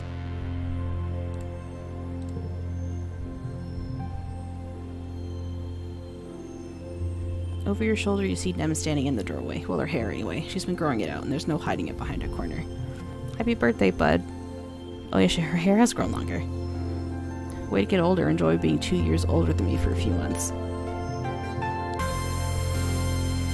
Cessation implant. Among other things, it prevents the bleeding and pain and emotional roller coaster of your monthly cycle. Yeah, that sounds fucking great. Where do I sign?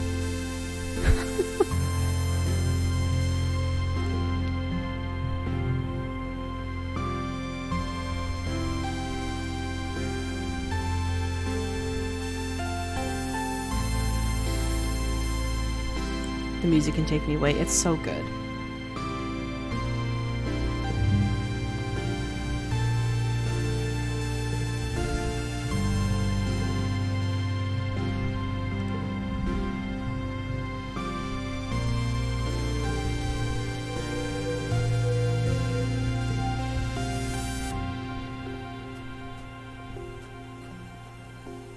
I was going for biology, right?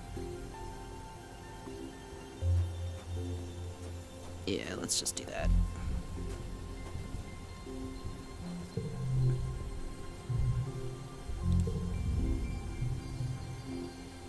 Whoa! Goddamn, she cut her hair. She's uncharacteristically animated whenever she gets to talk about science. She's like a whole different person. She even laughs sometimes. Some animals here even photosynthesize. Yo, that's so cool. She launches into an explanation of how high energy bombs store energy and require metal catalysts like iron in human blood and chlorophyll in green earth plants, but how different hues of vertumnant plants must mean they use an entirely unknown elemental catalyst, possibly not even a metal at all. It's a little advanced for you, but Tang is very excited about it. If vertumnant plants and animals share a elemental catalyst, we found what it is. We could learn so much about this planet. Help her advance her theory. Incredible. We've been attempting to map the genomes of various samples in order to construct a phylogenetic tree, but we're at capacity already. Can I take this? Yeah.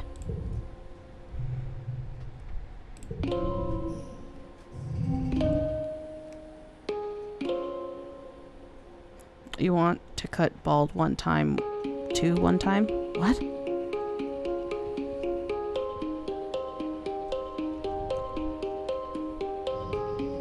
3, 3, 5, 5, 5. Let's go.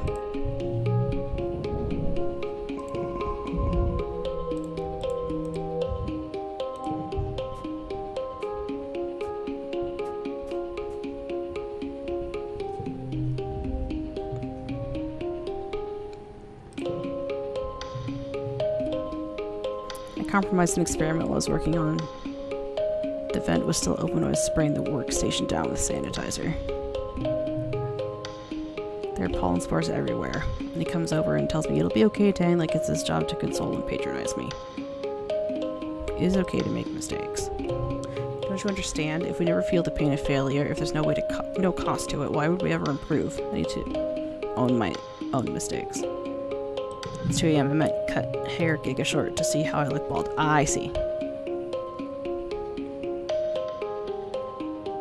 What I don't need is someone to pat me on the head and tell me it's okay and adults will make it better. You know, fair enough. More xenobiology. Xenobotany, rather. Oh no. What happened to Socks? She's gone. I came in to see if she would eat some cornbread and she's just gone. She was starving here, Cal. Aw.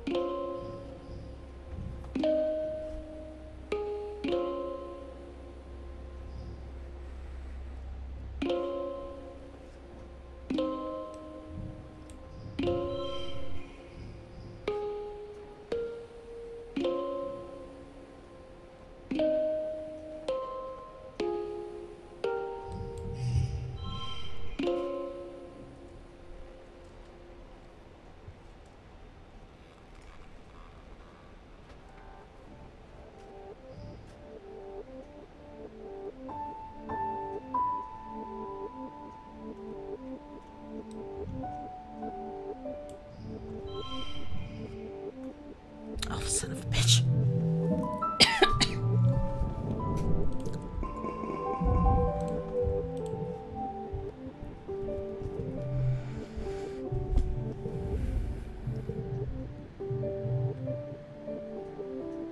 He's showing signs of malnourishment, though your mom is worse. His skin is kind of shiny in patches. He sees you staring and rubs his hands over his arms. You should see Chief Engineer Instance.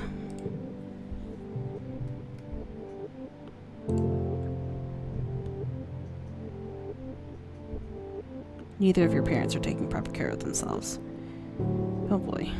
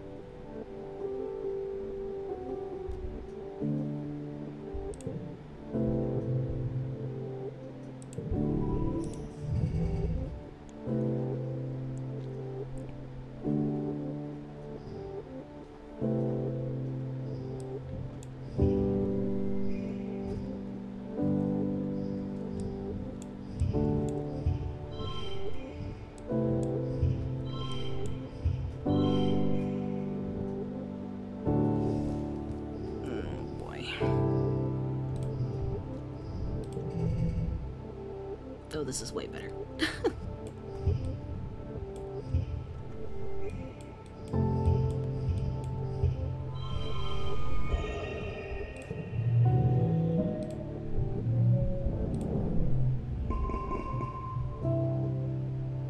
Uh-oh. Solana, there's something we should tell you. We've tried to shelter you from things, but we think you should know why we've been working so hard in geoponics. There's a meeting after lunch, and I want you to come with us. Follow your parents to the council room. Mars is also tagged along, and you take a seat near them as your mom and Aunt Anne stand to address the council. After Utica officially calls the meeting, she gestures to your mom. Do you have any phone combo invites from Hidden Door? What? What's Hidden Door?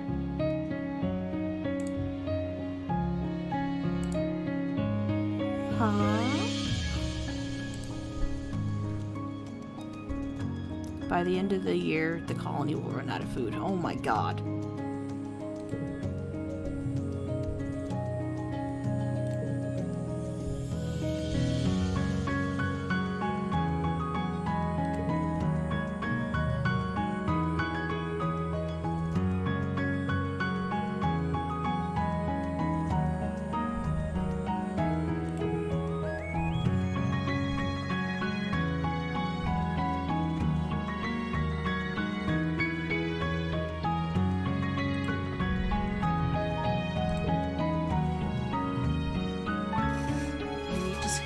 Source before our rations run out. We're working double shifts in geoponics, but it's not enough. Unlocked forage in the valley. Ooh.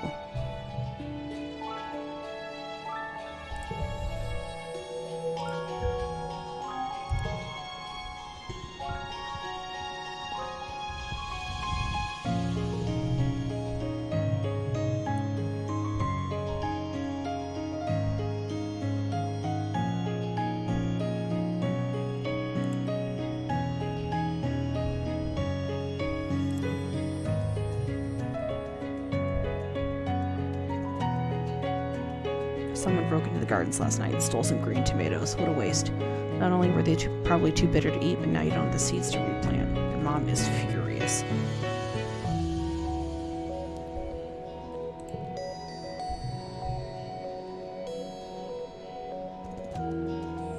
You're my people, my family. I'm not going to sugarcoat this for you. The colony is going to fail if we don't get a handle on agricultural production. People will die.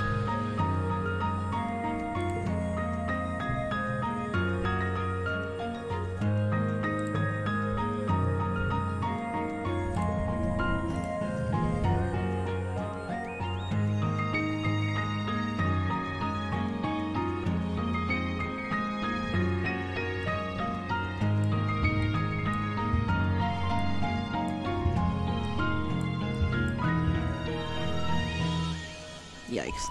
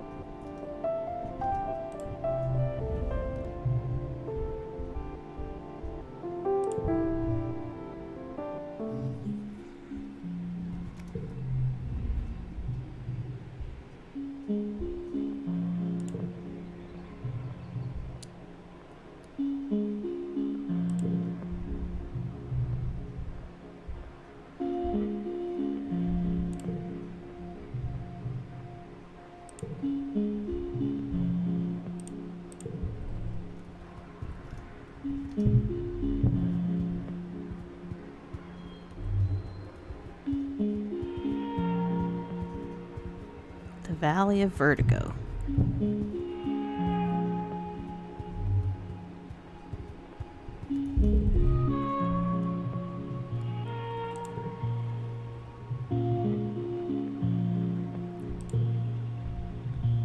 Oh, crap.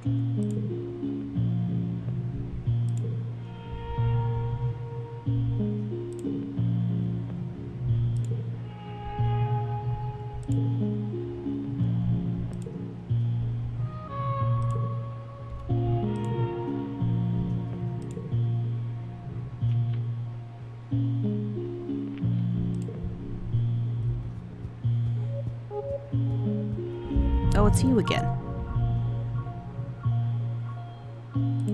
Oh no, this one's different.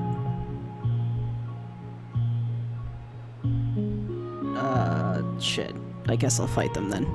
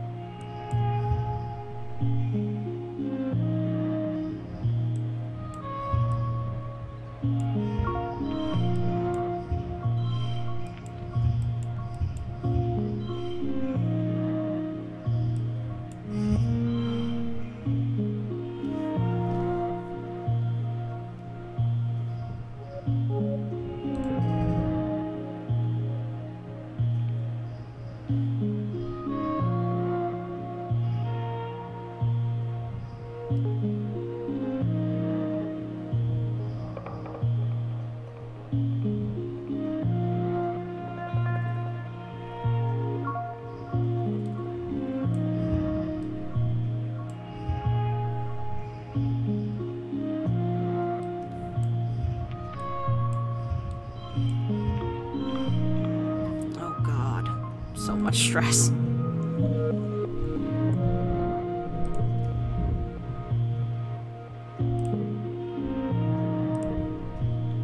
Brick.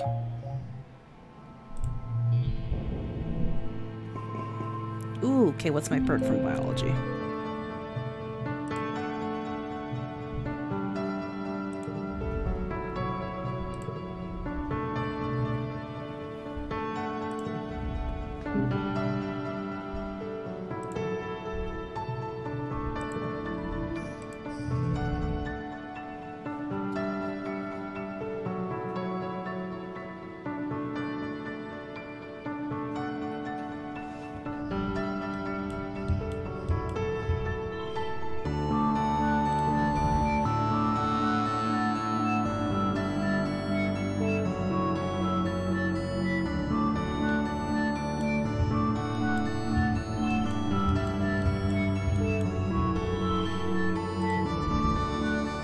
I am so losing this time.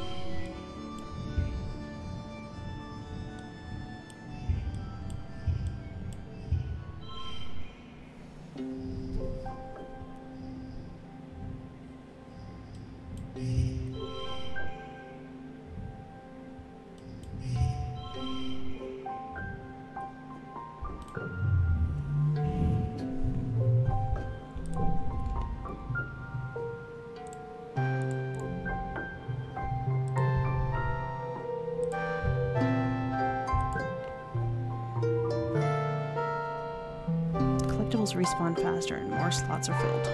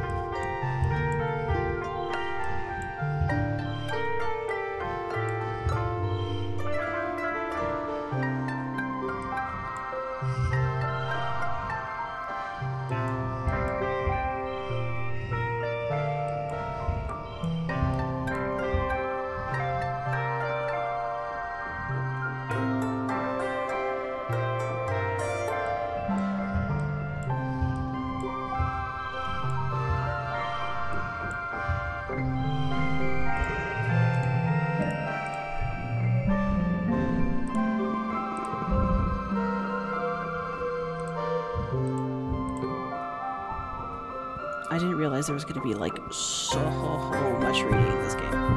Like, it's fine.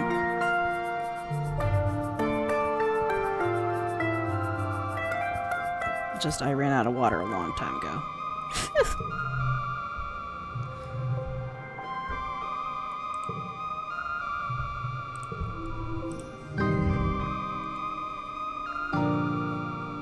This is not great.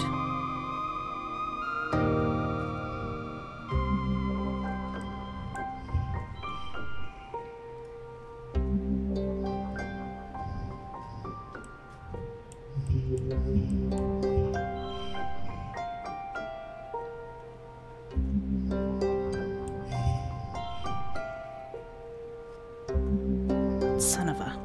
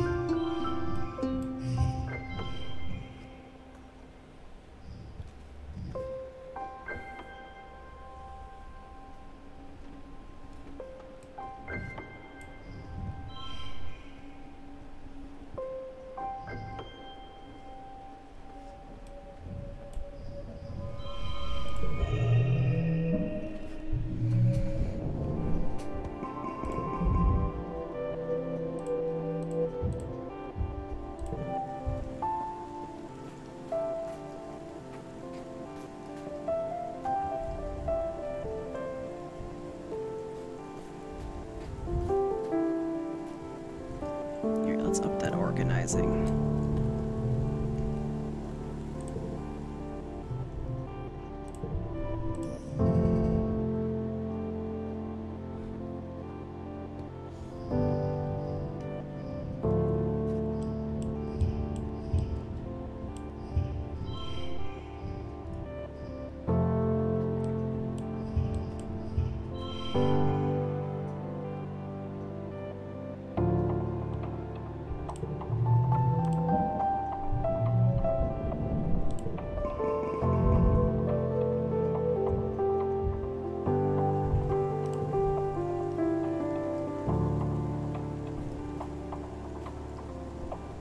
I feel like I have all the wrong skills. It's really annoying.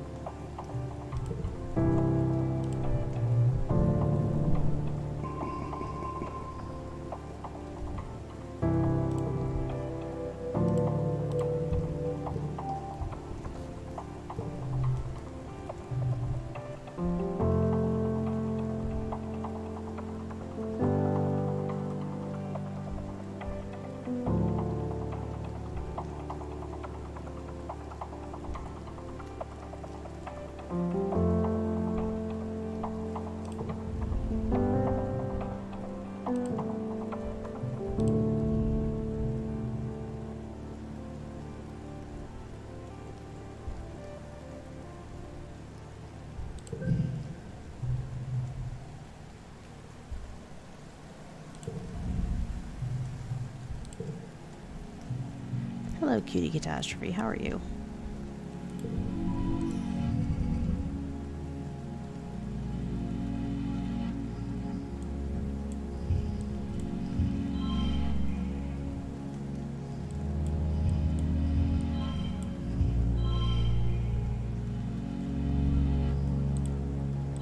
Yeah, redraw my hand.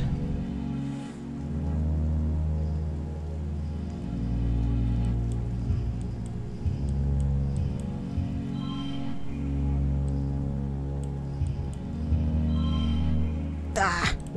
Okay, that's a lot better than the last one anyway. Okay, just about to have dinner. Oh my god, it's 5 o'clock in the morning.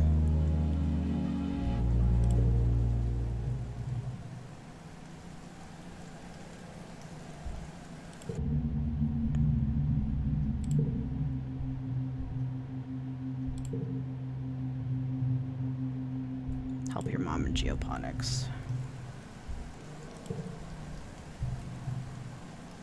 She's been skipping meals, relying on water and pressed soy bar rations. Oh, God.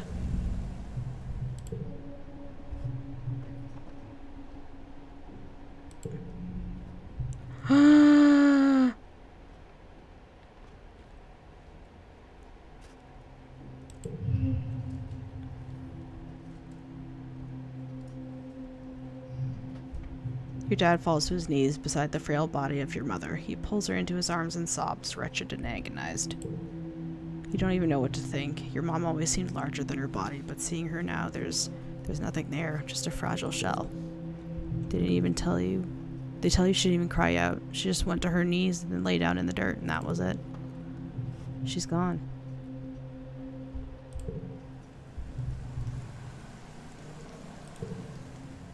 Like Tammy's funeral, the incinerator room has been cleared and a wreath of flowers placed over the mouth of the organics recycler. They're white astrantia, your mother's favorite flower, carefully carried from Earth with the hopes of it flourishing over Tumna, just like you. You stand with your father and Aunt Anne. Etiquette and the rest of the council are here as well, including Red. You're surprised to see tears rolling down his face. He's such a hard-ass in the garrison. Cal's here with all the other agriculturists. The rest of the colony waits in the canteen to offer their condolences after the service. Governor Edgecott gives the eulogy. As a colony, we share our blessings, she begins, solemnly. However, today, in sad company, we gather to share the burden of our grief. Fluorescent was born on Earth, but she, more than many of us, exemplified the spirit of our endeavor to bring life beyond the stars. She bore life, not only in her body, but bringing it forth from the ground she so faithfully attended. The debt we owe to her is the kind that can never be repaid, she continues. It is with a deep and unbearable grief that we must continue on without her, and on in respect for her sacrifice, the depth of which was never expected of her, but which she did not expect of anyone else. It is on her strong shoulders that she carries us still. Udicott closes the door to the recycler, and the particle disintegrators begin to reclaim the molecules that once formed your mother. Your father squeezes your shoulder, making a small, choked-off noise of pain. As a community, we remember Fluorescent. As a community, we return her body to the soil that nourishes us. In this way, her sacrifice is recognized in the manifest body of the colony. The ceremony is adjourned to the canteen, where a somber wake is held in your mother's memory. There isn't enough food to dull the emotions, and your empty stomach only reminds you of her unfinished work. Your father's the new head of geoponics. In a few hours, he receives your mother's remains so that he can add them to the colony's precious supply of brown soil from Earth. You touch the cool lid of the container, marveling that your mother could fit in such a small box. You don't have to be okay, your dad says quietly, his voice thick with emotion. I know I'm not. I have to keep going where she left off. But if you can, you should take some time off. Thanks, I hate it.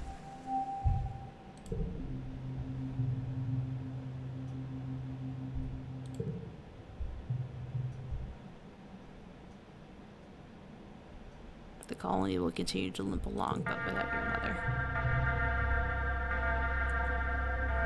No! I'm so close! God damn it.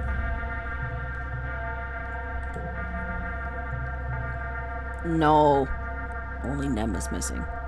Watch the hollow vids with the kids. Before you can even get everyone to their feet, you feel the ship lurch and resettle at a different angle. Something is attacking the ship itself. Oh god. It has no face. In place of a face or even a head, its body just unzips, revealing a mess of writhing pink tentacles and blinking eyes. Nem and her brother Com are among the security squad, trying to wildly divert it away from the living quarters.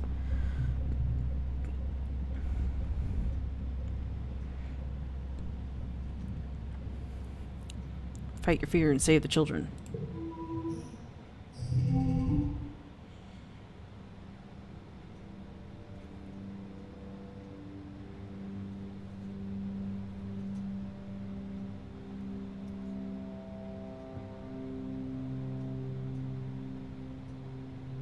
Goal 84? Oh, fuck.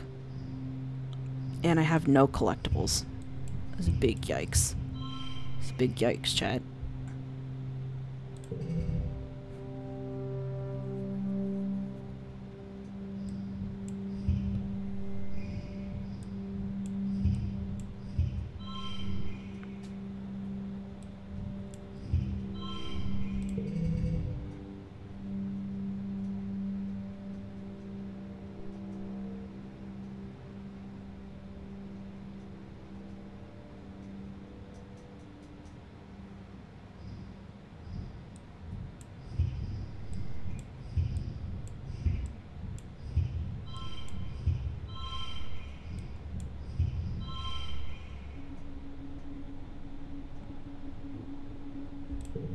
Yikes.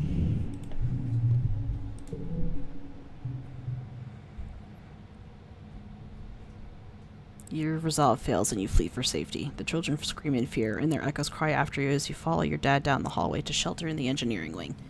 You hide in a corner and rock back and forth in the fetal position, terrified. You can't think of anything except that creature's horrible maw. Many hours later, you break out of your fugue. The attack is over. Your dad guides you back to a temporary barracks, set up in the classroom, puts you to bed, his hand trembling on your back.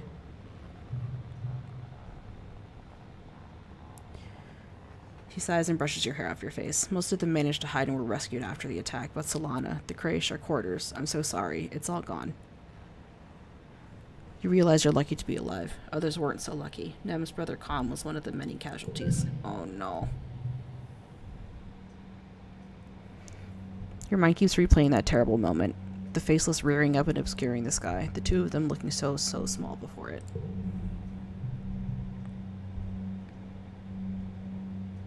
Nem cries for her brother and screams at anyone who tries to comfort her. Eventually, you would just ignore her grief, as painful as it is to hear her sobbing at night. You feel like you've been awake for days and you'll never fully sleep again. You try, but you keep jerking awake, crying out in fear. Oh dear. Everything's all fricked up, chat.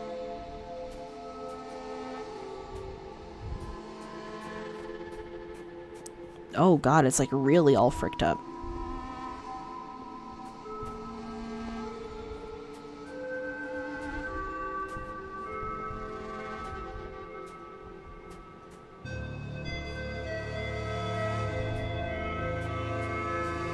Oh.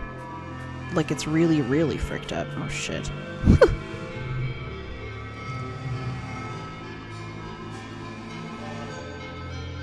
Rebuild. Is this a happy bedtime story? Oh, totally.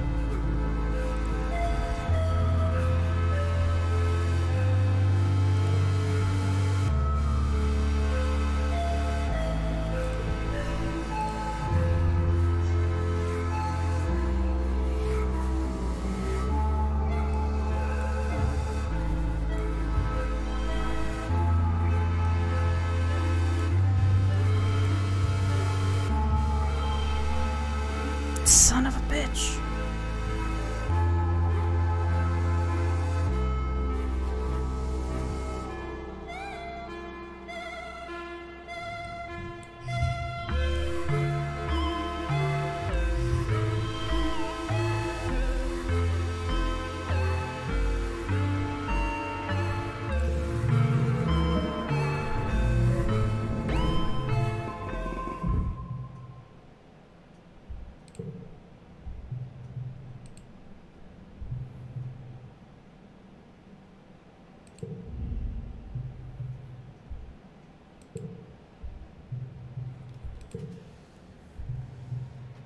Eventually he sighs and his shoulders slump. I know things seem pretty bad right now. But it'll get better, it has to, right? At least your mom wasn't here to see this. That's the silver lining, I guess. It's so sad. After a bit, your dad musters up a brave smile and pulls out a little box tied with a piece of gardening twine. "Happy birthday, my little rutabaga," he says. You know what it is before you open it. Your old medallion, the one your dad made, with the sun on it to represent Earth. It was broken during the attack. In all the chaos, you didn't even notice, but your dad did, and he made you a new one. You thank him and squint out at the swirling wormhole, still barely visible in the brightening sky. It's so massive and awe-inspiring this time of year, but it always seems to herald disaster. You're happy to watch it fade away into the daylight. Your dad slaps you on the back. What a birthday, huh? Here's hoping they all get better from here. You both head back to the wreckage of the canteen, where they've put up temporary roofing with whatever tarps and scraps could be found. The colony nanoprinters, the few that still run, have been working day and night to replace the necessities of life, but larger construction projects are going to take some time. Andan has coaxed the kitchen nanoprinters into making soy gruel and pressed bars. Life-sustaining but depressing. You and the other colonists eat your breakfast in stony silence as you mentally prepare for the day. Chief Administrator Seek has taken over interim governor until the council can elect someone new. Last week they held a mass funeral for everyone who died. There's talk of turning Stratospheric's destroyed front half into a memorial shrine after everything useful has been salvaged. There's still so much to do. Yikes, this got real sad real fast, Chet. Now I have all these fucking kudos and I can't spend them.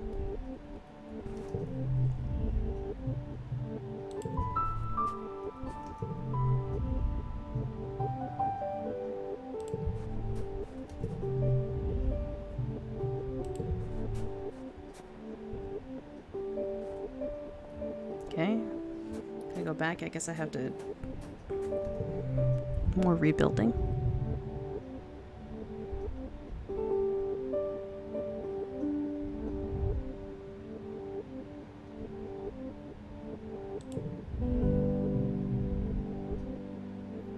You're assigned to help out in geoponics. The agriculturists have been hard at work trying to salvage what they can of the ruined fields and the destroyed greenhouses, but there's still a lot of work to be done. Your dad has taken over as chief cultivator. Succeeding your mom was already difficult for him, and now there's this.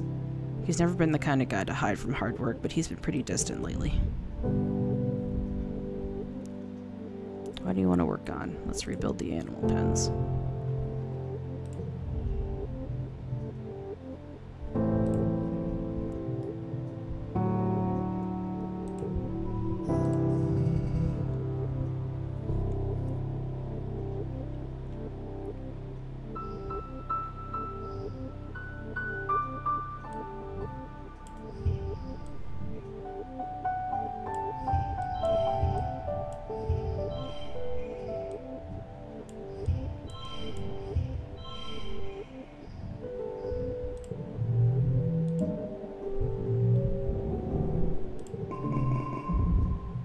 You're eating in the mess tents when you hear something rumbling.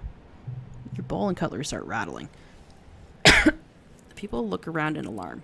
Could it be another attack so soon? You begin to hear shouting from outside. Someone runs into the tent. There's something falling from the sky. It's on fire.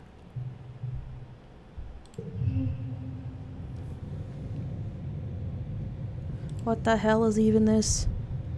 It's another ship. Oh shit. That is not a controlled descent. You hear the massive spaceship touch down in geoponics. Oh, good. Heliopause. Silhouettes with guns. Oh, God. Greetings, fugitives of Earth, the man says, spreading his hands wide. Dude, what is your shirt, man?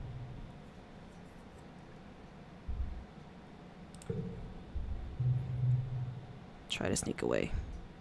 Play with your holobomb.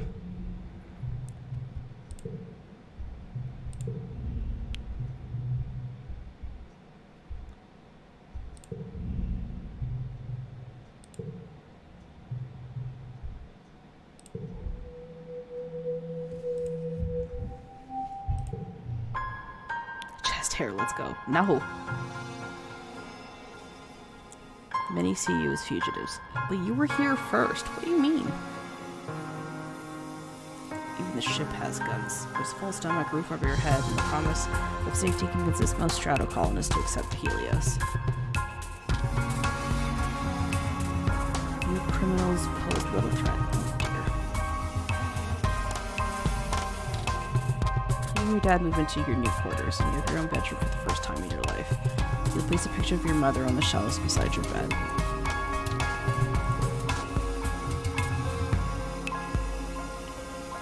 You feel something rising in your chest that you haven't felt in some time. Hope, excitement, what would the new day bring?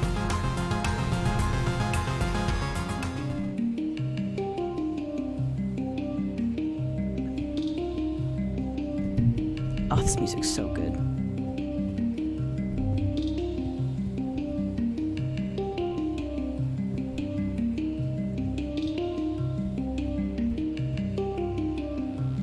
Sports ball, woo!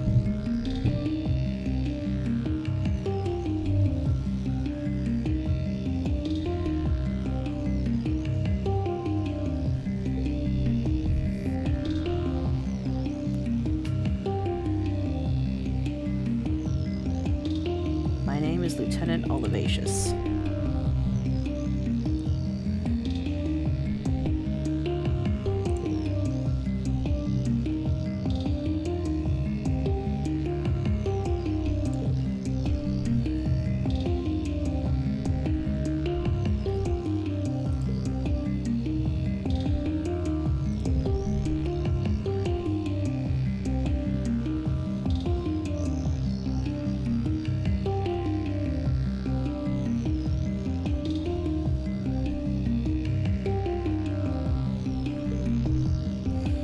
city's full of new people. Everywhere you look, you see a stranger. It's disorienting after growing up in a closed spaceship. You never expected to meet any other humans that weren't made here on Vertumna.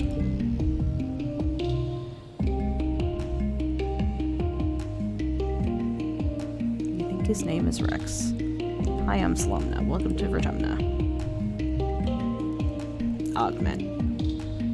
Pleased to meet you. I'm Rex and I love to shake a paw. I know a ton of tricks. He winks.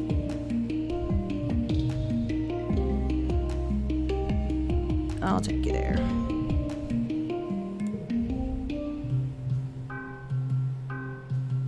Ew, they're flirting. Gross. Nomi. Oh, you're adorable. Ask about their outfit.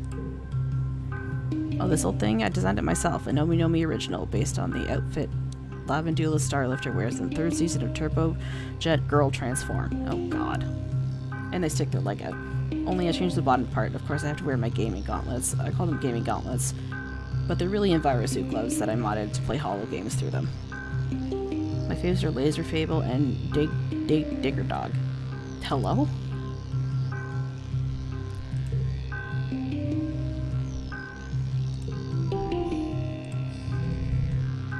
Oh god, I'm probably gonna lose.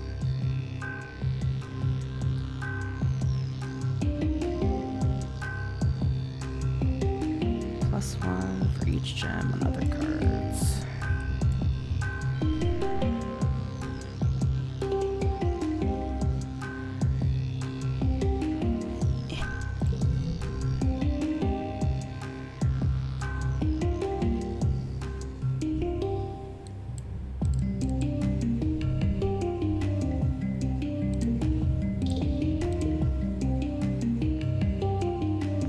Harder card challenges aren't chill. No, they are not.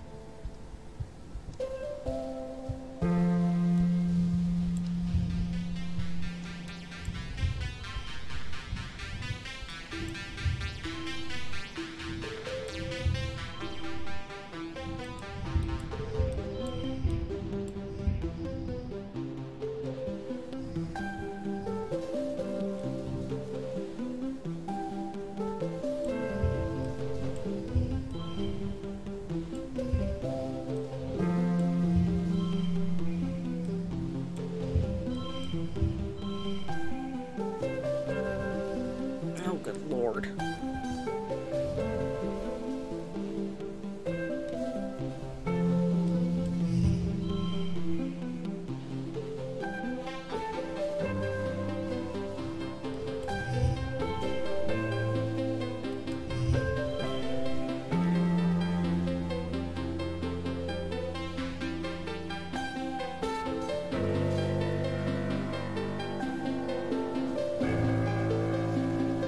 They do have approximately no chill.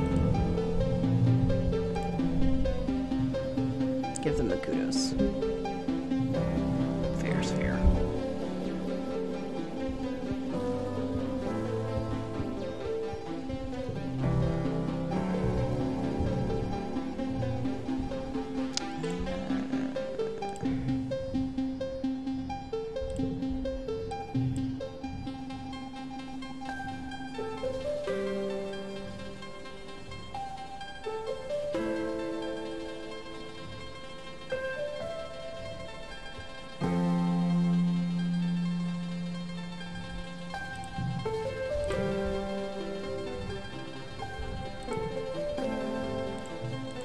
I'd like to yeet some of these cards. The memory thing is like hype for the witching hour. I really need to go to bed.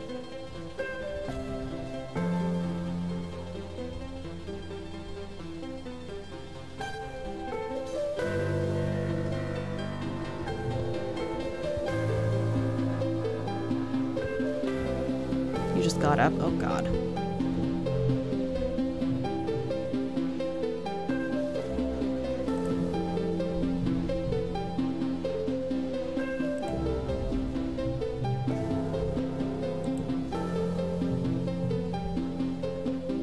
Did I ever tell you about how your mom and I started dating? You shake your head. You knew they grew up together in the first colony on Earth, but nothing about their relationship. I always thought she was too cool for me, he says quietly. Things were, well, people didn't like us much on Earth, so she was always kind of a bruiser, always ready to pop off even when she was your age. She and Rhett were the same back then, he reminisces. I always thought they were going to end up together. Then your mom got injured when the first colony attacked. I was working part-time in the clinic. I guess that's when I realized I liked her. We had applied to get on the stratospheric, he continues. We'd only been seeing each other a few weeks, so I was surprised when she said we should apply as a couple. They wanted all different kinds of family groups, single people, couples who could have kids, or couldn't, triads and quads, but we all had to be young, and there weren't many teenagers willing to commit to, you know, a mated pair. It upped our chances of being picked. He laughs and scrubs his face with his hands. She wanted to get off that planet more than anything. I don't think she'd realize she'd fall in love with me until we were already in space. Lucky for me, right? Your dad shakes his head fondly. There aren't many people like your mom, kiddo. You nod, surprised to feel a tear trickle down your cheek. There's so much you don't know about her and what she was like, more than just being your mom. It's really hitting you that she was a person before you knew her, and now you'll never know her like that. There's a past you'll never fully know, just like there's a future that she never will. Your dad puts an arm around your shoulders, and you sit like that for a long, long while.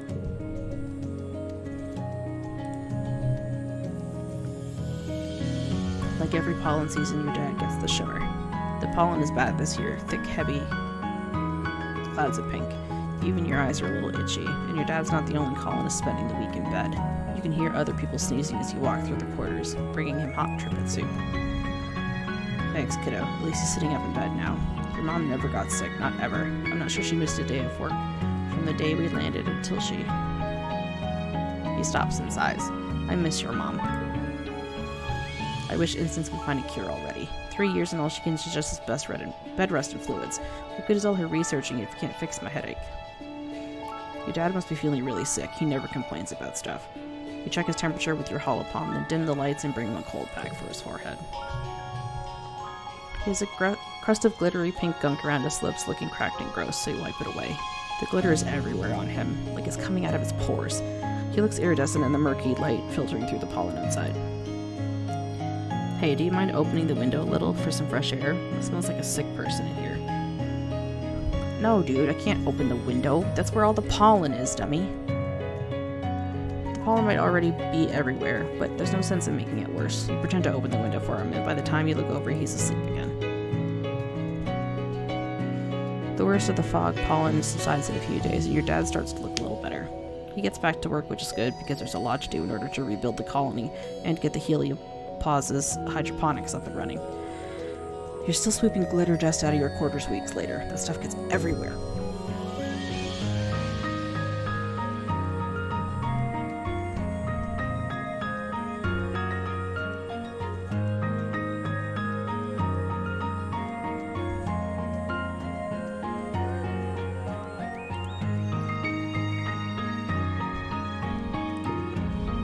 That's not the one I wanted to do. Whoopsie.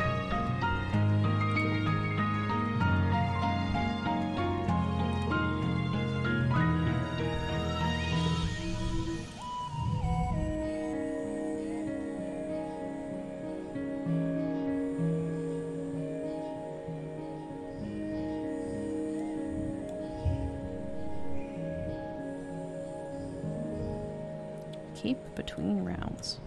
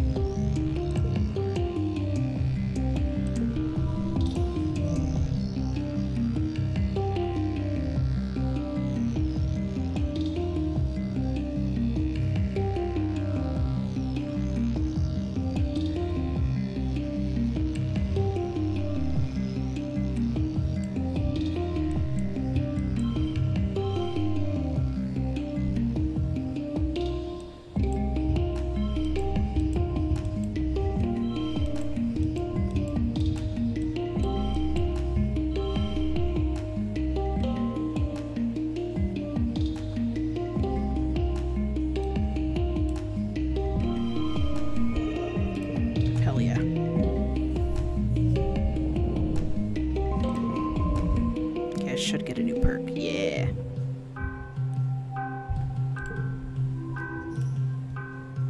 Extra gear slot. Oh, thank God. I should probably save, because I haven't done that in like a hot second.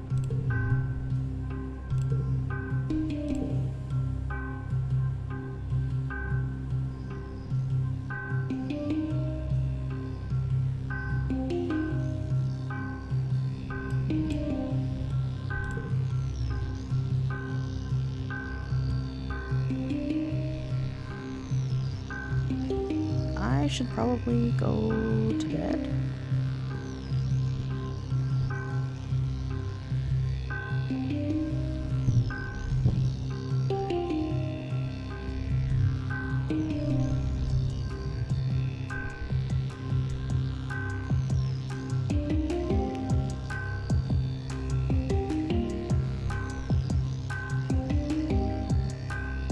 Perception, biology.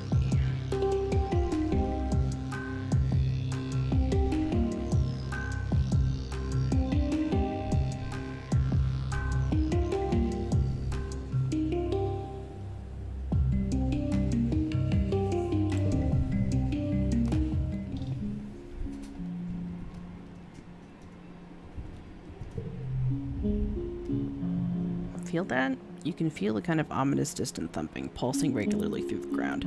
If you stand still, you can feel it vibrate up into your own body too, like a massive global pulse. I reckon it's naturally occurring, she concludes, but it's giving me the willies all the same. You two better check it out. Mind you, stick together and take readings on the way in case it's dangerous. What do you think it is? Aliens? Okay, well. Damn my low perception.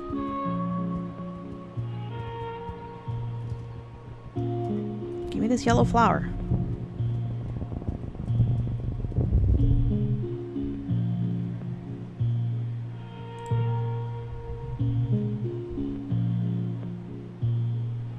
Yeah, fucking sing to it. Who cares?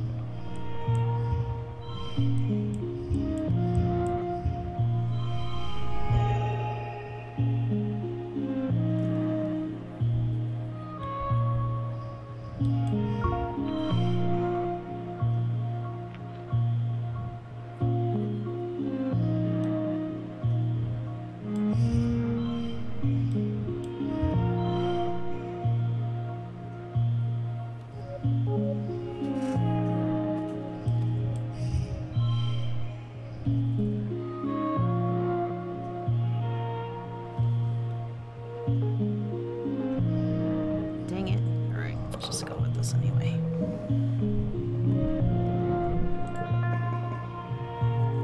It's a strange approach, but you've seen it work in bits. Sometimes music can soothe the savage beast. You sing a lullaby. The great beast looks at you with curiosity. Eventually its eyes drift closed and settles down. Leave it.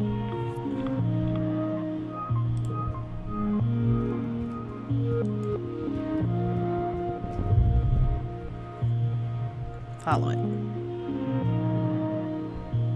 Oh god, perception challenge? I'm scared. Oh god.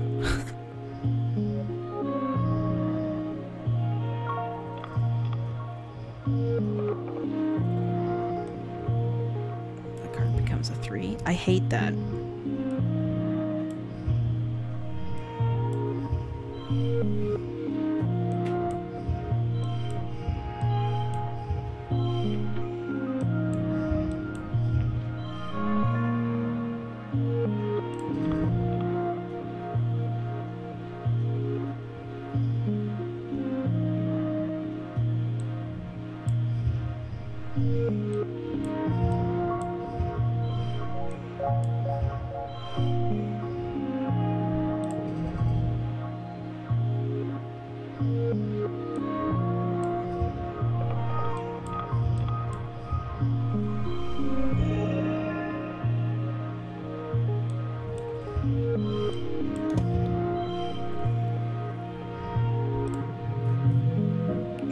mind. We did it.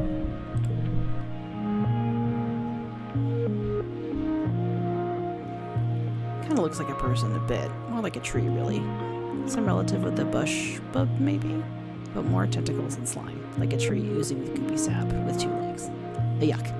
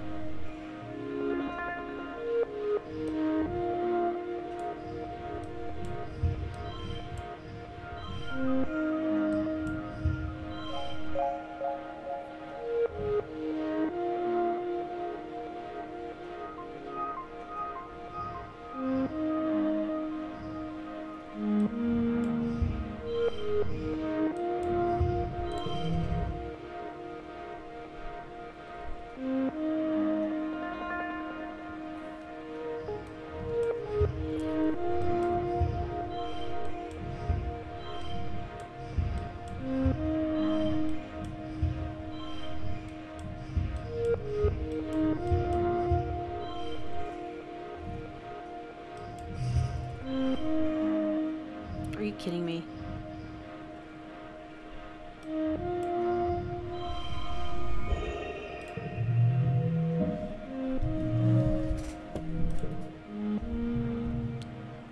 Forge one.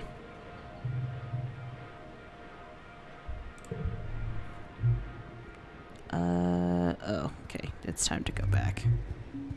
I should go home soon. Yeah.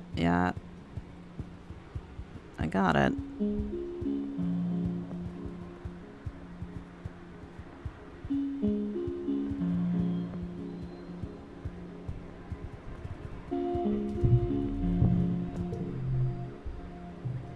Go home. Yes, go home.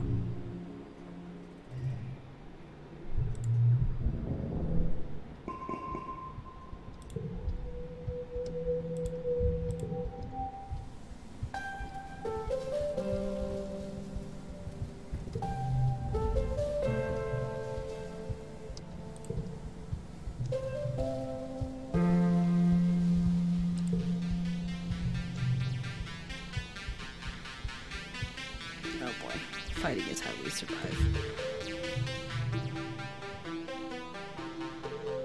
What if your loved ones are in danger? What if they attack you first?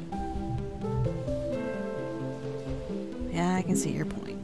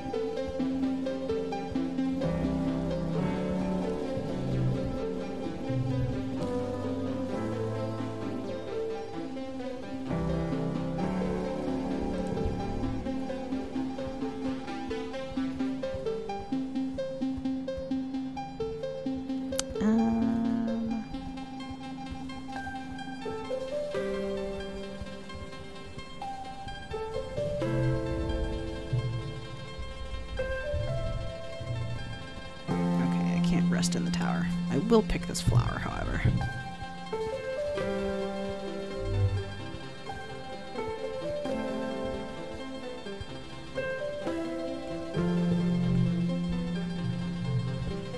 Relax in the park.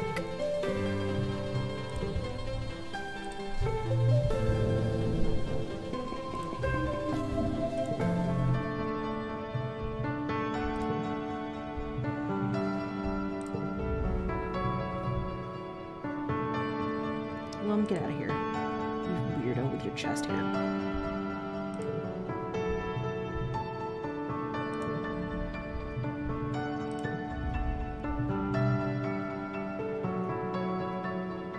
I miss my mom.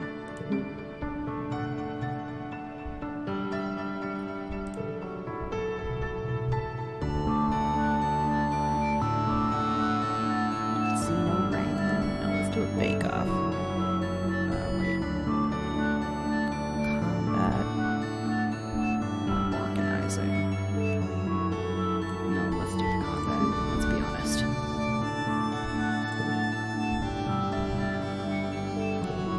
If there's gonna be one that I can win, it's gonna be this one.